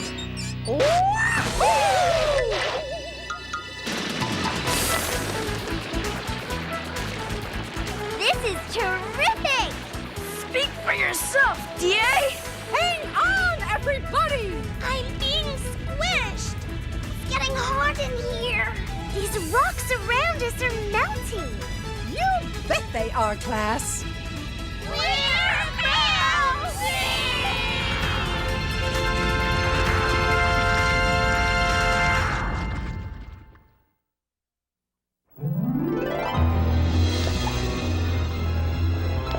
It's so hot, the Earth's crust is melting. It's supposed to melt, Keisha. I mean, my goodness, the deeper you go into the Earth, the hotter it gets. Anyone know what melted rock is called? Rock juice? Magma. It must be 2,000 degrees out there. So there's melted rock deep under the ocean? What's it all mean? I think I know. Heat under the ocean floor. Plunging plates of crust. Melted rock under a mountain. We're in an underwater volcano! A volcano? Underwater? Boingo, Dorothy Ann, and you figured it out from your own observations. Welcome to the magma chamber, the heart of a volcano. How do we get out of here? Out of a volcano? How do you suppose? And then a giant fountain of steam shot out of the water, followed by an explosion of... Stop! I can't take it anymore. You have turned into Dorothy Ann. But Arnold, it's all here in this book. Smelly gases, fountains of steam. Explosions of lava? Arnold, don't you understand? According to my research, we're floating on top of an undersea volcano. Yikes! I knew I should have stayed home today. The magma's rising! We're gonna get blown sky high! Wait a minute, wait a minute! Wait a minute! Do we have that long? When all this molten rock shoots up out of the volcano and hits the air, it'll cool, right? Oh, absolutely. And when it cools, it'll harden into rock, right? New rock! Eventually. So all that new rock will build up on top of this underwater volcano until it sticks up out of the water enough to make a brand new island. Yes! Oh no! We've stopped rising! Something must be plugging up the volcano! And the magma's squeezing us! All we have to do to get out is give that rock up there a push! We don't have to do anything. Yes, we do, Ralphie! It's time to take chances, make mistakes! Get melted! Into your anti-magma gear, everyone! According to this book, a lot of stuff gets blown out of a volcano when it erupts, like volcanic ash. Volcanic ash? Pumice and rocks! Pumice and rocks? And lava! Lava? Put them all together and you... Get me out of here! No, Arnold, you get Carlos Island! Push! This is the chance of a lifetime! The end of a lifetime, you mean? Push, Ralphie! Don't let the pressure get to you! Huh? My helmet is cracking! Hurry! We can't budge it, Miss Frizzle! We need help!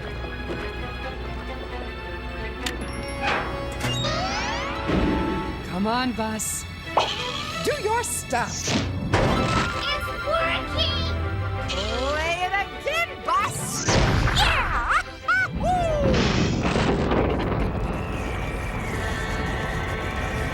It's ready to blow!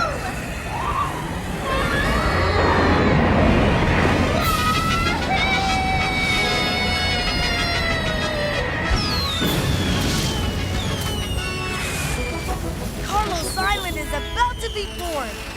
Too bad DA's gonna miss it. I'd give anything to miss it.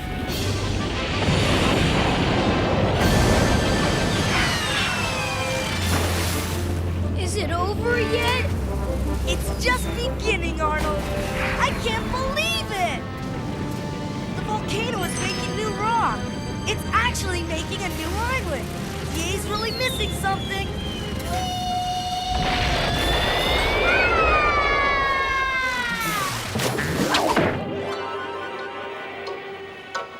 Dorothy Ann, where'd you come from? Huh? DA, you just missed the coolest eruption you ever saw. I didn't miss it. I was part of it. Where's everybody else?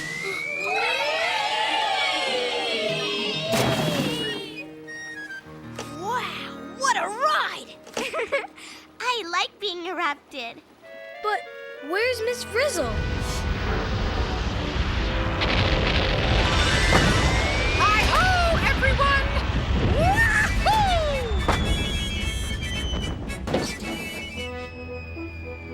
Nice landing, Miss Frizzle. To Carlos Island. Carlos Island? You mean DA Island. I discovered it, even without my books. But neither one of you landed there first. Look. Liz? Here's your book bag, DA. I never thought I'd say this, but I was really glad to have it. And I was really glad I didn't have it for a change. What an experience. I think we should write a book about it. Discovering Lizard Island by D.A. and Carlos. You mean by Carlos and D.A.? No, D.A. and Carlos. Carlos and D.A. D.A. and Carlos. Carlos and D.A. As I always say, unlike the Earth, some things never change. Carlos and D.A.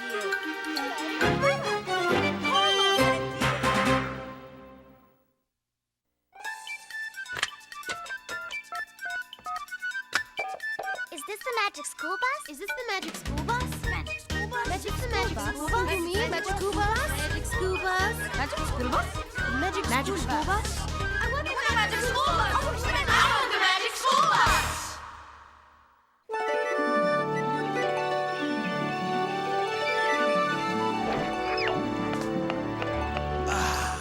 So, Liz, how does it feel to have your very own island out here in the middle of nowhere?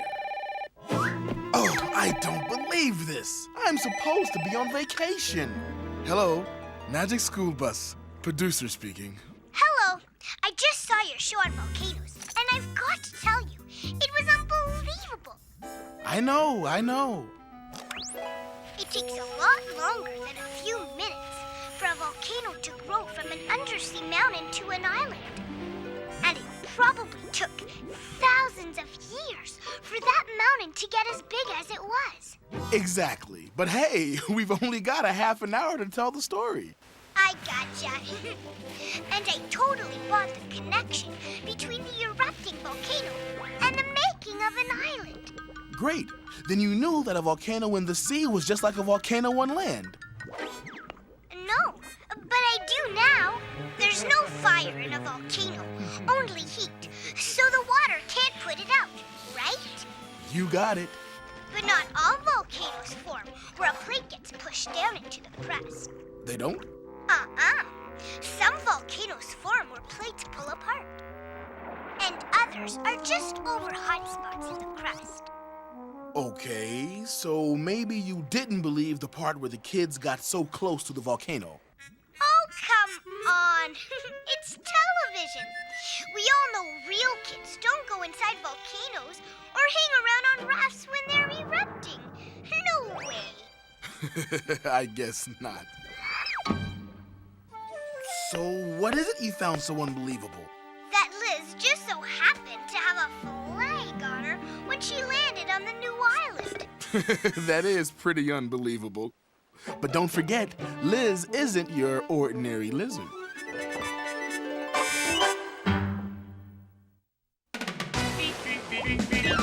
Surfing on a sound wave, swinging through the stars. Take a left at your intestine. Take your second right past Mars on the magic school bus. Alligator nostril. Climb on the magic school bus. Spank a plankton too. Take that. On our magic school bus. Raft the river of lava. On the magic school bus. Such a fine thing to do. So strap your bones right to the seat. Come on in and don't be shy. Just to make your day complete. You might get baked into a pie on the magic school bus. Step inside, it's a wild ride.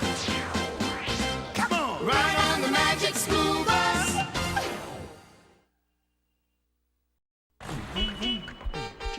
Seatbelts, everyone! Please let this be a normal field trip. With a Frizz? No way! Cruising on down Main Street, you're relaxed and feeling good. Next thing that you know, you're seeing octopus in the neighborhood. Surfing on a sound wave, swinging through the stars. Take a left at your intestine. Take your second right past Mars on the magic school bus. Alligator nostril. Climb on the magic school bus. Spank a plankton too. Take that. On our magic school bus. Raft the river of lava. On the magic school bus. Such a fine thing to do. So strap your bones right to the seat. Come on in and don't be shy. Just to make your day complete. You might get baked into a pie on the magic school bus. Step inside, it's a wild ride. Come on, ride on the magic school bus.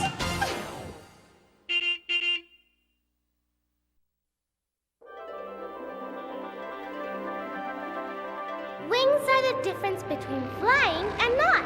If you have them, you can. If you don't, you cannot.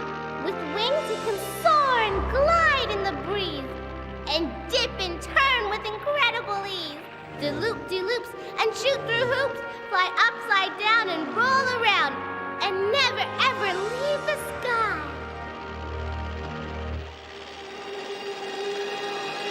It's gonna crash! Nose up, Tim, nose up! Don't let her crash! She's my baby! Chill out, Wanda. I know how to fly this thing. I designed it, didn't I? Based on my dream, my idea. I drew up the plans. And I helped you build it.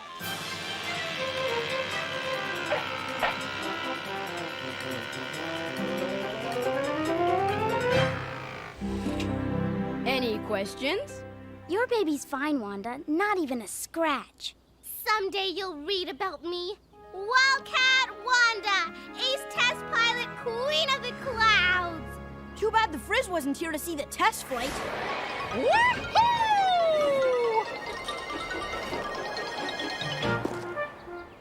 Afternoon, class. Good afternoon, Miss Frizzle. Oh, I was just checking the wind conditions for today's model airplane show. Nothing like a little moving air to lift the spirits, I always say. And lift the plane. We might even win first prize with my new wing design. Wings are wings. What's the big deal? Try flying without them, Arnold. No thanks. I prefer walking. At least there's something holding me up. Ground, Arnold. Dull, dirty, boring ground. That's what's holding you up, but it's also keeping you down. Imagine being inside this plane, streaking through the air at hundreds of miles an hour with nothing but sky above and clouds below.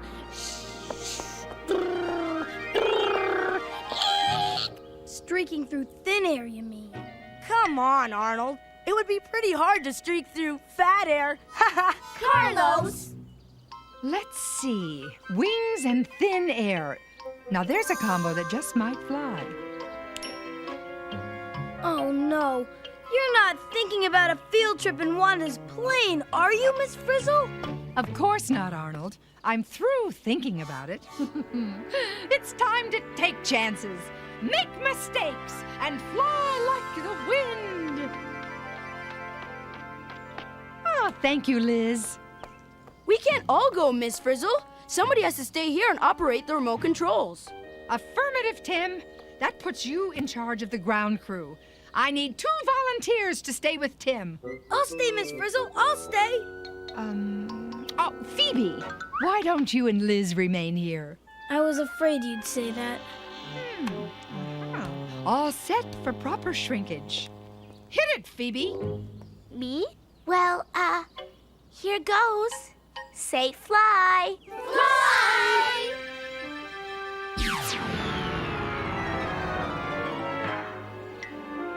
Wow! Love it. Too bad every kid can't have a porta shrinker. Going up. Single file, please. You're the best, Miss Frizzle. The wild blue yonder is yours, Wanda. Go for it. Yeah! Hey, Tim did a great job. Yeah, he did. This is fantastic. There's even room for my books. I think Tim forgot the parachutes. No need for parachutes, Arnold. Yeah! Not with Wildcat Wanda at the controls. Come on, Wanda. They're not real. They're only painted wood. Wood or not, we're going where no kid has gone before. Can we talk about this? Of course, Arnold. But right now, it's time to buckle up and fly right. You ready? All systems go. Contact. Roger.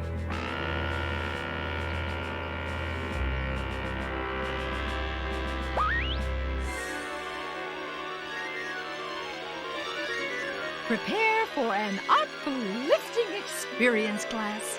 And hold on to your hats. Don't you ever listen? Whoa! Happy landing! We're up! We're flying! Wow, feel that air moving past us. They don't call it an airplane for nothing, Keisha. Looking good, Tim. Can I try it? Sure, but be careful. This joystick moves the tail rudder back and forth, and the elevators up and down. That's what steers the plane wherever you want it to go. Got it. Wonder how high it'll go. Whoa! We're slowing down! Oh my, what an air-raising development. The air's not moving as fast as it was before. According to my research, when a plane's nose tips up and slows down like this, it's called a stall. Stall? As in, stop flying? Hold it! If we stop flying, that means we start... falling! It's stalling, Phoebe. Nose down, quick!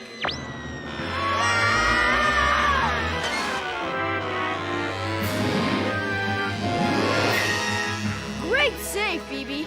You did it. What made it fall like that? No air moving past the wings. No moving air, no lift, rock fall. You pulled it out just in time. The queen of the clouds is back! I think I'm gonna be sick. You better bring them down, Tim. It's almost time to leave for the air show. Will do, Phoebe. Let's see. Where's a good place to land? Yow!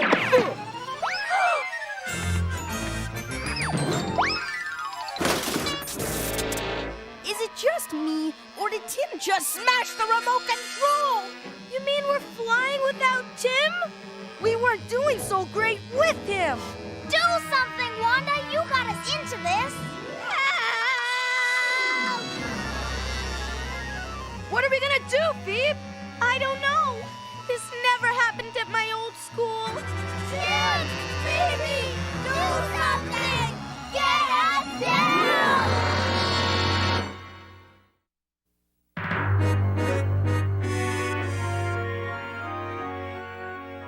Come on, Liz! Choose one! We have to find our plane before something terrible happens.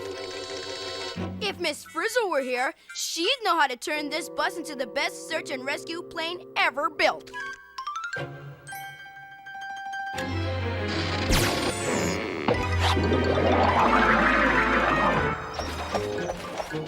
We have wings. Why aren't we flying? Because there's no air moving past the wings. Hey, I think we just passed my house. Take a good look, Carlos. It may be the last time you see it. Come on, you Weasley wimps. Where's your spirit of adventure? We're on the path to glory. How can we be on the path to anywhere if you can't steer? Maybe this has something to do with the steering. Maybe not. I hate it when this happens! Gotta take action. Get those wings down. Push your wing down, Carlos. I'm pushing! Stand by to lock, Ralphie. Standing by! Push! Whoa! Wings locked! Hang on! As my old flight instructor used to say, 2 wings are better than none. I wish your old flight instructor were here now. Wait a second. If the wings are holding up the plane, what's holding up the wings? The same thing that's holding up Carlos. Moving air. Hey, I'm flying. Wow! I can feel the air lifting me up. Me too.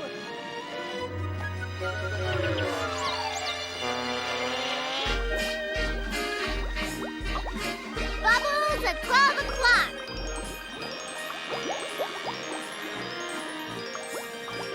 See, Arnold?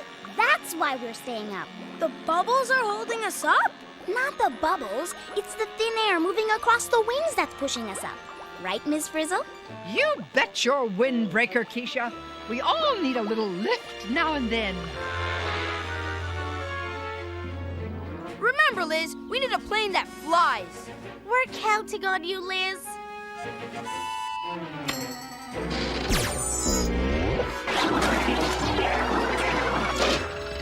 All right, you did it. Sort of.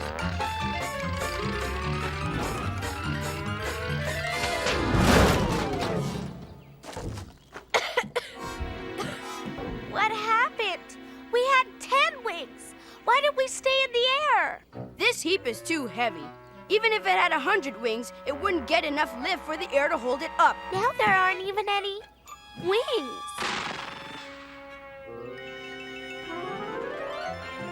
Anybody know where we are? We're lost. That's where we are. Lost in little. They won't find us even if they find us.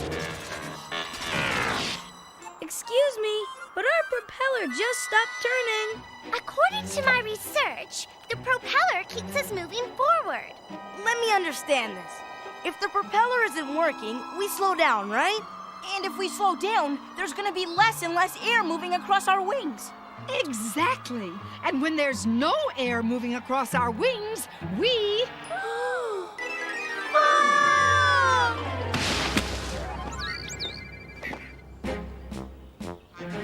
We could walk to where the plane is before Liz gets us up in the air.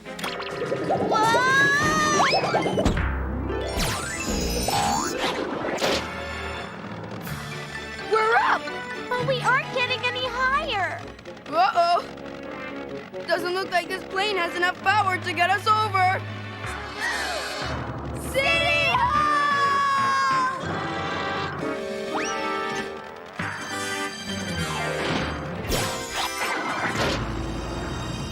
Top flight, Liz.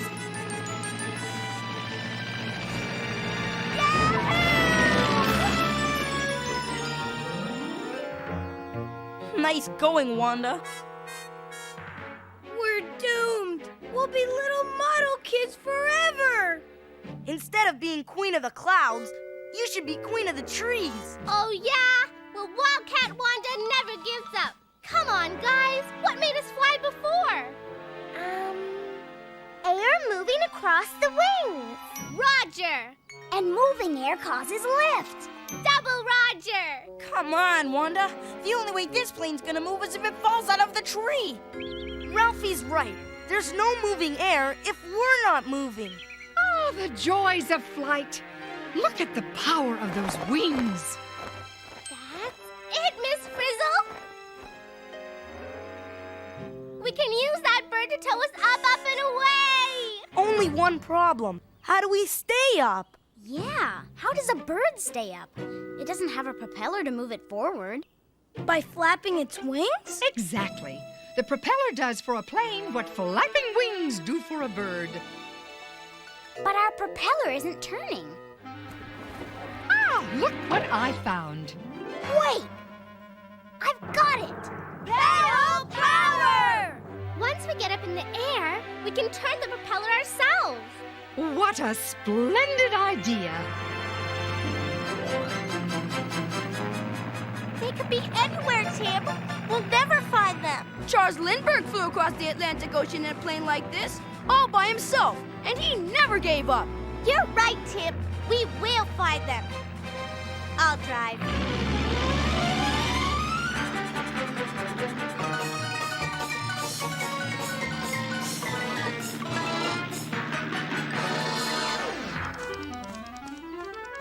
Pedals in place, Miss Frizzle. Ready for takeoff. Have a seat, Arnold. Prepare for bird-assisted takeoff. As my grandmother Frida used to say, a bird on the branch is worth two on the ranch.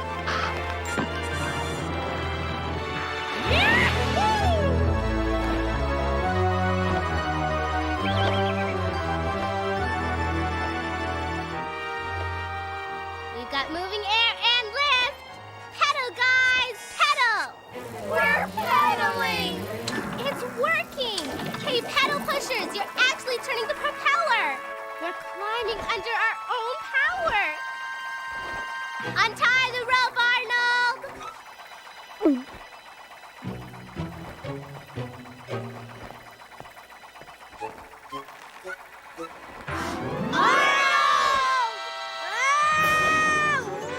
Hang on, Arnold! I'm hanging!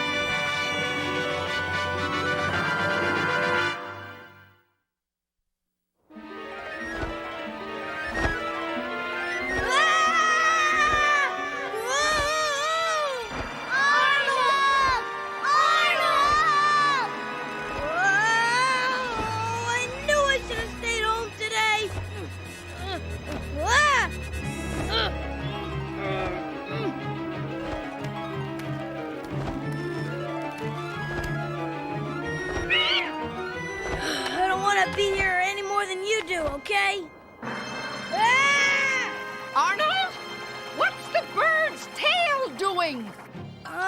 It's moving back and forth in the wind. Sort of like he's steering. Hey, maybe I can steer back to you. Sounds like the proper course to me. Excuse me, but I need this more than you do. Left turn, please. Stay right, Arnold! More right! Too much! Make left! A little more! Hold it! Gotcha! Slide down! Now? Now! Yeah! Way to go, Ace! Move, move! It's been great flying with you! Thanks for the lift! I've got that air moving past our wings feeling, guys! Keep pedaling!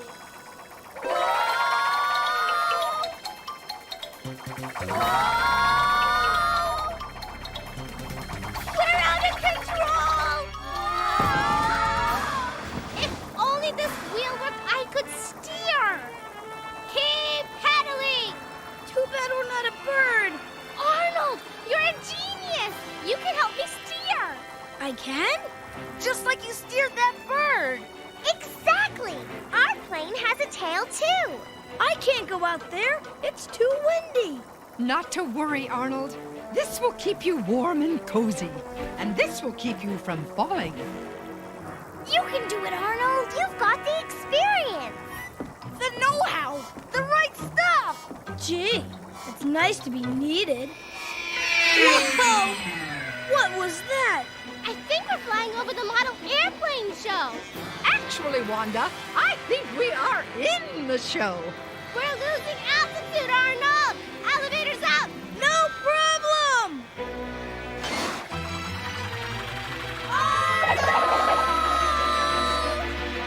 Sorry! Whatever you do, don't stop pedaling! Look at that, John. I've never seen a maneuver like it. Amazing. Look at all those planes up ahead! Great, it's the model airplane show. Tim, look! It's them! They're in the show! They're also in trouble. How can you tell? Because nobody's ever done a triple Emmy man with a double outside loop. We've got to save them! Do something, Liz! Yikes! I hope they see us! See us? This plane is so big, it could be a planet. It's Liz! She wants us to land! Take us down, Wildcat. Roger, Miss Frizzle! Pedal! I'm getting too pooped to pedal. Me too. Next time I want to be the pilot. We're dropping too fast! Make left, Arnold! Left! Making left! Nose up, Arnold! Nose up! Nose up!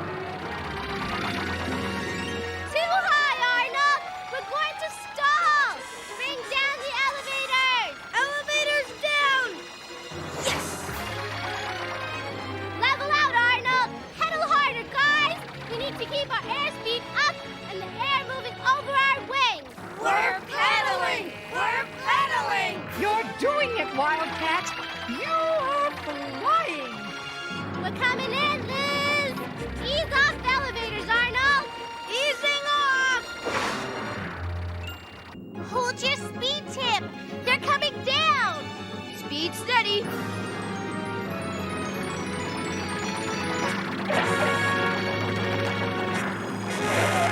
What an inventive performance. Way to go, Wanda! All right, Wildcat! Hey, where's Liz? Way to go, Liz!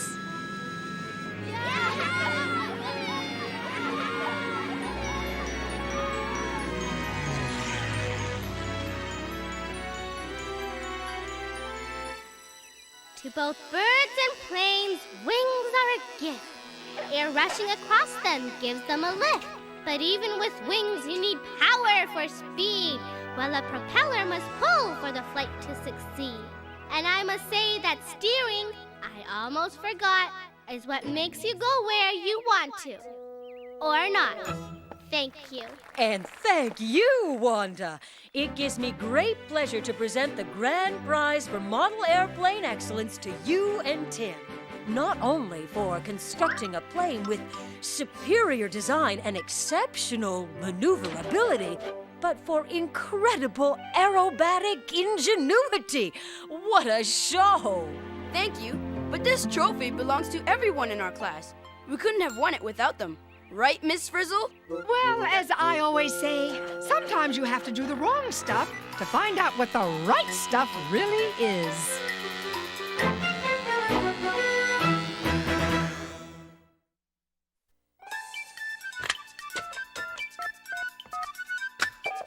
Is this the magic school bus? Is this the magic school bus? Magic school bus? Magic the magic school bus? You mean magic school bus? Magic school bus? Magic school bus?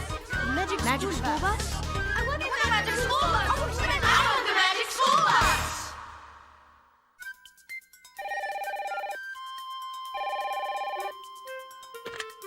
Magic School Bus, the producer speaking. Hi, I just watched your show on Flight, and it really blew me away.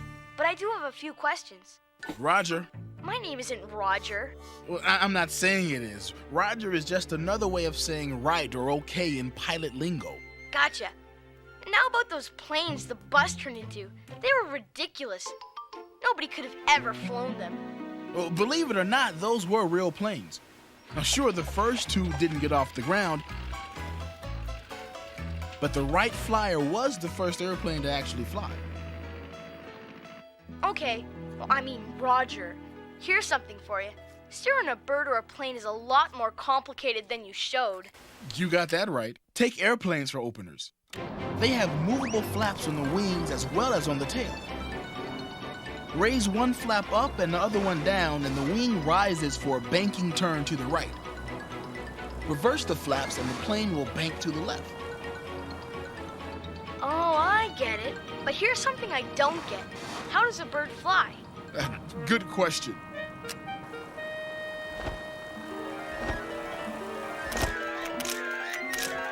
The movement of a bird's wing is so complicated, it took stop-motion photography to figure it out. Birds use their wings both for lift and for push forwards. Roger, but you didn't say anything about the hardest part of flying, landing. Well, we showed it, but we didn't talk about it. To land, you have to slow down and fly close to the ground. Reduce your lift so you slowly sink until your wheels touch the ground. Then cut the power and apply the brakes. But landing isn't always easy. Even birds mess up once in a while. Lizards, too. Hey, thanks for calling the Magic School Bus. Keep watching and keep them flying.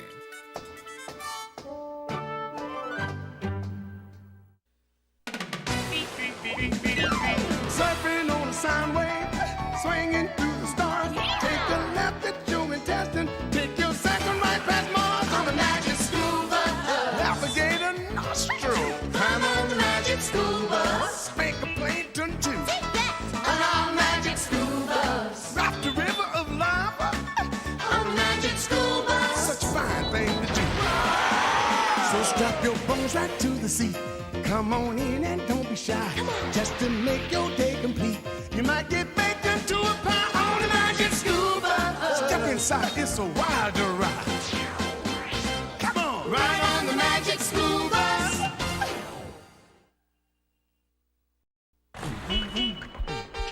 Seatbelts, everyone! Please let this be a normal field trip. With a Frizz? No way! Cruising on down Main Street, you're relaxed and feeling good. Next thing that you know, you're seeing octopus in the neighborhood. Surfing on a sound wave, swinging through the stars. Take a left at your intestine, take your second right past Mars on the Magic School Bus. Alligator nostril, climb on the Magic School Bus. Spank a plane, turn two, on our Magic School Bus. Rock the river of lava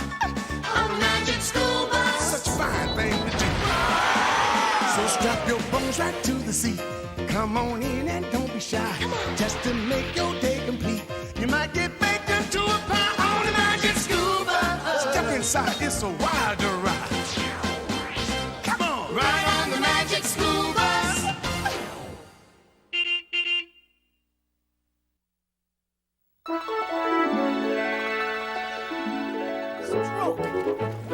Stroke! Stroke! Stroke! You're looking good, Miss Frizzle. Stroke! Stroke! Come on, come on! Stroke! Yes! You're 2 seconds up on yesterday. Yay, team! Whoa!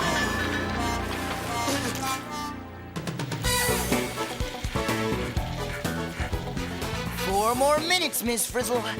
Don't you think you better go easy on her, Ralphie? Can't. All great athletes have to train to build up their muscles. If Miss Frizzle wants to win the Teacher-athon, she's gotta have muscles. Oh, but muscles aren't everything, Ralphie. Wahoo! Woohoo! How does she do that? Miss Frizzle will need the strongest muscles she can get to stand a chance against that other teacher. Keisha's right. I heard Mr. Sinew's so big, even his muscles have muscles. How you feeling, Miss Frizzle? Oh, fit as a fiddle, Tim. Wish I could say the same. Oh, sheesh. My heart is pounding like crazy.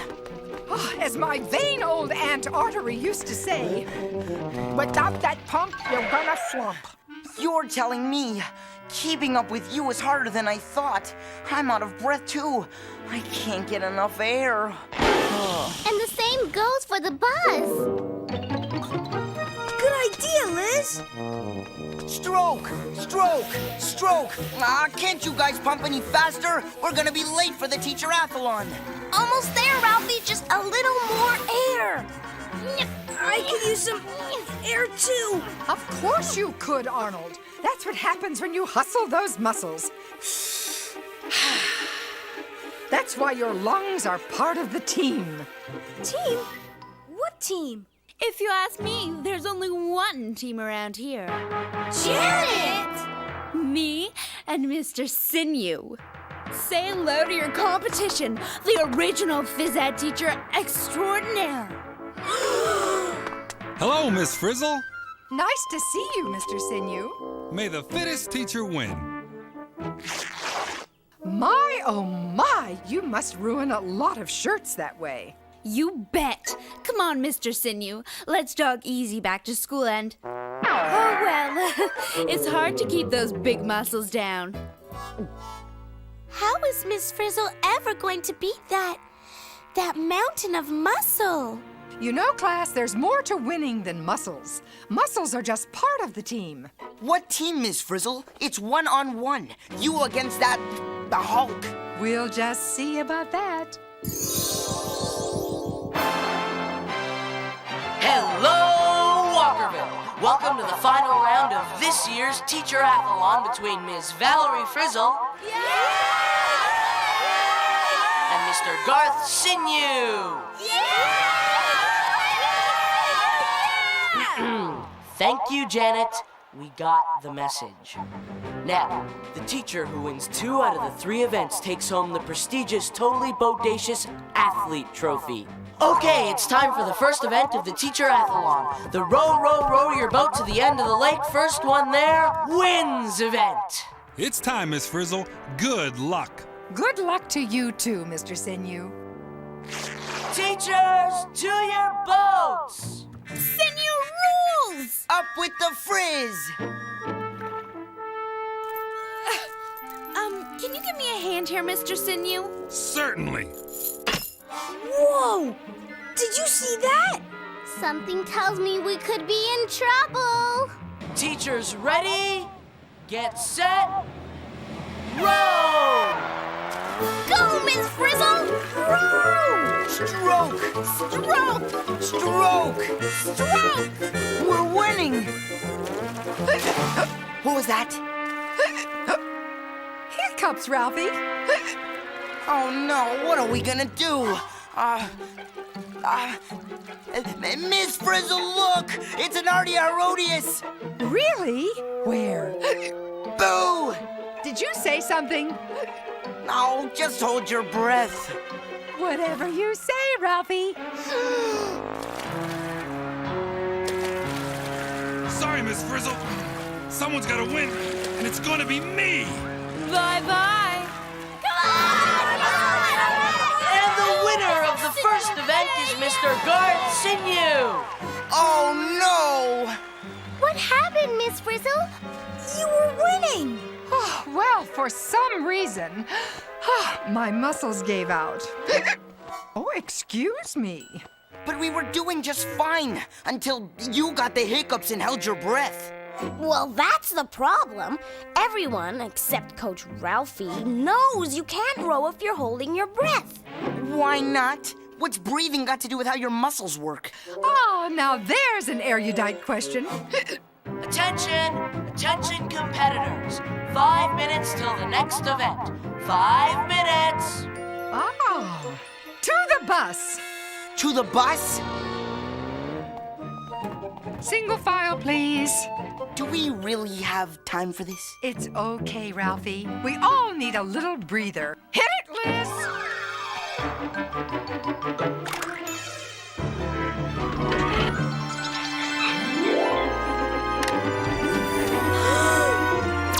What is that? This is the Supreme Team Analyzer manifesting internal networks automatically, or stamina for short. That is so cool! Wow, I see inside your heart, Miss Frizzle. You don't miss a beat, do you, Tim? The red liquid must be your blood flowing. But what are these big sacs next to the heart? Oh, those are my lungs. First stop on the Air Express. Air Express? What is she talking about? Look!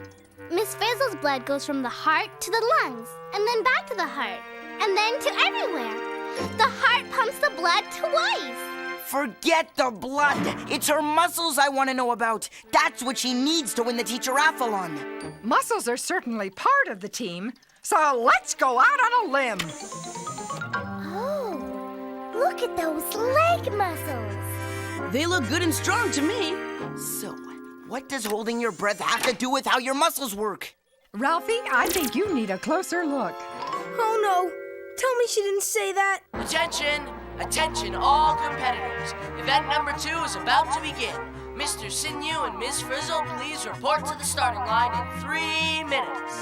I'll take my closer look another time, Miss Frizzle. Ralphie's right. We have to get back to the track. Not to worry, Arnold. You have lots of time to find out what air and muscles have to do with each other. We do? Oh, yes, and you're coming with me, Tim. This way, please. Let us know what you find out. Is it just me, or are we going on a field trip? Come on, bus. Do your stuff.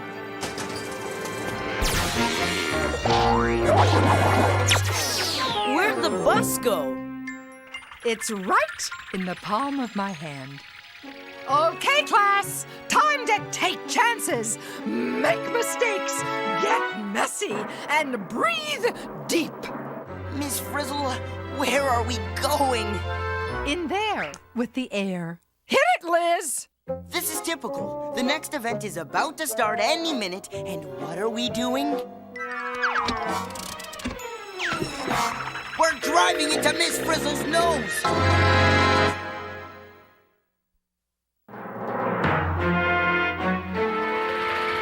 Air, oh air, has my little class gone?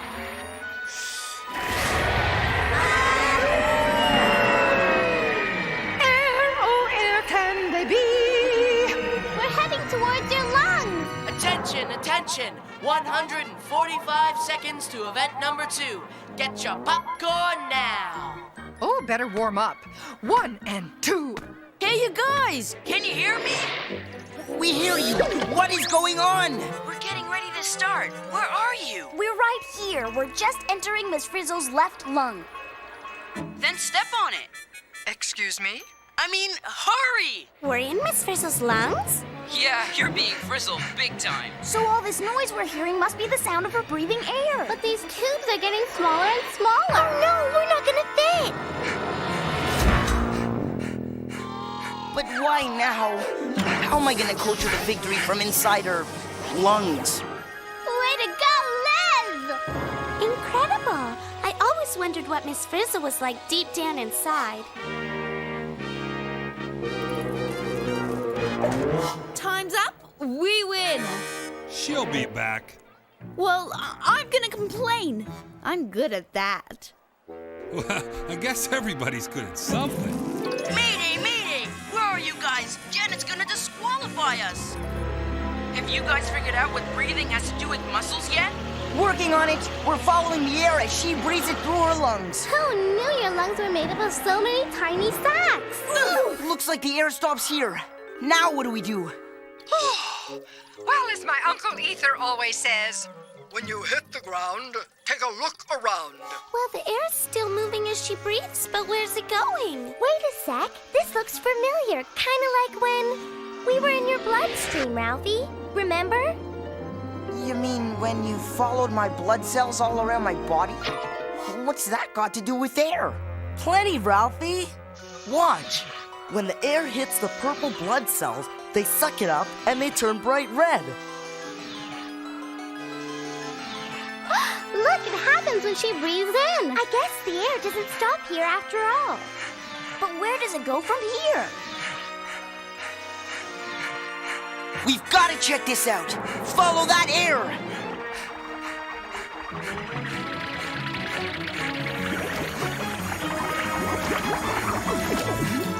Nice one, Liz. We're in the bloodstream. But where's it taking us? What's that noise? oh, you're getting to the heart of the matter now, class. We're going right into her heart. Now what? I don't know. The heart is a pump. Get ready to get squeezed out of here.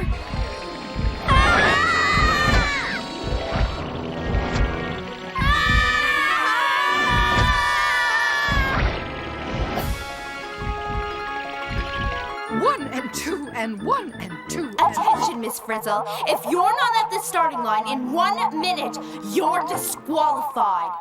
Go away, Janet. Did she say disqualified? This way, Tim. And they're off. Mr. Sinew, he's our guy. He's gonna win easy as pie. I'm gonna win. I've got the muscles. But I've got the heart and the lungs. Sure feels good to be back in the bloodstream, huh, Ralphie? But Miss Frizzle's blood is flowing a lot faster than yours did, Ralphie. Well, what do you want? I was resting, not racing against the credible Hulk. They're at the halfway point. No telling who's gonna win this one. I've got the edge. But I've got the team. We're moving farther and farther down her leg. Yeah, but where are the muscles? I think we need to hang a left. What are all those red bands out there? According to my research, that is the muscle fiber. Muscle fiber. Stop the bus. Hey, look at that. The red blood cells are giving that white stuff to the muscles. And then turning back to purple. I gotta go check this out. It's almost as if the muscles are breathing in the white stuff. And breathing out the dark stuff. Phoebe, that's it. Those red blood cells are bringing air to the muscles. Hey guys, I got it. Air has oxygen. That must be what the white stuff is. Oh. According to my research, oxygen is the part of the air our bodies use to live. So, the lungs breathe in air. The blood cells carry the oxygen. The heart pumps the blood to our muscles, which use the oxygen. So that's the team Miss Frizzle's been talking about. Lungs, blood, heart, and muscles. They're all working together. They're the oxygen team. They work together to pull oxygen into the body, pump it into the muscles, use the oxygen up, and carry away the used up stuff. What a team! So when Miss Frizzle held her breath, Her muscles didn't get the oxygen they needed. She didn't have a muscle problem. She had an oxygen problem! I'm going to win! Not if I get there first! Ralphie, I think maybe you better come look at this. This doesn't look too good to me. Man, that gray stuff's showing up all over. And there's less oxygen going into the muscles. I think we've got another oxygen problem here. Hello, Tim. We can't keep up this pace. The muscles aren't getting all the oxygen they need. It's gonna be really close. You're good, Miss Frizzle, but not as good as me. Not as good as I, Mr. Sinew. And the winner is Miss Frizzle! The score is even, one event apiece. She did it! Miss Frizzle won the race! What? Oh, oops. I think I'm going to fall down.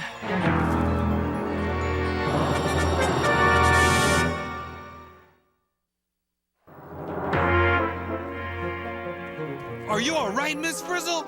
Oh, I must have overdone it a little. My muscles need a few minutes to recover. I'm sorry, but you don't have a few minutes. Do you give up? No way! Get better quick, Miss Frizzle. I'd hate to win this way. But if that's the hand you're dealt. Janet! What's going on in there, you guys? Without enough oxygen, Miss Frizzle's leg muscles stopped working. They're as limp as overdone spaghetti. But there's no sauce, just this yucky ooze. Oh, excellent observation, class. That yucky ooze is lactic acid. It's what muscles make when they have to work without enough oxygen. That's what happens when you take your team to the wall. But not to worry. With enough time to rest, my blood will clear out the waste, bring in more oxygen, and I'll be ready to go again. Yes, to worry. The next event is about to start. I know. Oh, this is working out better than I thought. So here's the story. This yucky ooze tells us her muscles don't have enough oxygen. But there's no time for her blood to do the job. So we've got to get more oxygen to her muscles now. We'll have to go back up to the lungs to get some. There's not enough time. And we've got to clean this ooze up, too.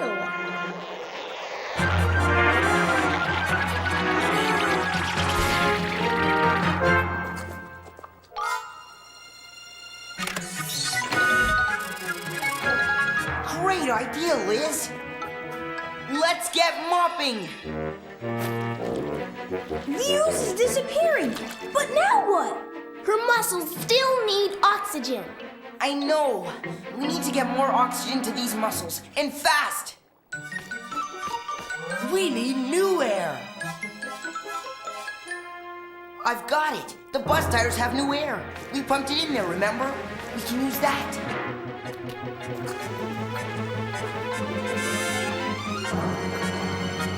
All right, guys, let them blow.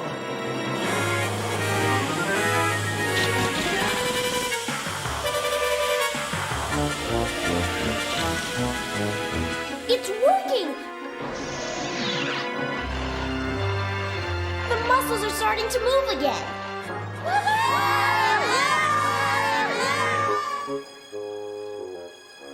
How's your leg, Miss Frizzle? Tell everyone my muscle feels as good as new. Now my heart, lungs, and blood will do the rest. Mission accomplished, guys. The team's back in shape. You can come out now. Let's go. I gotta see the look on Janet's face when Miss Frizzle wins that trophy. With the contestants tied, 1 win each, the winner of the tire, step, backstroke, stair climb event will be the winner of this year's Teacher-athon. Come on, Mr. Sinew. 233, 234, 235. Miss Frizzle, you're looking great. You guys in the windpipe yet? Are you kidding? We're still going up her leg. You're still going up her leg? Don't you guys want to see this race? You know, Tim, when this is over, you better take a long vacation. I think you've lost it. Attention, attention! This is the moment you've all been waiting for. The final event, the tie-breaking, the trophy-winning, the... Teachers, are you ready? On your mark, get set, go! The race is on! They're off and stepping!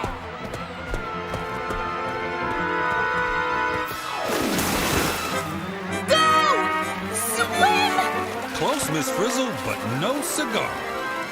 Don't you know that smoking is bad for your health?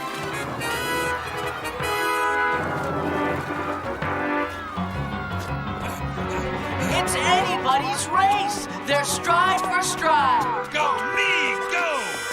Go, team, go! Hang on, gang. We're in the lungs again, and we're almost out. Come on, Miss Frizzle. Take chances, get messy, and get us out of here! We're almost out! There's her vocal cords! It's really close. The winner of this year's Teacher-athon is... Miss Frizzle!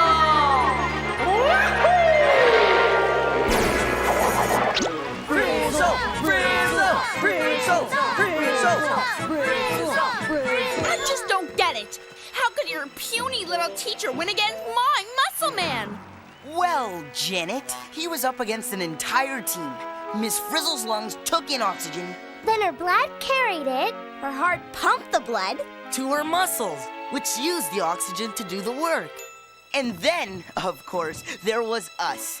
We were on the team, too. Whoa, boy, you're a good champion, Valerie. Next time, I'll train harder. Oh, well, there'll be no next time for me, Garth. I'm retiring. As I always say, air today, gone tomorrow. And the same goes for your shirts.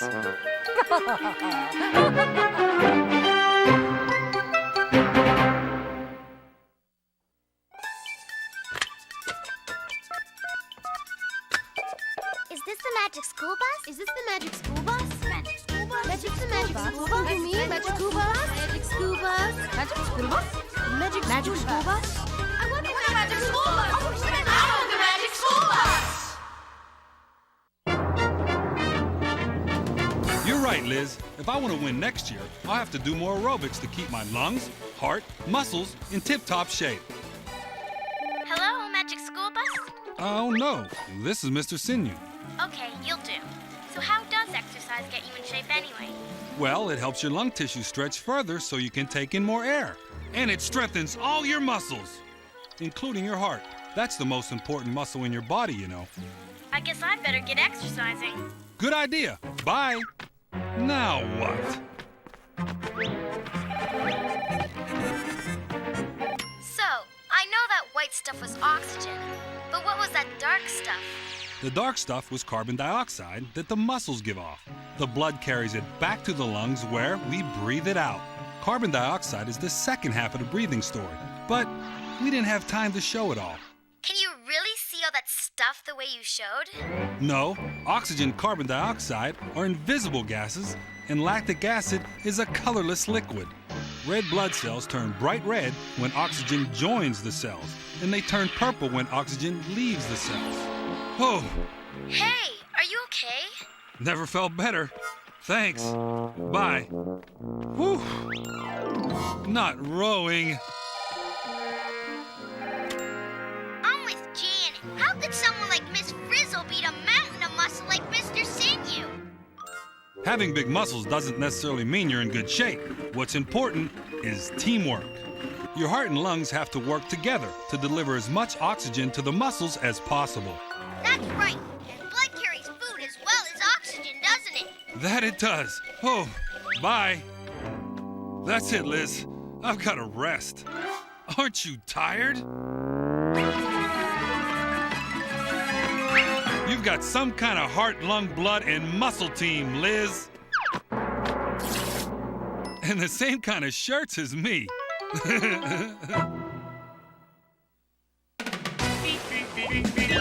Surfing on a sine wave, swinging through the stars. Take a left at your intestine, take your second right past Mars on the magic school bus. Alligator nostril, climb on the magic school bus. Spank a plane, turn two.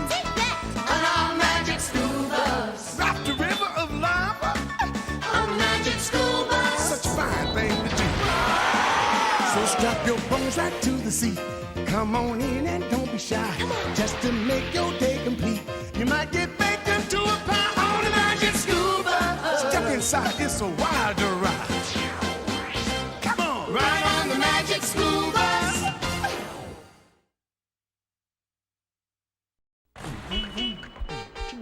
Seatbelts, everyone! Please let this be a normal field trip. With a Frizz? No way! Cruising on down Main Street, you're relaxed and feeling good. Next thing that you know, you're seeing octopus in the neighborhood. Surfing on a sine wave, swinging through the stars. Take a left at your intestine, take your second right past Mars on the magic scuba. Alligator nostril, climb on the magic scuba. Spank a plankton too. On our magic scuba. Rock the river of lava on the magic scuba. Such a fine thing to do. So strap your bones right to the seat. Come on in and don't be shy. Just to make your day complete, you might get baked into a pie on a magic scuba. Step inside, it's a wilder ride. Come on, ride on the magic scuba.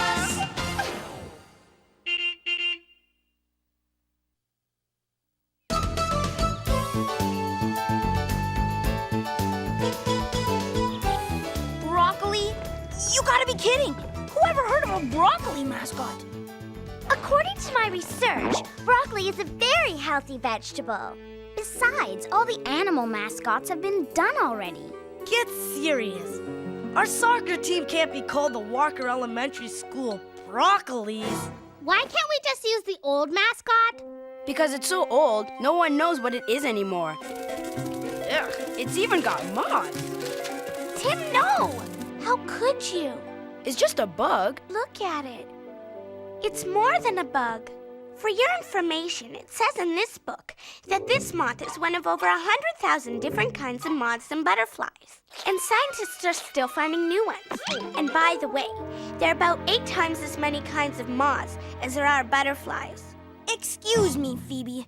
In exactly 6 hours, we're playing the biggest soccer game of the year, for which we need a new mascot. And you've got your head buried in a butterfly book. Actually, Ralphie, it's a butterfly and moth book. There's not a lot of difference, but there's definitely... Phoebe! We need a mascot that's different. It's gotta be so exciting, the other team won't know what hit them. I got it! What? The Walker Elementary School butterflies. Huh? You want to name our soccer team the Butterflies? And have a mascot that's small? Swattable? And pretty. But butterflies are full of surprises. Like what? Yeah, like what? Janet! The one and only, Arnold's favorite cousin. I am your favorite cousin. Right, Arnold?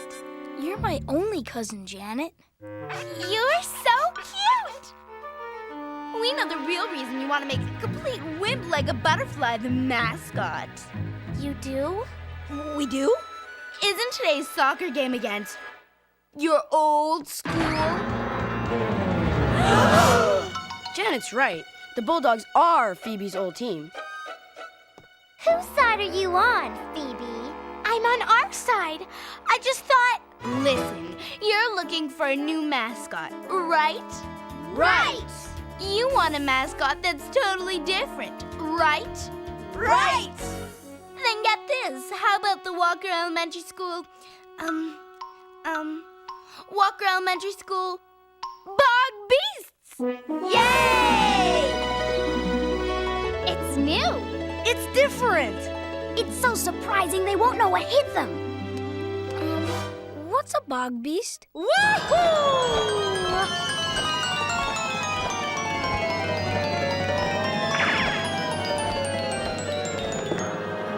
Crafty question, Arnold. What's Miss Frizzle? Anyone know what a bog beast looks like?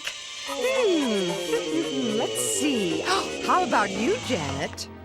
Well, it's probably like a friend told me about one. According to my research, a bog is wet, soggy ground, like a swamp.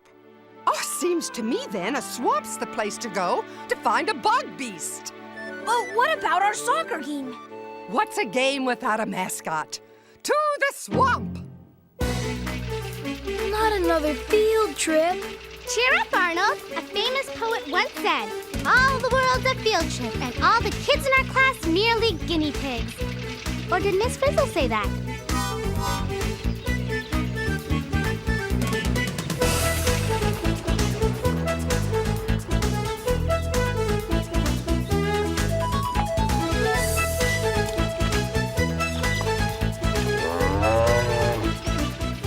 Miss Frizzle, does the swamp have butterflies too?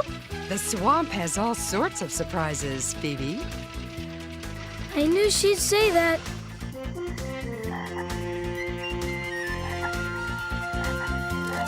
Everyone on the lookout for a bog beast. Excuse me, Miss Frizzle, but we're driving right into the swamp! Not to worry, Ralphie. Where the road ends, adventure begins.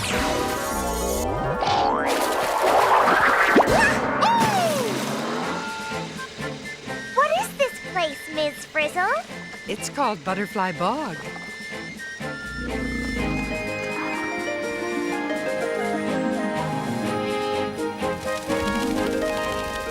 Wow, I thought those butterflies were flowers. Looks can be deceiving, Wanda.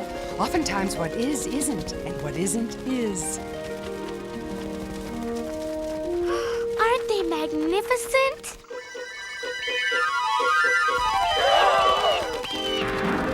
Some mascot and Blue Jays can do that. What are the Bulldogs gonna do to your soccer team? Or is that what you want to happen? Huh, Phoebe? No! Seems to me butterflies are so pretty, every animal can spot them for a mile around. Yeah, especially bog beasts. Well, oh, come here, little butterfly. Forget about it, Liz. Hey, do you think a butterfly's beautiful just to be beautiful? Or is there another reason? I think there's more to butterflies than you know. I just wish it would hold still. I'll get it to hold still. That'll prove what a wimp it is.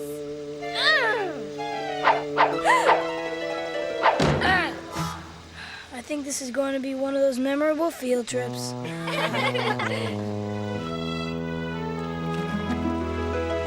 Here we are, Bog Beast Landing. Now what? We camouflage the boat so it blends in with the environment. Then we wait for the bog beast. There's no time to wait. We have to catch one now. According to my research, the best way to catch something is to use some kind of bait. Like the biggest, juiciest butterfly in the bog. Come on, Liz. Let's bag us a butterfly. Janet, no! Yes! Why don't you pick on somebody your own size? An idea worth expressing, Phoebe. Or compressing. I'll shrink them with the porta-shrinker. The porta-shrinker?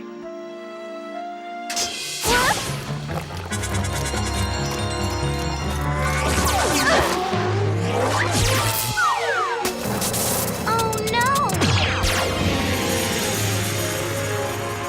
Well, what a surprise! We're a different size. Oh, no! We've shrunk! And look over there. The porta shrinker's zapped out. Well, I don't care how small I am. I've got butterflies to save. Phoebe, come back! Fly for your lives, butterflies. Fly away. Fly for your...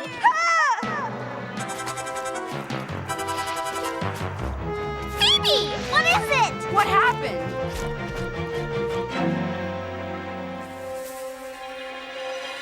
Bog beast!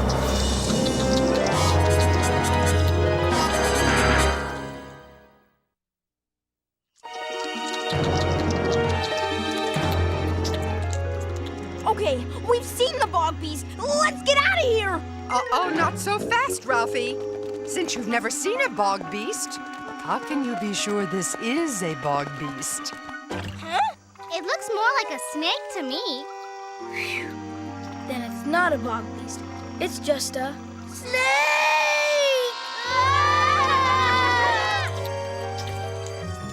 Except it doesn't move like a snake. It moves like a caterpillar.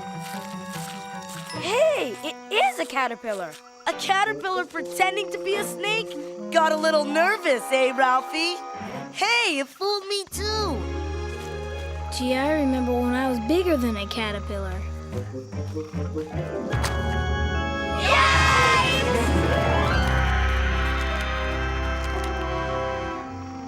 I'm bigger than a praying mantis, too. Don't praying mantises eat caterpillars? Not if they think they're snakes. Ah, exactly, Tim. A delightfully deceitful deception. I get it. It's called tricking your enemy by pretending to be something you're not. I'd call it good acting. I'd call it a swallowtail caterpillar. Hey, what if we call our team the Walker Elementary School Swallowtail Caterpillars? Caterpillars? We'll get laughed out of the game. Besides, if we don't get back soon, there won't be any game. Caterpillars are tougher than you think, Ralphie. They're survivors. They live by the rule, fool or be food. And if it keeps fooling them and keeps feeding itself, someday it'll turn into a chrysalis. Then it'll turn into a big, beautiful butterfly. Aha! I see one, Liz. Shoo, butterfly, shoo! Come on, fly away! Come along now, Phoebe.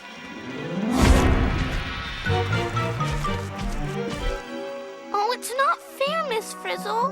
Oh, I know. Janet doesn't stand a chance. Huh? This one's a real juicy one. Where'd it go? Where is it? Okay, wise guy, where are you? There it is, I think. Wow, what a disappearing act. It's camouflaged, so you can't see it against the log. Ah, another illustrious illusion, Tim. As I always say, if they can't see you, they can't eat you.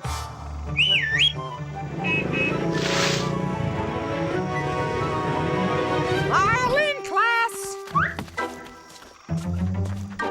So, there you are. The bog beast is going to love you. Oh no, Janet's gonna catch that butterfly. You're mine now, wimp. Swamp swell! Yes, the butterfly got away. A little mud can't stop us now. Come on, Liz. We can't catch a bog beast without a butterfly. Okay, that's it. I'm unshrinking us all right now before Jumbo Janet crushes us into pieces. What's that? The do-dinger. The do-dinger? Yes, the do-dinger dings when the porta-shrinker is too wet to work. So we're stuck this size until Until the porta-shrinker dries out. So, Arnold, start blowing. Why couldn't Janet shrink instead of me? Life would be so much easier. Hurry, Arnold! If we don't get bigger by game time, the other team won't have to crush us. The ball will. This is all your fault, Phoebe. You and your butterflies. Maybe Janet was right. Maybe you do want your old school to win the game. I do not, and I'm not wrong about a butterfly. It would make a great mascot. For a place called Butterfly Bog, it's not exactly bursting with butterflies. One. I only need one. Go! I can't see. Get your hands off! Ah! Janet, I know that scream anywhere. Come on, let's go! Yeah, right. Let's go.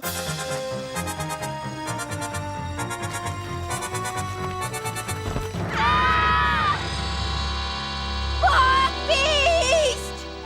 Wow! Cool! It's not a bog beast, it's a zebra butterfly. So, Ralphie, how does it feel to be the boy who cried bog beast? Well, it, just startled me with all its colors. That's all. See? Even though butterflies butterflies are small and pretty. They're not wimps. They trick you, hide from you, even scare you. That's how they stay alive. Sounds like the perfect mascot to me. All in favor of the Walker Elementary School butterflies? Never! I'll play for the other team before anyone calls me a butterfly.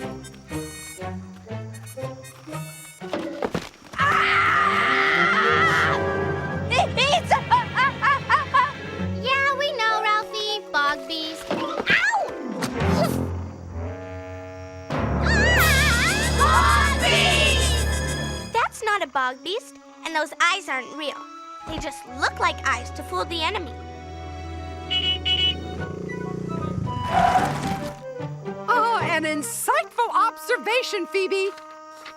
And the ideal name, Buckeye. You know, I'm beginning to think Phoebe's onto something. Butterflies are new and exciting. And they're tricky. And boy, are they surprising. All the things we want our soccer team to be. Okay, Phoebe, you win. Maybe there's more to butterflies than meets the eye. Especially if they can scare a tough guy like you, right? The Walker Elementary School butterflies it is. Let's take our team to the sky. Let's be Walker Elementary School butterflies. If you insist. Whoa!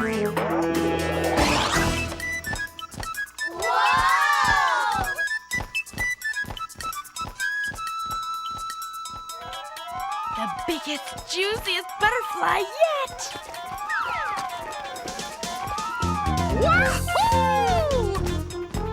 So, what do you think, class? Well, it's certainly a new sensation, all right. It's different. It's surprising. It's Janet!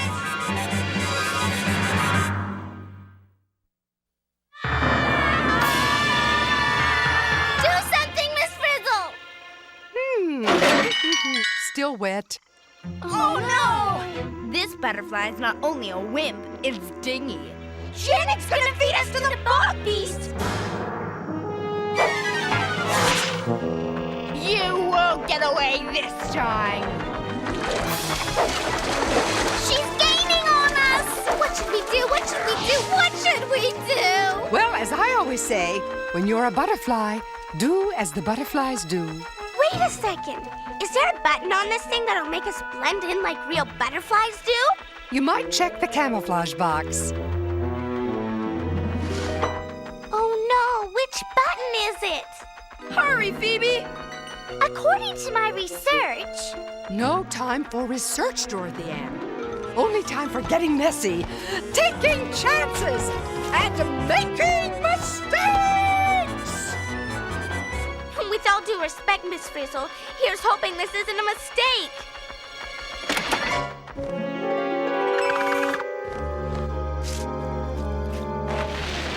Hey, where'd it go? It just disappeared. She's gonna see us! Everybody quiet! The porta shrinker must be dry by now. Come on, make us big! Arnold, wait! If it's not dry, the do-dinger... What was that? Aha! Gotcha! Oh no, she got us! Just keep drying! Come on, Phoebe, you're our last hope! Think butterfly. Think butterfly. That's it. I'll surprise her with colors. Red. More red. Yellow. More yellow. Orange. More orange. Blue. And now to trick her with eye spots. Big. Bigger. Biggest. At last, you're mine! Not yet, Janet. Hit it, Phoebe!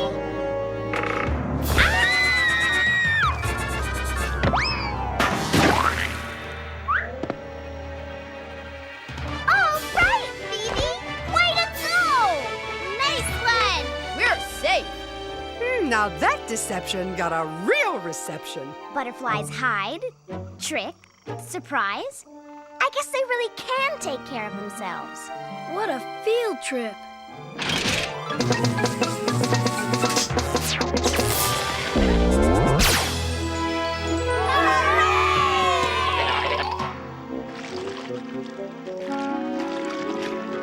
Gee, Janet, what happened to you? You almost lost your cousin, Arnold.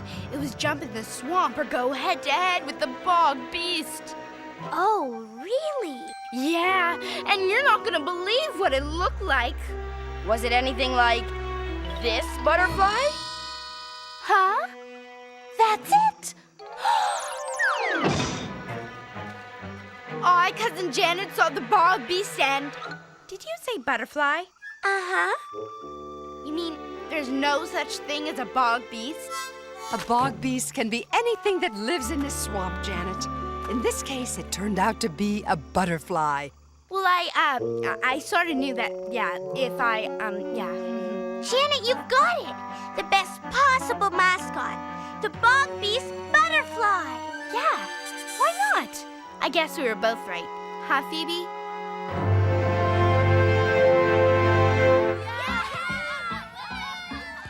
The score is tied. Only 30 seconds remain.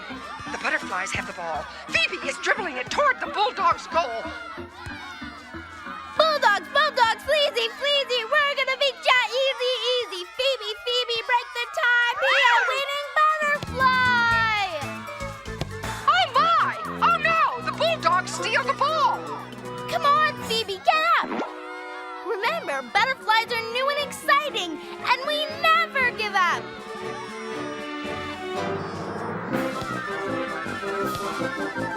Oh, it looks bad for the butter... Wait. Keisha steals the ball back. Carlos kicks the ball to Tim. Tim kicks the ball to Phoebe. Oh, time is running out. 5, 4, 3, 2.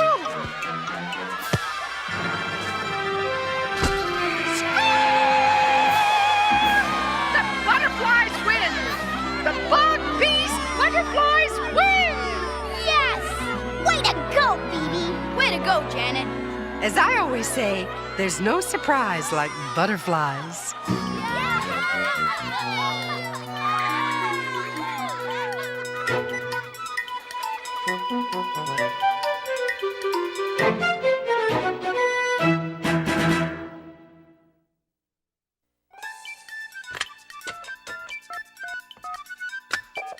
Is this the magic school bus? Is this the magic school bus? Magic school bus? Magic the magic school bus? You mean magic school bus? Magic school bus? Magic school bus? Magic school bus? I wonder what the magic school bus? Oh, the magic school bus!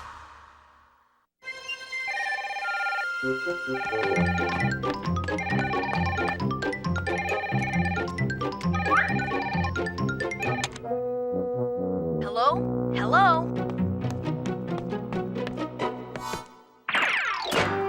Is this the magic school bus? Yes, this is the producer speaking. Well, I'm from GMM, and I'm steamed. GMM? The Great Moth Majority. I just saw your butterfly show. And from what I saw, you don't seem to know that there are more different kinds of moths than butterflies. I do know that. But you didn't give them equal time. We hardly had time to cover butterflies properly. Well, moths and butterflies don't just have eye spots for surprise, you know.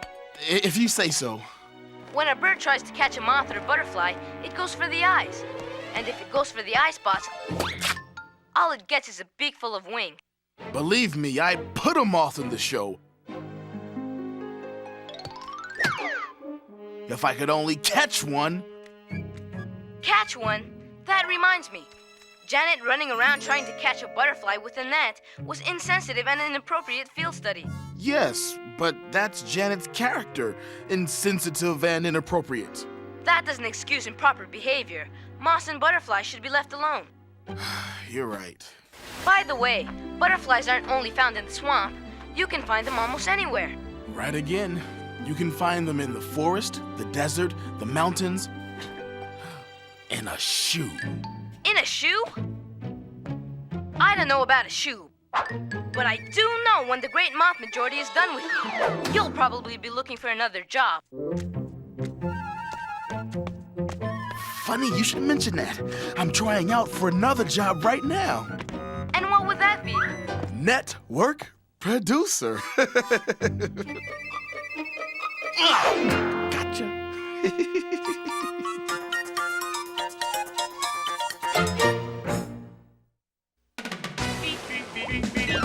Surfing on a sound wave, swinging through the stars. Take a left at your intestine, take your second right past Mars on the magic school bus.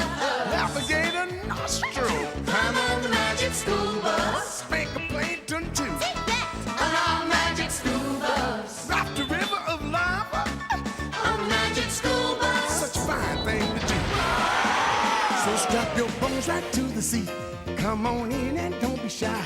Just to make your day